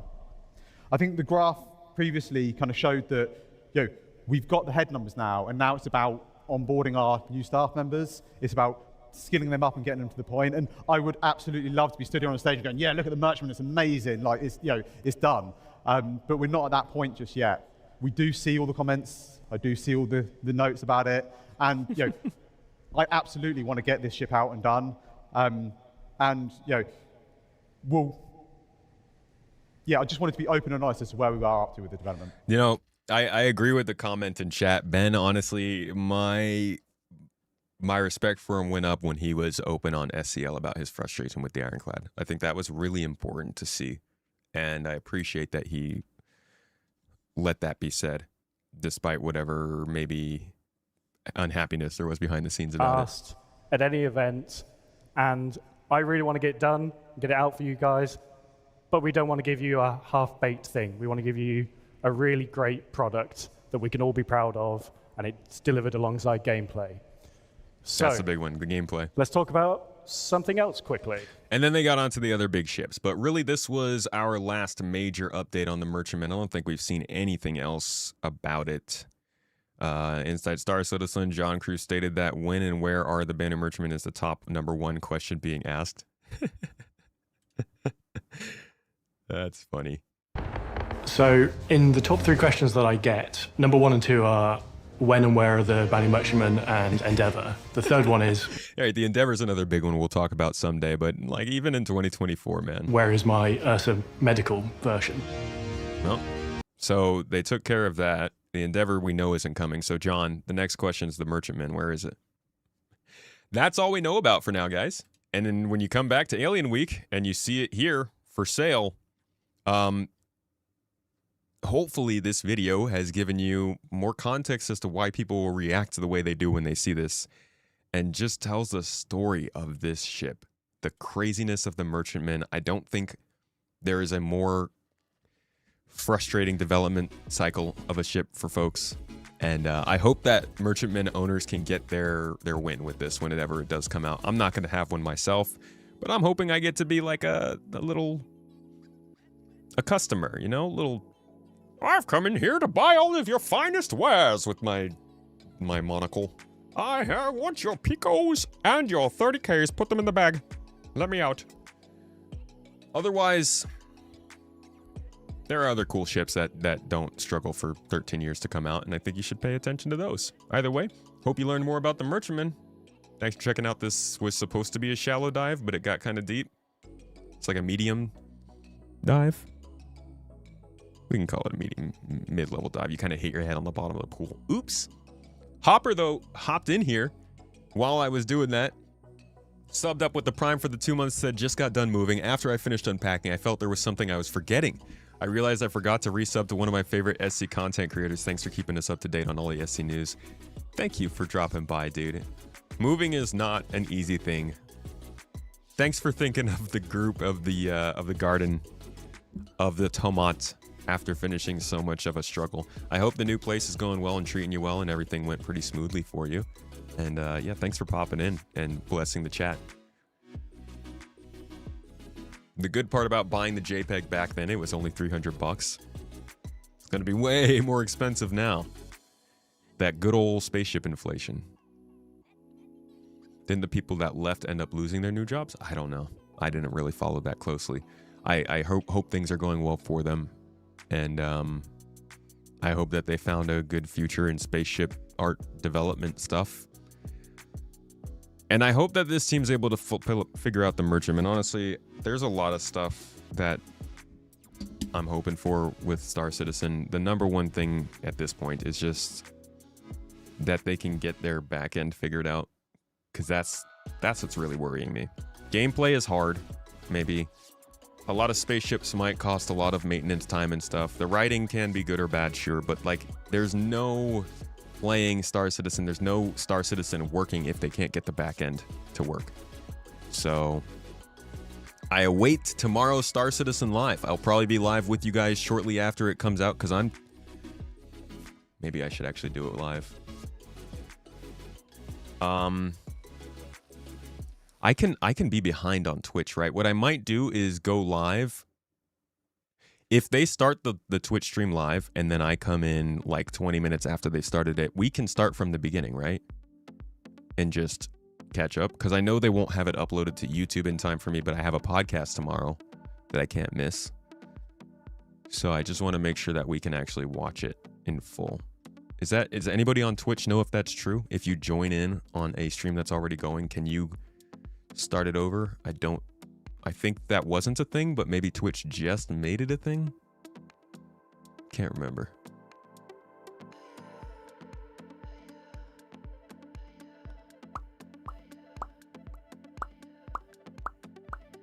Just waiting to see if Twitch is able to answer. Yes, you can. Okay, cool. So that's what we'll probably do. I will be live a little bit. Ketchup is made of tomatoes. Got you. I will probably be live a little bit later tomorrow. Let's say 9-ish, 9:30 a.m. PST. And we'll cover whatever Benoit says. I will have a podcast about 2.5 hours later, so I can't go crazy. I might have to split this into two. I don't think I'm going to be able to cover this. We'll see. We'll see what we can do. Oh, is it for subs only? Oh, so I would have to subscribe to the Star Citizen channel.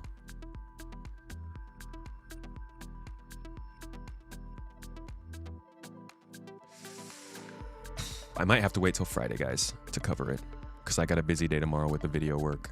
Unless I can get that done today, actually. Maybe I can get some video work done today. Oy. Okay, it's crowded. I will let you guys know. Keep an eye on the Discord for any announcement or just like on your notifications for if we go live. Yeah, they might go for 3 hours, so I honestly might have to wait until after my podcast to cover this for you guys. It might be an afternoon stream tomorrow. I might actually go live around this time. It would be weird, but we're going to try and figure it out. Yeah, we're not here on Friday, so it would either be tomorrow or next week. Flying out on Friday. Yes, yes, yes. We're going to my, well, yes, we're going for some family stuff. Anyways, guys, it's been long. Today's been a long stream. Thank you all for hanging out for so long. Kicking back, listening to the news, seeing what's good. Hopefully it was good. Hopefully you enjoyed it. I'm going to pass you on to another Star Citizen streamer for some good times and some vibes and some 30Ks. Wait, let's see if my game works before we go.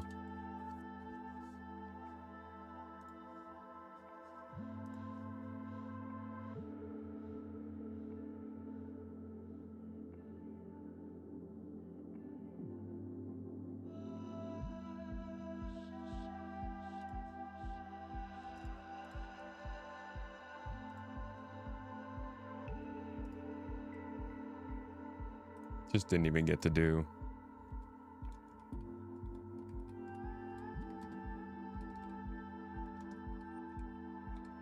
Didn't get to do my Railen first impressions, which is disappointing.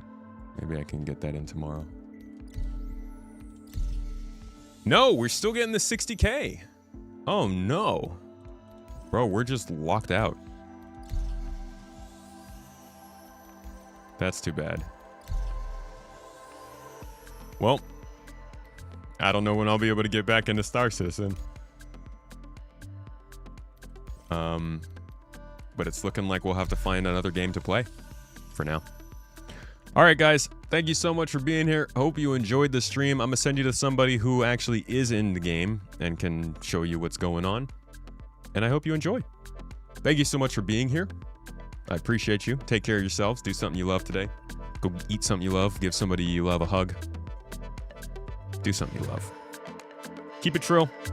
Enjoy yourselves. You're great people. You deserve good things. And I will see you all tomorrow. Goodbye, my friends. Goodbye.